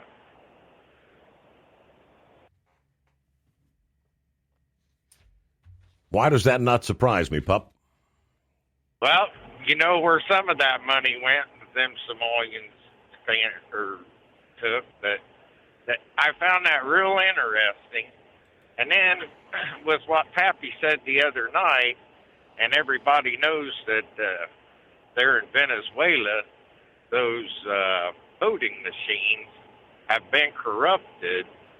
And I about bet you anything, all of this is going to lead up to one big scandal that's going to have high officials in it. So, but I just figured I'd call in and say hi and let you know about that. That guy is pretty interesting, that Matt Morris. Mm-hmm. But other than that, we're just been out here driving. We're back here listening and keep up the good work. All right. Thanks for checking in. Don't be a stranger, pup. All right. Couple minutes before news. Money coming out of Minneapolis. The report this past day. Yeah, very interesting. The Transportation Security Administration said they had flagged over $700 million in cash found in passengers' luggage departing the Minneapolis airport over the past 2 years. How many of us fly around with briefcases full of cash? $700 million worth? Homeland Security officials said the outflow is linked to the Somali immigrants and the money couriers. As the fraud investigation continues, it is not clear whether the outflow is part of that probe, but after years of investigation that began with $300 million, a scheme at the nonprofit Feed Our Future for which 57 defendants in Minnesota have already been convicted. Prosecutors said the organization was at the center of the country's largest COVID-related fraud scam when defendants exploited the state-run, federally funded program intended to provide food for children. But they say TSA agents routinely flagged the outflow of cash during Joe Biden's tenure. No investigation was ever launched. This whole practice started all the way back in 2016. One official said, well, nothing could be done because these couriers carrying all this money seemed to have their paperwork in order. Now, if you or me try to go through an airport and had $10,000 in cash without declaring it, we would be arrested. It's a serious violation because it's linked to criminal activity. It's clear the Biden administration knew this was going on, but looked the other way. It was part of their efforts to change the demographics of this country by encouraging illegal immigration. So we now have yet another call for additional. Representative Eli Crane has called for a probe of the TSA outflow. We should absolutely. Why was? I mean, you can see somebody with $10,000 here or there, but $700 million worth just over 2 years' time. There was money pouring in and out of Minneapolis, big time. A final hour just ahead. Good to have you with us. The Steve Summers Overnight Drive. Want to put your business on a brand that is heard in some of the biggest radio markets on some of the biggest radio stations in the United States? Or maybe you want to have your brand take advantage of the explosive growth in podcasting. Why not do both? The Steve Summers Overnight Drive offers the best of both worlds and is ready to put your business at the front of everyone's waking thoughts. I'm sorry, am I moving too quickly for you? Well, at least you'll be on their mind in there somewhere. For sure, the Steve Summers Overnight Drive was recently named one of the top 15 late-night shows in America. So advertising on the Steve Summers Overnight Drive will put you in front of the very clients you want to walk through your front door. Interested? Maybe you want to take a test drive, kick the tires, do a sample tasting, which might be kind of gross. Get details at overnightdriveradio.com or email rwild@lubricationspecialties.com. And let's put the Steve Summers Overnight Drive to work for you today. Well, we're off the air. For good, I think. Your factory fuel filter is letting you down. AirDog heavy-duty diesel fuel systems don't just filter your fuel. The AirDog fully optimizes your truck's fuel system for peak efficiency. The factory-provided filter simply removes particulates and water from fuel. The AirDog system removes all contaminants, including entrained air, water, and particulates, and feeds the engine pump with optimal pressure. Check out airdogdiesel.com to learn how you can capture every bit of performance and efficiency from your fuel system. Did you miss an episode of the Steve Summers Overnight Drive? Or just want to relive a little bit of the magic? Don't worry. You can download the Steve Summers Overnight Drive wherever you get your podcasts. Don't miss a single second of the show that was recently named one of the best late-night shows in America. Make sure you like and subscribe to the Steve Summers Overnight Drive so you don't miss a single episode. The Steve Summers Overnight Drive. Available wherever you get your podcasts or online at overnightdriveradio.com.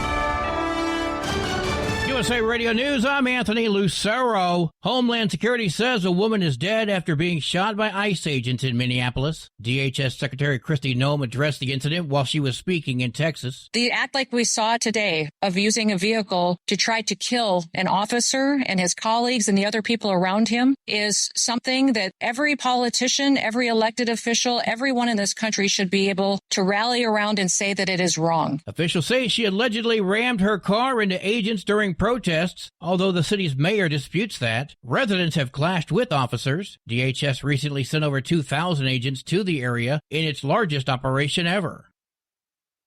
President Trump briefly mused about canceling the 2026 midterm elections while speaking to House Republicans, but quickly backtracked, saying he wasn't calling for that. Critics note his past comments and actions raised concerns about respect for the democratic process. European leaders backed Greenland's sovereignty in a new joint statement. This included French President Emmanuel Macron, Spanish Prime Minister Pedro Sanchez, and UK Prime Minister Keir Starmer, plus 4 other leaders. They said Greenland belongs to its people. It comes as President Trump renews threats to take over the self-governing territory after the U.S. captured Venezuelan leader Nicolas Maduro. However, the European leaders said it is for Denmark and Greenland, and them only, to decide on matters concerning Denmark and Greenland. John Summers, USA Radio News. McDonald's has been accused of false advertising. The Chicago-based fast food chain is being sued for offering the McRib sandwich, even though the meal doesn't have any pork rib meat. The suit also says the McRib is one of the most expensive options on the restaurant's menu, despite the meat being used as lower quality cuts. McDonald's officials released a statement saying the claims are inaccurate, and they say the sandwich is made with 100% pork. I'm Mark Mayfield. From America's News Network, USA Radio News. Commerce moves fast. Your business should too. If you're not on the first page of search results, you're losing customers. Out of sight, out of mind is true. Don't let that be you. iLocal.net has helped local businesses dominate search results since 2009. For a limited time, iLocal.net is offering a free website analysis to improve the online presence of your business. Local business owners across the U.S. turn to iLocal.net to improve their search engine rankings. Search engines are constantly changing their algorithms. You need the professionals who know how to use those changes to benefit your business. Don't hope for new customers. Get found and be chosen. Call 888-699-2407 for your free website analysis. Don't wait. Call 888-699-2407. That's 888-699-2407. For your free website analysis, call 888-699-2407. A Tennessee college professor is being reinstated after he was fired for a social media post he made following the death of Charlie Kirk. Kirk was shot to death last September while speaking at a rally in Utah. Following his death, Associate Professor Darren Michael of Austin Peay State University posted the news headline, quote, "Charlie Kirk says gun deaths are unfortunately worth it to keep Second Amendment." Michael was fired after the post for making insensitive comments. A new report says Michael has since been reinstated, that the school will pay him $500,000 for not following the tenure termination process. I'm Tammy Trujillo. Eileen Peterson, the former executive director of Ronald McDonald House Charities of Marshfield, Illinois, has pled not guilty to 11 charges. That includes theft and money laundering. She's been accused of embezzling around $120,000 into her personal PayPal account. Flu cases are hitting record numbers across America, with New York reporting record flu-related hospitalizations. The CDC says the country is seeing its highest levels of flu activity in 25 years, as most states experience surging cases of a super flu strain. Cases for the last week of December were up 33% nationwide. New York reported more than 4,500 flu hospitalizations the week of December 26th through January 2nd. Meanwhile, in New Jersey, there were more than 12,000 cases in December, leading up to the 27th. About double the number from the same time a year ago. More than 600 people in the Garden State had to be hospitalized last month. I'm Kristen Marks. And I'm Anthony Lucero, USA Radio News. What if the music stopped? If the familiar voices were silenced? If there were no breaking news updates? What if your companion and connection to your community came with a monthly fee? Don't worry, we're free local radio with you wherever you go, celebrating 100 years and looking forward to the next 100. We are broadcasters. Text radio to 52886 and let Congress know you depend on your local radio stations. By the National Association of Broadcasters. At Hot Shot Secret, we share the science behind common diesel problems and their solutions. For example, Hot Shot Secret Diesel Extreme. Today's ultra-low sulfur fuels leave injector deposits causing frequent DPF regens and low throttle response. Diesel Extreme is a once every 6-month treatment that will clean your entire fuel system, including the tank, lines, pump, and the injectors. Hot Shot Secret Diesel Extreme is available nationwide at truck stops, fine farm and auto stores, and online at hotshotsecret.com.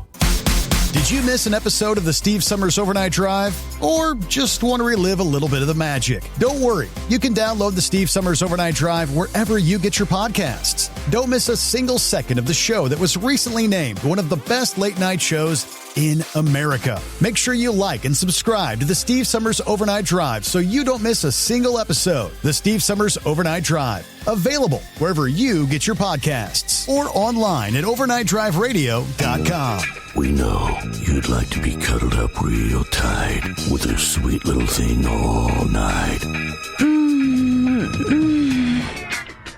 But instead, you've got Steve Summers. It's the Overnight Drive.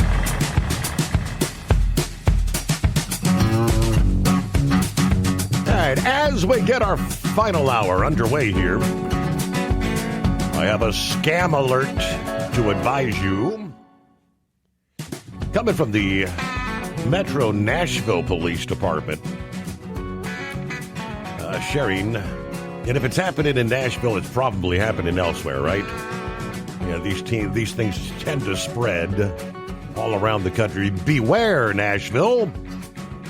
There is a new scam impacting Davidson County, they say. Groups of young people approaching customers in high-volume shopping complexes, asking for donations to a various school or sports team fundraiser. They won't take cash. They said you can only take a donation made through a mobile banking app or a credit or debit card. Please walk away, as victims have reported their accounts actually being charged for thousands of dollars before the scammers run off. So you think you're giving them $10 for the local school, high school football team fundraiser, and they ding you for $500 or $1,000, and probably we wouldn't be surprised if they've got the skimmers on there to see if they can drain as much as they possibly can. All right. Scam alert. Meanwhile, Venezuela, Representative Ryan Zinke speaking this past day says it's not about oil, people. It is about limiting the influence of American adversaries in the hemisphere here. It's about making sure China, the likes of Russia, the likes of Iran, don't have a foothold of influence in South America. Representative Zinke is a member of the House Foreign Affairs Committee. Venezuela, he says, has become a staging ground for hostile activity and criminal networks that directly affect U.S. security. He said, you look at where their influence was. Venezuela has the largest concentration of Hezbollah and Hamas outside of the Middle East. And they're actively conducting operations against the United States. They were involved in the drug operation. He said, we have a responsibility to respond, framing the approach as both a national security obligation and a regional one. So, yeah, we have an obligation to defend our country. We have an obligation under the Monroe Doctrine to work with our allies. While emphasizing the security rationale, he also said the strategy includes controlling Venezuelan oil assets and placing them into an account intended to support the country's recovery. The purpose is to make sure these oil assets go into an account and then are distributed to help Venezuela rebuild. Now, again, we don't come as a conqueror, we come as a liberator. He believes Venezuelans have been suffering, arguing the proceeds should be directed toward rebuilding the nation and supporting democratic governance. But Maduro robbed the Venezuelan people. We want to make sure those resources go into an account, distributed, and make sure we support democracy and Venezuela rebuilding. The plan he described as a coordinated effort to deny access to those assets while directing them toward the Venezuelan public.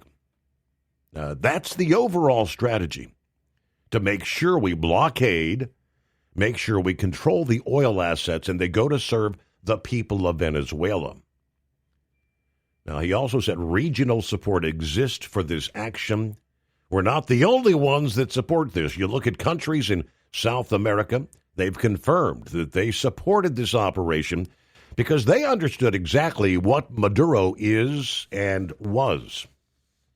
Now, ask whether Greenland came up in the day's briefing.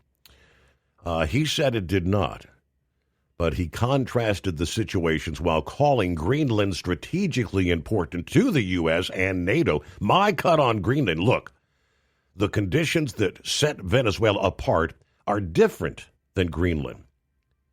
While Greenland does not represent a threat to the United States, it is strategically significant to the United States and NATO.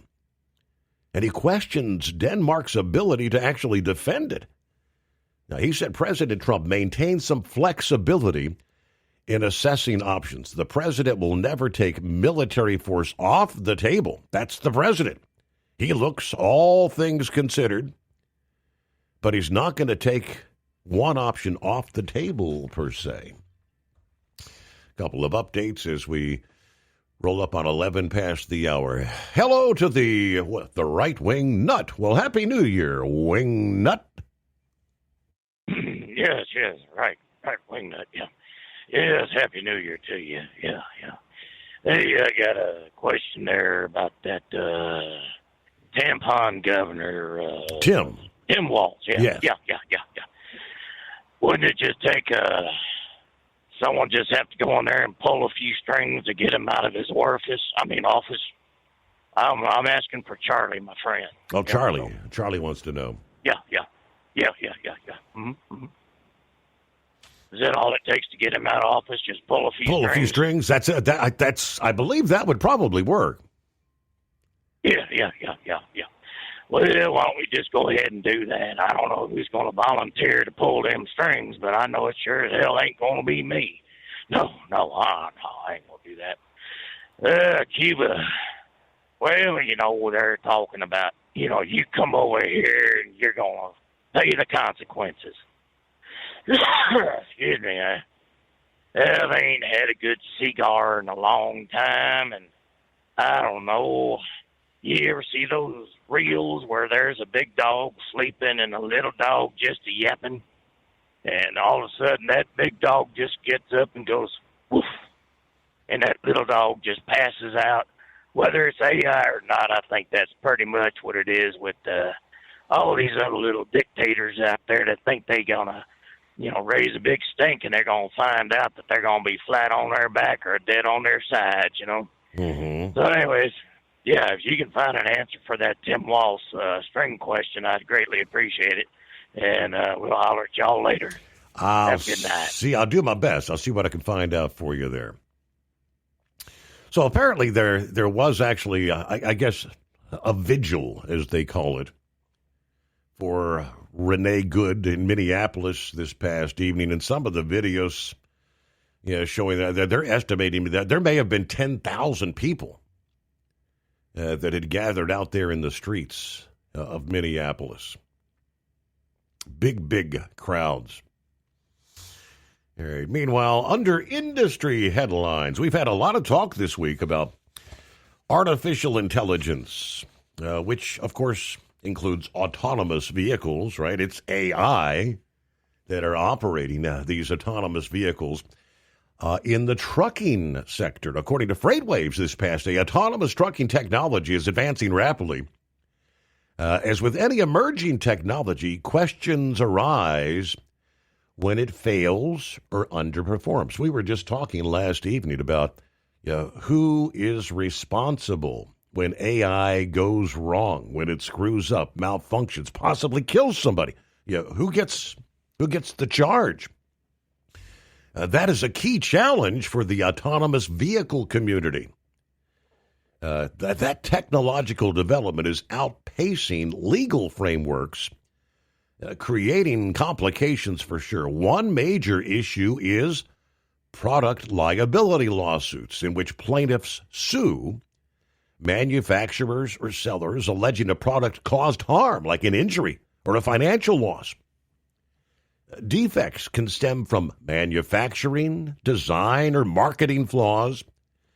Ignoring those legal risks could lead to fines, settlements, or claims costing millions to hundreds of millions of dollars.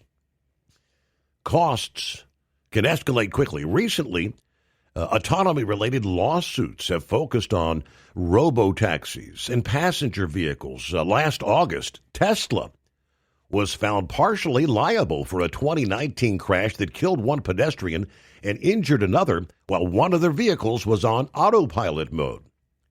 A federal jury awarded the plaintiffs $43 million for pain and suffering, plus $200 million in punitive damages. Now, in that case, neither the Tesla driver nor the autopilot software hit the brakes at an intersection with a stop sign and flashing red light. Plaintiffs' attorneys sued both the driver and Tesla, the maker of the vehicle and its technology. Stakes, they say, could be even higher for autonomous truck manufacturers. Right now, the OEMs producing the hardware, the software companies develop the virtual driver, and fleets operate the vehicles. This division fuels tension between OEMs and the autonomous technology providers when accidents occur on autonomous truck. Who is responsible? This is not hypothetical. Commercial trucking fleets view accidents as inevitable, often citing crashes per million miles and safety statistics. The key question is what happens, not if they occur, when. The legal system has yet to fully resolve liability. Until the courts settle these issues, there is significant risks. Precedents require lawsuits either litigated to verdict or settled privately, oftentimes under non-disclosure agreements.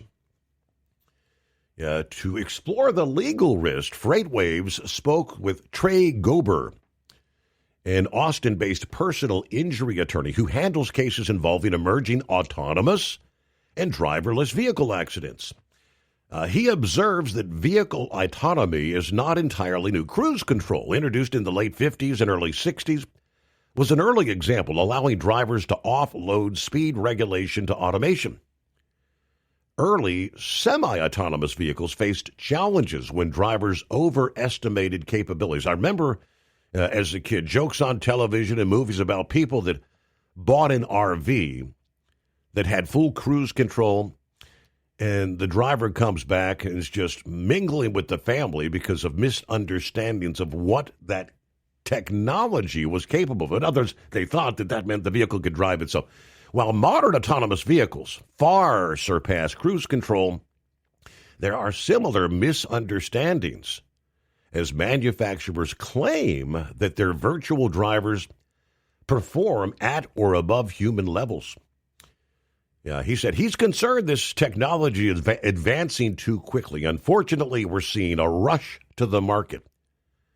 We're seeing a rush to market by many of these autonomous vehicle companies.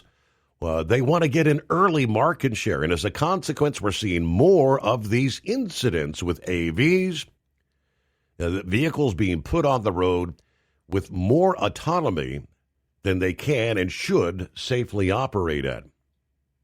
Trucks obviously cause more severe accidents due to physics. He describes plaintiffs' lawyers using a kitchen sink approach, using multiple parties up the supply chain to ultimately recover damages. It's still new enough that certainly there's going to be product liability claims. If an autonomous vehicle, big rig, crashes into somebody and causes injury, potential defendants in that case would be the software manufacturer, so whoever developed it, the AV technology, which a lot of times is also the vehicle manufacturer. These two things are being partnered up right now. He also said fleets operating autonomous trucks could face liability for any negligence attributed to the autonomous vehicle. They're supposed to be safer, right, than humans, but undoubtedly there's going to be lawsuits, cases, and settlements to the tune of millions or hundreds of millions of dollars. in the offing. Want to put your business on a brand that is heard in some of the biggest radio markets on some of the biggest radio stations in the United States? Or maybe you want to have your brand take advantage of the explosive growth in podcasting. Why not do both? The Steve Summers Overnight Drive offers the best of both worlds and is ready to put your business at the front of everyone's waking thoughts. I'm sorry, am I moving too quickly for you? Well, at least you'll be on their mind in there somewhere. For sure, the Steve Summers Overnight Drive was recently named one of the top 15 late-night shows in America. So advertising on the Steve Summers Overnight Drive will put you in front of the very clients you want to walk through your front door. Interested? Maybe you want to take a test drive, kick the tires, do a sample tasting, which might be kind of gross. Get details at overnightdriveradio.com or email rwild@lubricationspecialties.com. And let's put the Steve Summers Overnight Drive to work for you today. Well, we're off the air. For good, I think. Like the men and women who power America, the people at Hot Shot Secret work hard and play harder. We're the fastest growing diesel and oil additive brand in the country. We solve problems. We protect engines. We save you money. And more importantly, time. Hot Shot Secret, powered by science. Truckers, meet the Speedmax Pro Max, the tire built for serious hauls and serious peace of mind. With rugged construction and performance you can count on, Pro Max is made for the long road ahead. And here's the best part. It comes with an 8-year warranty. That's right, 8 years of confidence, mile after mile. Ask Speedmax. Drive far. Drive strong. For more info, call 860-436-4100 or buy online at digitire.com. At TEL, we know what it takes to succeed as an owner-operator because we were founded by one. The big secret? Affordable new trucks. New equipment keeps you moving, improves cash flow, and delivers reliability. For over 20 years, we've helped drivers take the next step in their careers. Call TEL at 866-404-6289 and use promo code OVERNIGHT100. We look forward to meeting you. Did you miss an episode of the Steve Summers Overnight Drive? Or just want to relive a little bit of the magic? Don't worry. You can download the Steve Summers Overnight Drive wherever you get your podcasts. Don't miss a single second of the show that was recently named one of the best late-night shows in America. Make sure you like and subscribe to the Steve Summers Overnight Drive so you don't miss a single episode. The Steve Summers Overnight Drive. Available wherever you get your podcasts or online at overnightdriveradio.com.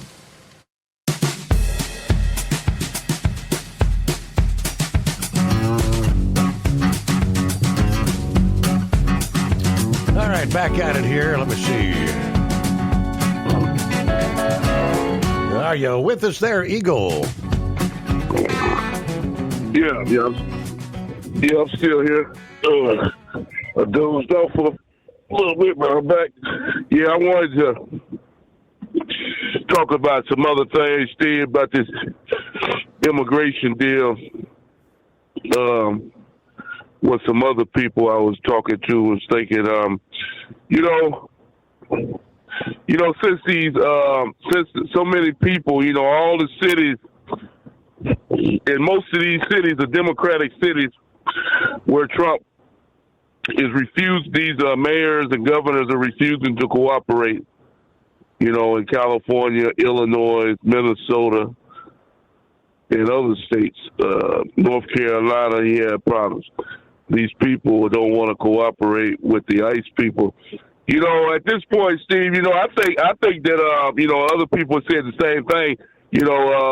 Kristi Noem has been saying that they were going to be giving paying people money to leave the country, $5,000 or I think it was $1,000 or $2,000 or something like that. Mm-hmm.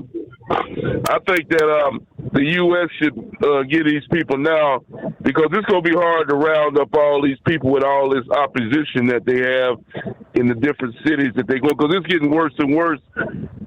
The hatred that some of these people have for the police, for ICE, these immigrants and other people, and the protests and it's eventually somebody gonna get one ICE person gonna get injured or even killed in the situation. They need to come up with a program that you either self deport from the country or you're going to be placed on a list. If we catch up to you, that's what another guy had said. If we catch up to you and we have to find you and arrest you, then you're going to be placed on a list to where you can't get into the U.S. for 5 to 10 years. You won't even be eligible to get back into the U.S. legally in 5 to 10 years. And I think, some people say that might make some people go ahead and self-deport because they don't want to take a chance on being stuck out of the U.S. for 5 to 10 years or even longer. Because this is starting to get ridiculous. What's going on with these mayors? Even after everything that took place today, Steve, the mayor of Minneapolis said he still wasn't going to cooperate with the ICE units when they conducting raids. Same thing with Walls. He said he won't tell the people who he got in the jail. He won't let the people know, Christie and them know who they're looking for with these guys on the street. They protecting these guys, drug dealers, child molesters, the whole deal. It's amazing how stupid these people are. And, the opposition that they have, and it's getting, it's just, now they got hotels. I think you told a story about that. I read something about it. It's even going on down in Texas and down in Dallas with Holiday Inn. They talking about they don't want to rent out no hotel rooms to the ICE people. Now you got hotel rooms and other restaurants that don't want to serve these people food. When they're in town conducting these raids. That guy said. Tim Walz said today that Donald Trump has the biggest, because he knows he's in hot water, Steve. What did they say? Is over 1,500 to 2,000 federal agents into Minneapolis to investigate all this corruption that's been going on. And, he's saying that Donald Trump shouldn't be sending that many people in there. Right. But they got to go. So he definitely knows that he's in hot water. So they got to do something, Steve, because Minnesota, like some of your other callers said, is totally out of control at this point. And if they don't get it under control, I think I even heard a guy say today that they walking down the street in some of these rallies and chants, telling the U.S. people to get out of their own, to get out of Minneapolis, to tell the ICE to get the hell out of Minneapolis. And these people here illegally, and they got the nerve to march and have these rallies singing songs, telling ICE people to get the hell out of the country.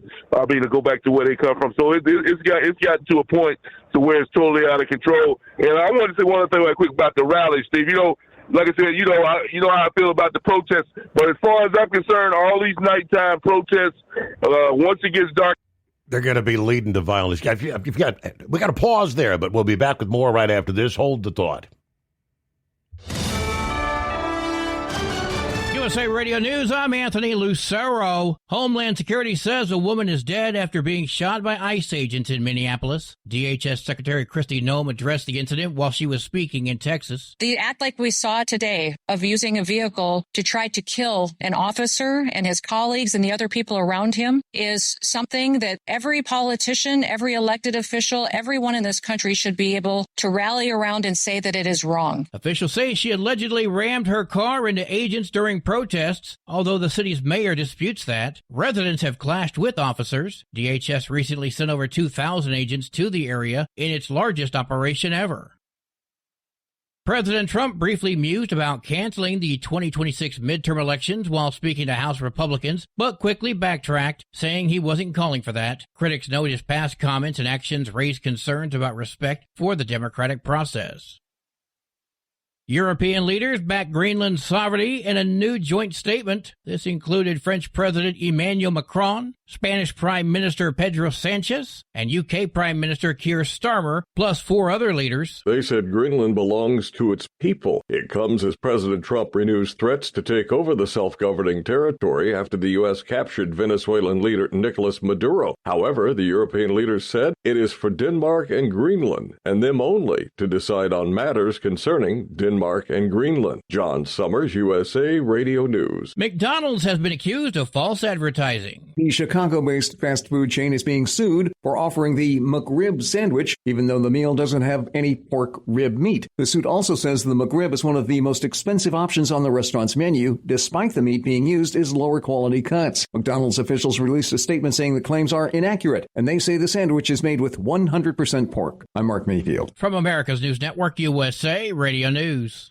Commerce moves fast. Your business should too. If you're not on the first page of search results, you're losing customers. Out of sight, out of mind is true. Don't let that be you. iLocal.net has helped local businesses dominate search results since 2009. For a limited time, iLocal.net is offering a free website analysis to improve the online presence of your business. Local business owners across the U.S. turn to iLocal.net to improve their search engine rankings. Search engines are constantly changing their algorithms. You need the professionals who know how to use those changes to benefit your business.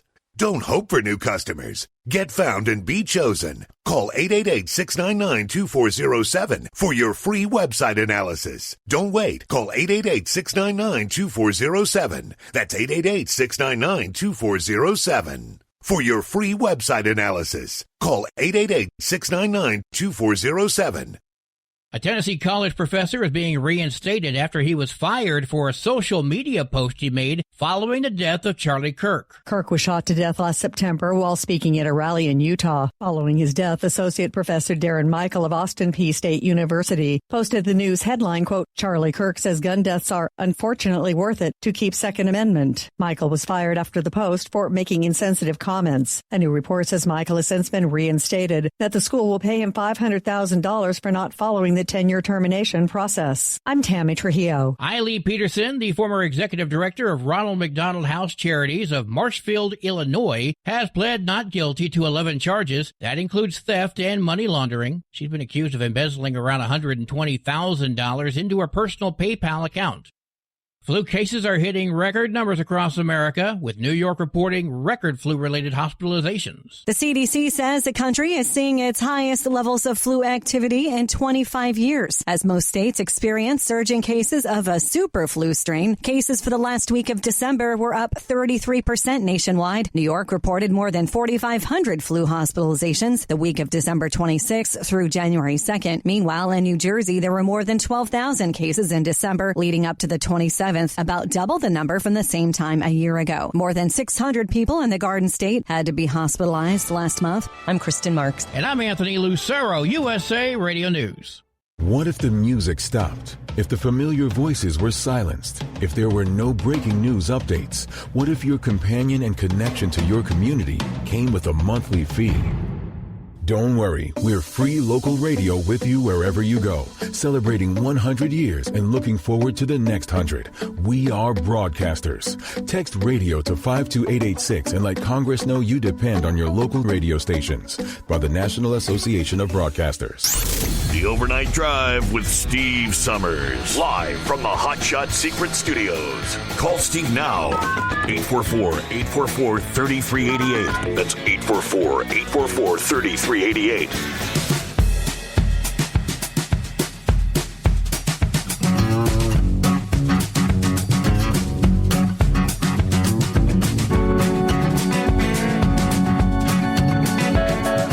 Alrighty, as we round in third, headed toward home. Thank you, Rick, in Columbus. Our number, 844-844-3388. Now, let me get back and finish up with Eagle, and then we'll get to some of the other developments. Venezuela, another oil tanker seized this past day. All right, welcome back, Eagle. Okay, yeah, Steve. Maybe you can play it tonight or maybe tomorrow. I just wanted to say that before I hang up with you. I want people to go. I want people to listen to what AOC said today and Ilhan Omar the rhetoric that they came out is very dangerous. What AOC, she didn't say that there was a bad incident in Minnesota yesterday. She said that this ICE man murdered. Mm-hmm. That's right. She said, can you believe that a congressman was used as such a word that she said that he murdered this woman. Now how do you think that makes these a lunatic that's out here on that Democrat leftists feel when they hear AOC say something like that? That just puts the hatred in their heart even more for ICE or these people that are doing this. And the same thing with Ilhan Omar. She said the same thing, that they murdered this girl yesterday in Minnesota. They need to change that rhetoric because you already see somebody's already gonna get killed, and if they don't tone it down, something bad is gonna happen because you can't be using that type of language when you describe what happened yesterday, because that officer didn't murder nobody. He was defending his life when the young girl tried to run him over. And I thank you for taking my call. All right, thank you much, Eagle. Have a good morning. I guess we seized a second Venezuelan-linked oil tanker early this past day, Wednesday, following the earlier seizure that involved a Russian-flagged tanker that had been pursued for more than 2 weeks across the Atlantic. U.S. officials said that first vessel had actually been shadowed by a Russian submarine before being taken into U.S. custody. Later this past morning, a second ship seized by the U.S. Coast Guard. Reuters News reporting the Venezuelan-linked tanker was taken in the Caribbean before dawn, identified as the Panama-flagged supertanker, the MT Sophia. Southern Command described the ship as a stateless, sanctioned dark fleet motor tanker. Southern Command said the Coast Guard is escorting the MT Sophia to the United States. Now, according to the reports, that tanker departed Venezuelan waters this past week. The ship was traveling as part of a fleet carrying Venezuelan oil to China while operating in what they call dark mode, the transponder being turned off. Homeland Security sharing a video of the second tanker this past afternoon, stating in 2 pre-dawn operations today, the Coast Guard conducted back-to-back, meticulously coordinated boarding of 2 Ghost Fleet tanker ships. She said the vessels were either last docked in Venezuela or en route there, adding, "You can run, but you cannot hide. The world's criminals are on notice," she says. "We will never relent in the mission to protect the American people and disrupt the funding of narco-terrorism wherever it is found." All right, back to other industry headlines. Kind of falls in, like we were just talking about the autonomous technology and potential lawsuits. Apparently, just filed a man bringing a lawsuit against Tesla, once again, and Elon Musk, for overselling the safety of their self-driving features after his family was killed in a head-on crash with a semi-truck. Now, this crash occurred a couple of years ago, filed in the federal court in Utah, I believe, by Nathan Blaine for the September of 2023 crash in Utah. According to The Independent, Blaine's wife, Jennifer, was behind the wheel of the Tesla electric vehicle with their 11-year-old daughter, 22-year-old daughter, their son-in-law, and the family dog when the vehicle veered out of its lane into the path of an oncoming Kenworth semi-truck hauling grain. Yeah, all 4 passengers and the dog perished in the crash. Blaine claims that both Tesla and Elon Musk intentionally misrepresented the safety of their vehicles and their autonomous driving capabilities to boost the stock prices. Yeah, to generate excitement about Tesla and to establish Tesla as a dominant player in the electric vehicle market, all at the expense of the public's safety. That is according to the suit.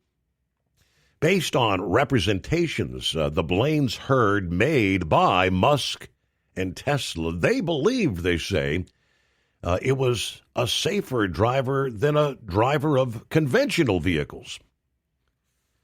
The complaint states they were lulled into a false sense of security. The lawsuit claims the crash was largely due to the car's inadequate auto steer function and the overselling of its capabilities. Tesla's done a lot of good things in my calculation, according to the attorney, but they did this inadequately. I think the technology's fantastic, but not the way Tesla's implementing it. Apparently, Tesla did not go or do enough simulation work on the vehicle under the conditions this one was in, on this kind of road it was on. And it's kind of mystifying here because this road was pretty normal and pretty simple. Autopilot was not engaged at the time of the deadly crash, but the suit alleges that disengagement of autopilot should not reduce the effectiveness of safety features that the vehicle's equipped with. I don't get that. The safety features the vehicle involved in the crash with was including lane departure warning, lane keeping assist, lane centering assistance, and emergency lane departure avoidance systems. I'm not really familiar with the Tesla. I mean, if the assist is not activated or the autopilot, are all those features still supposed to be actively assisting? I presume that's what they're saying. A GoFundMe campaign for the family mentions the trucker involved in the crash, wishing him the best. To the dear, sweet trucker involved, it says, "We love you. We're praying for you. As we mourn the loss of our loved ones, please know that we ache for you as well. You're not forgotten. You are appreciated and loved." Interesting. So they're not blaming the truck driver or the truck, but I'm trying to blame Tesla. About 18 before the hour. What do we see? The president feels like some of these defense contractors dragging their feet, not doing their best to produce munitions and weapons for the U.S. military. Actually, more concerned about shareholders than the U.S. defense system. President Trump Wednesday escalates his warning to defense contractors by, actually, he singled out Raytheon, accusing that firm of putting the shareholders ahead of military readiness, actually threatening to cut off government business unless they dramatically change course. Via Truth Social, President Trump says Raytheon has been the least responsive to the needs of the Department of War, the slowest in increasing their volume, and the most aggressive spending on their shareholders rather than the needs and demands of the U.S. military. The company appears to think this is the Biden administration, that this is business as usual. Well, it is not.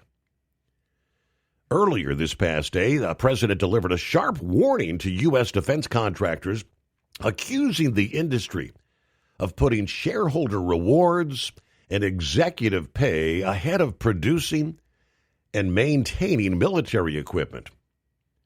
President said defense companies have paid out massive dividends and pursued large stock buybacks instead of investing sufficiently in new factories, equipment, and production capacity.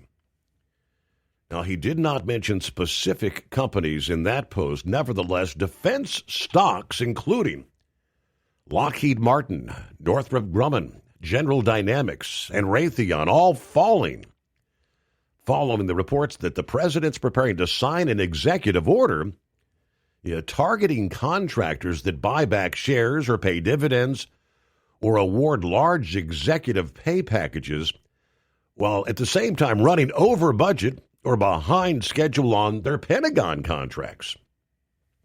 After hours trading, Raytheon fell the most, dropping, I believe it's 8.7%, like $164 a share, down to $1,107.79 a share. The president praised U.S. military hardware as the best in the world, but criticized the defense executives for what he described as excessive compensation, despite their slow production timelines, inadequate maintenance.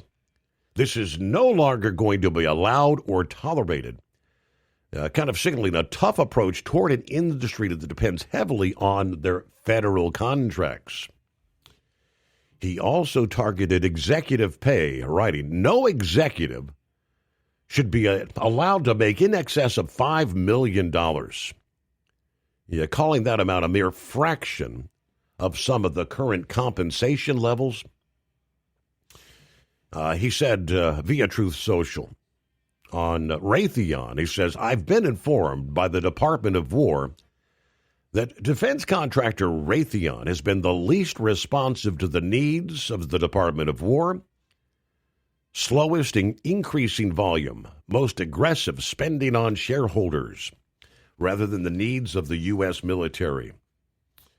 Now, either Raytheon steps up and starts investing in more upfront investment, like plants and equipment, or you're no longer going to be doing business with the Department of War. Also, if Raytheon wants further business with the U.S. government, under no circumstances will they be allowed to do any additional stock buybacks where they've spent tens of billions of dollars until they're able to get their act together. Our country comes first, and they're going to have to learn that the hard way. Some of the more traditionalists of truck and tractor pulling love seeing smoke on tractors that look like they came right out of the field. That's why the high-torque Superfarm tractors are one of the biggest fields in truck and tractor pulling. This is the NTPA Overnight Report. From the NTPA offices in Marion, Ohio, I'm Greg Hunter. The high-torque Superfarm tractors had 42 tractors hooking during the Grand National events in 2025, and the top three were kind of in a league of their own, with Gary Shavik in his 1972 International 1466 he calls New Attitude earning the title by only 5 points. Unlike the other Grand National classes, the high-torque Superfarm tractors didn't have one rainout during the summer. All 9 hooks took place as planned, which couldn't be said for all the other classes.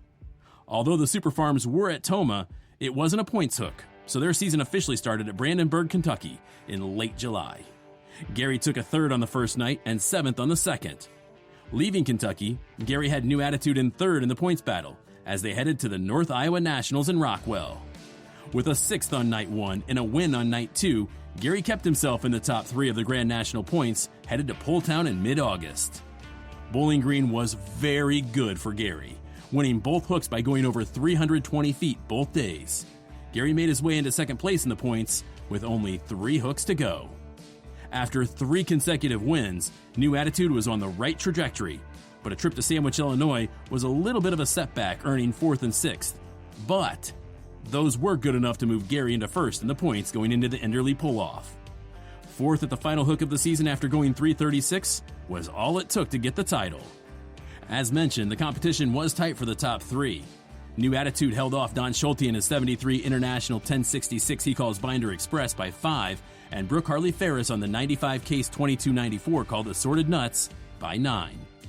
Rounding out the top 10, in 4th, Ryan Anderson piloted his 72 International he calls Green Galvanized Stars Checking Out. Holding the 5th spot was the 72 International 1066 of Lee Butts he calls Press On. In 6th, the Crop Doctor, the 74 International 1066 of John Silsby. In 7th went to the combo of Wayne Lamore and Joe Bush and the 94 John Deere 8110 they call Fear the Deer. In 8th, Brooke Michael Ferris with the 98 Case IH 7220 called Absolutely Nuts. In 9th was Stan Warda and the 84 International 3688 called Hammer and Hank.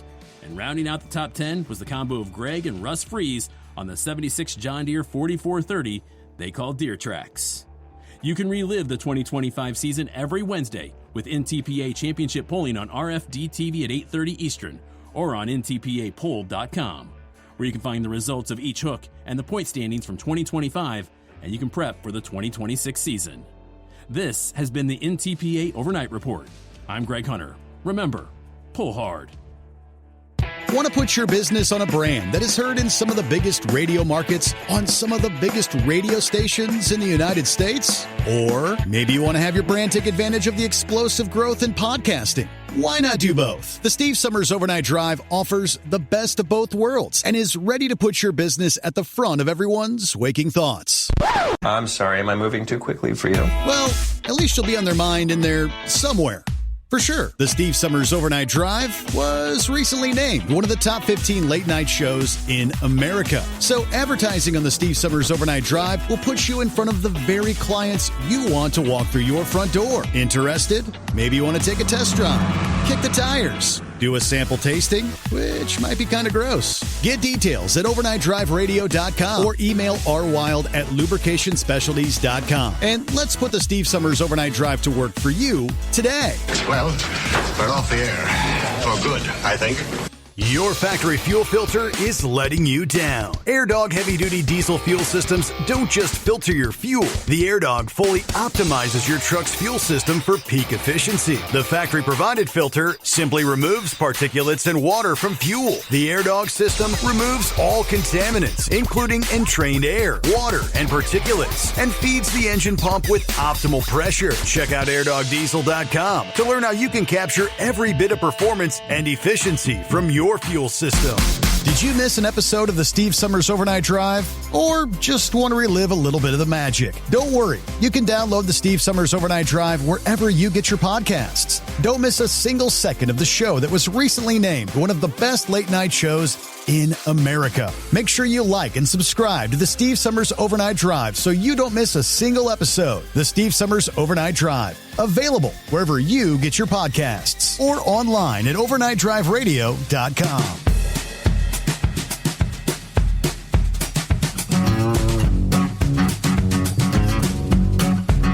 All right, see what the blind man has happening. Morning, blind man. Hey, good morning, Steve. I want to talk about these riots that have been going on. Now, I'm remembering the Rodney King riots back in '92, and every city had riots except Philadelphia. At the time, Mayor Rizzo said if there's any rioting, he had a shoot-to-kill order, and that city did not suffer the riots. Mm-hmm. I don't know what is going to happen, but these left are totally out of control, especially up in Minnesota. Trump's going to have to declare an insurrection, or this is going to keep going on, if you know what I mean. Mm-hmm. I was really ticked off yesterday. The ICE people are doing their job. They're, rounding up illegal aliens, getting them out of here. I know the left are angry about that because that's their voters. And without them, they don't have a chance of winning anything. That's how much even my liberal neighbors are starting to realize that the Democrats are really getting bad now. Mm-hmm. I can't believe that.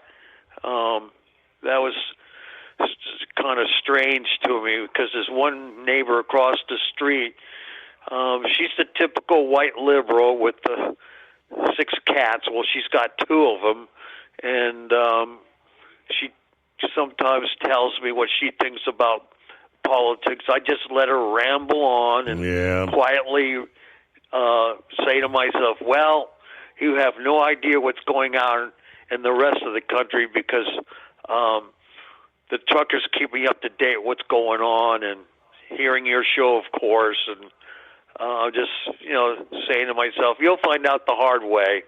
I just keep my mouth shut around the liberals. You can't argue with them, right? That's because you get nowhere. It's not as far as you mentioned. You said riots. At this point, there were lots of marches, protests. I think there were a few like fires in the street. I don't know if they were burning trash cans or what this past evening, but I haven't seen any indications of full-fledged looting, busting out windows of buildings and things like that yet. But I would not be surprised if some of that begins here over the next 24, 48 hours. There's going to be larger protests all over the country as we head to the weekend. It's coming. Yep. Hello, Horse Feathers. It's coming.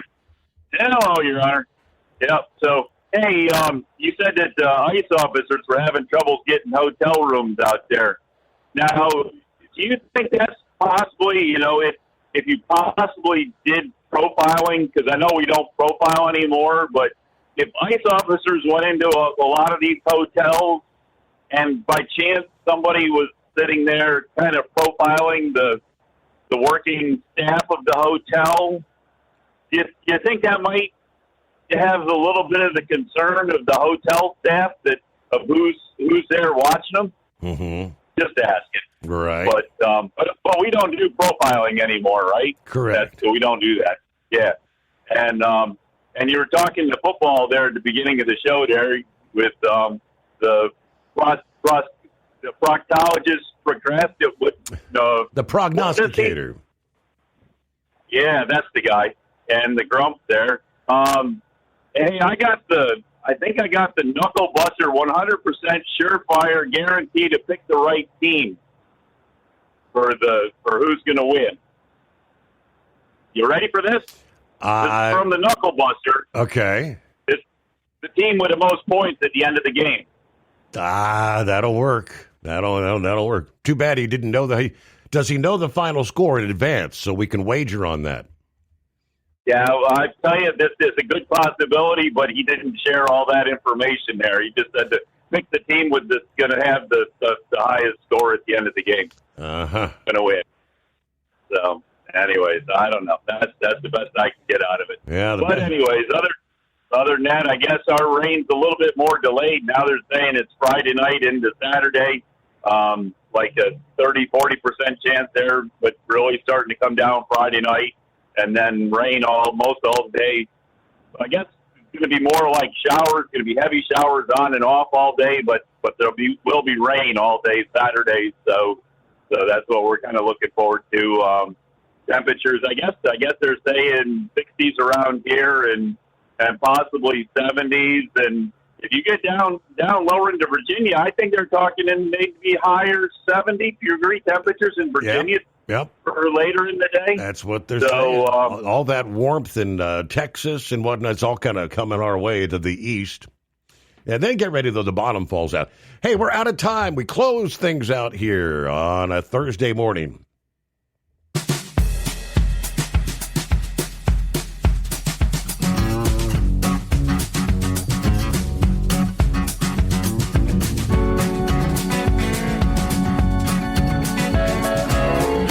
Guess the places that I've been.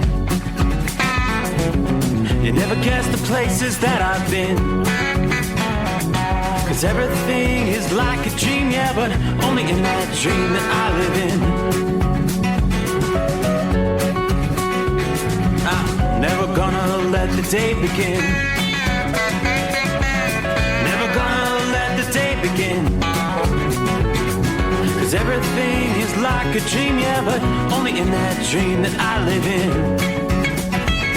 Oh, don't wake me up before you go, and I'll just make this bed my own. Oh, darling, please just let me sleep. Give me my dreams.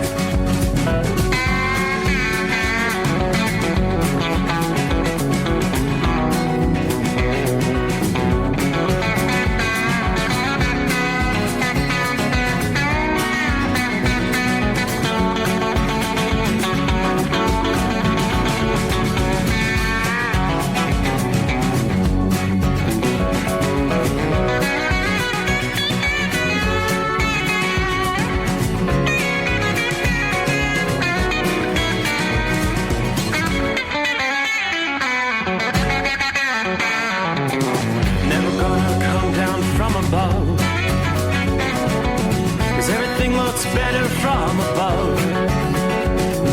Nothing's ever as it seems, yeah, except in that world that I dream of.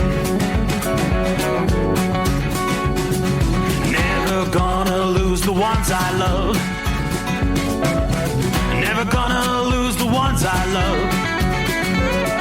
'Cause everything is like a dream, yeah, but only in that world that I dream of.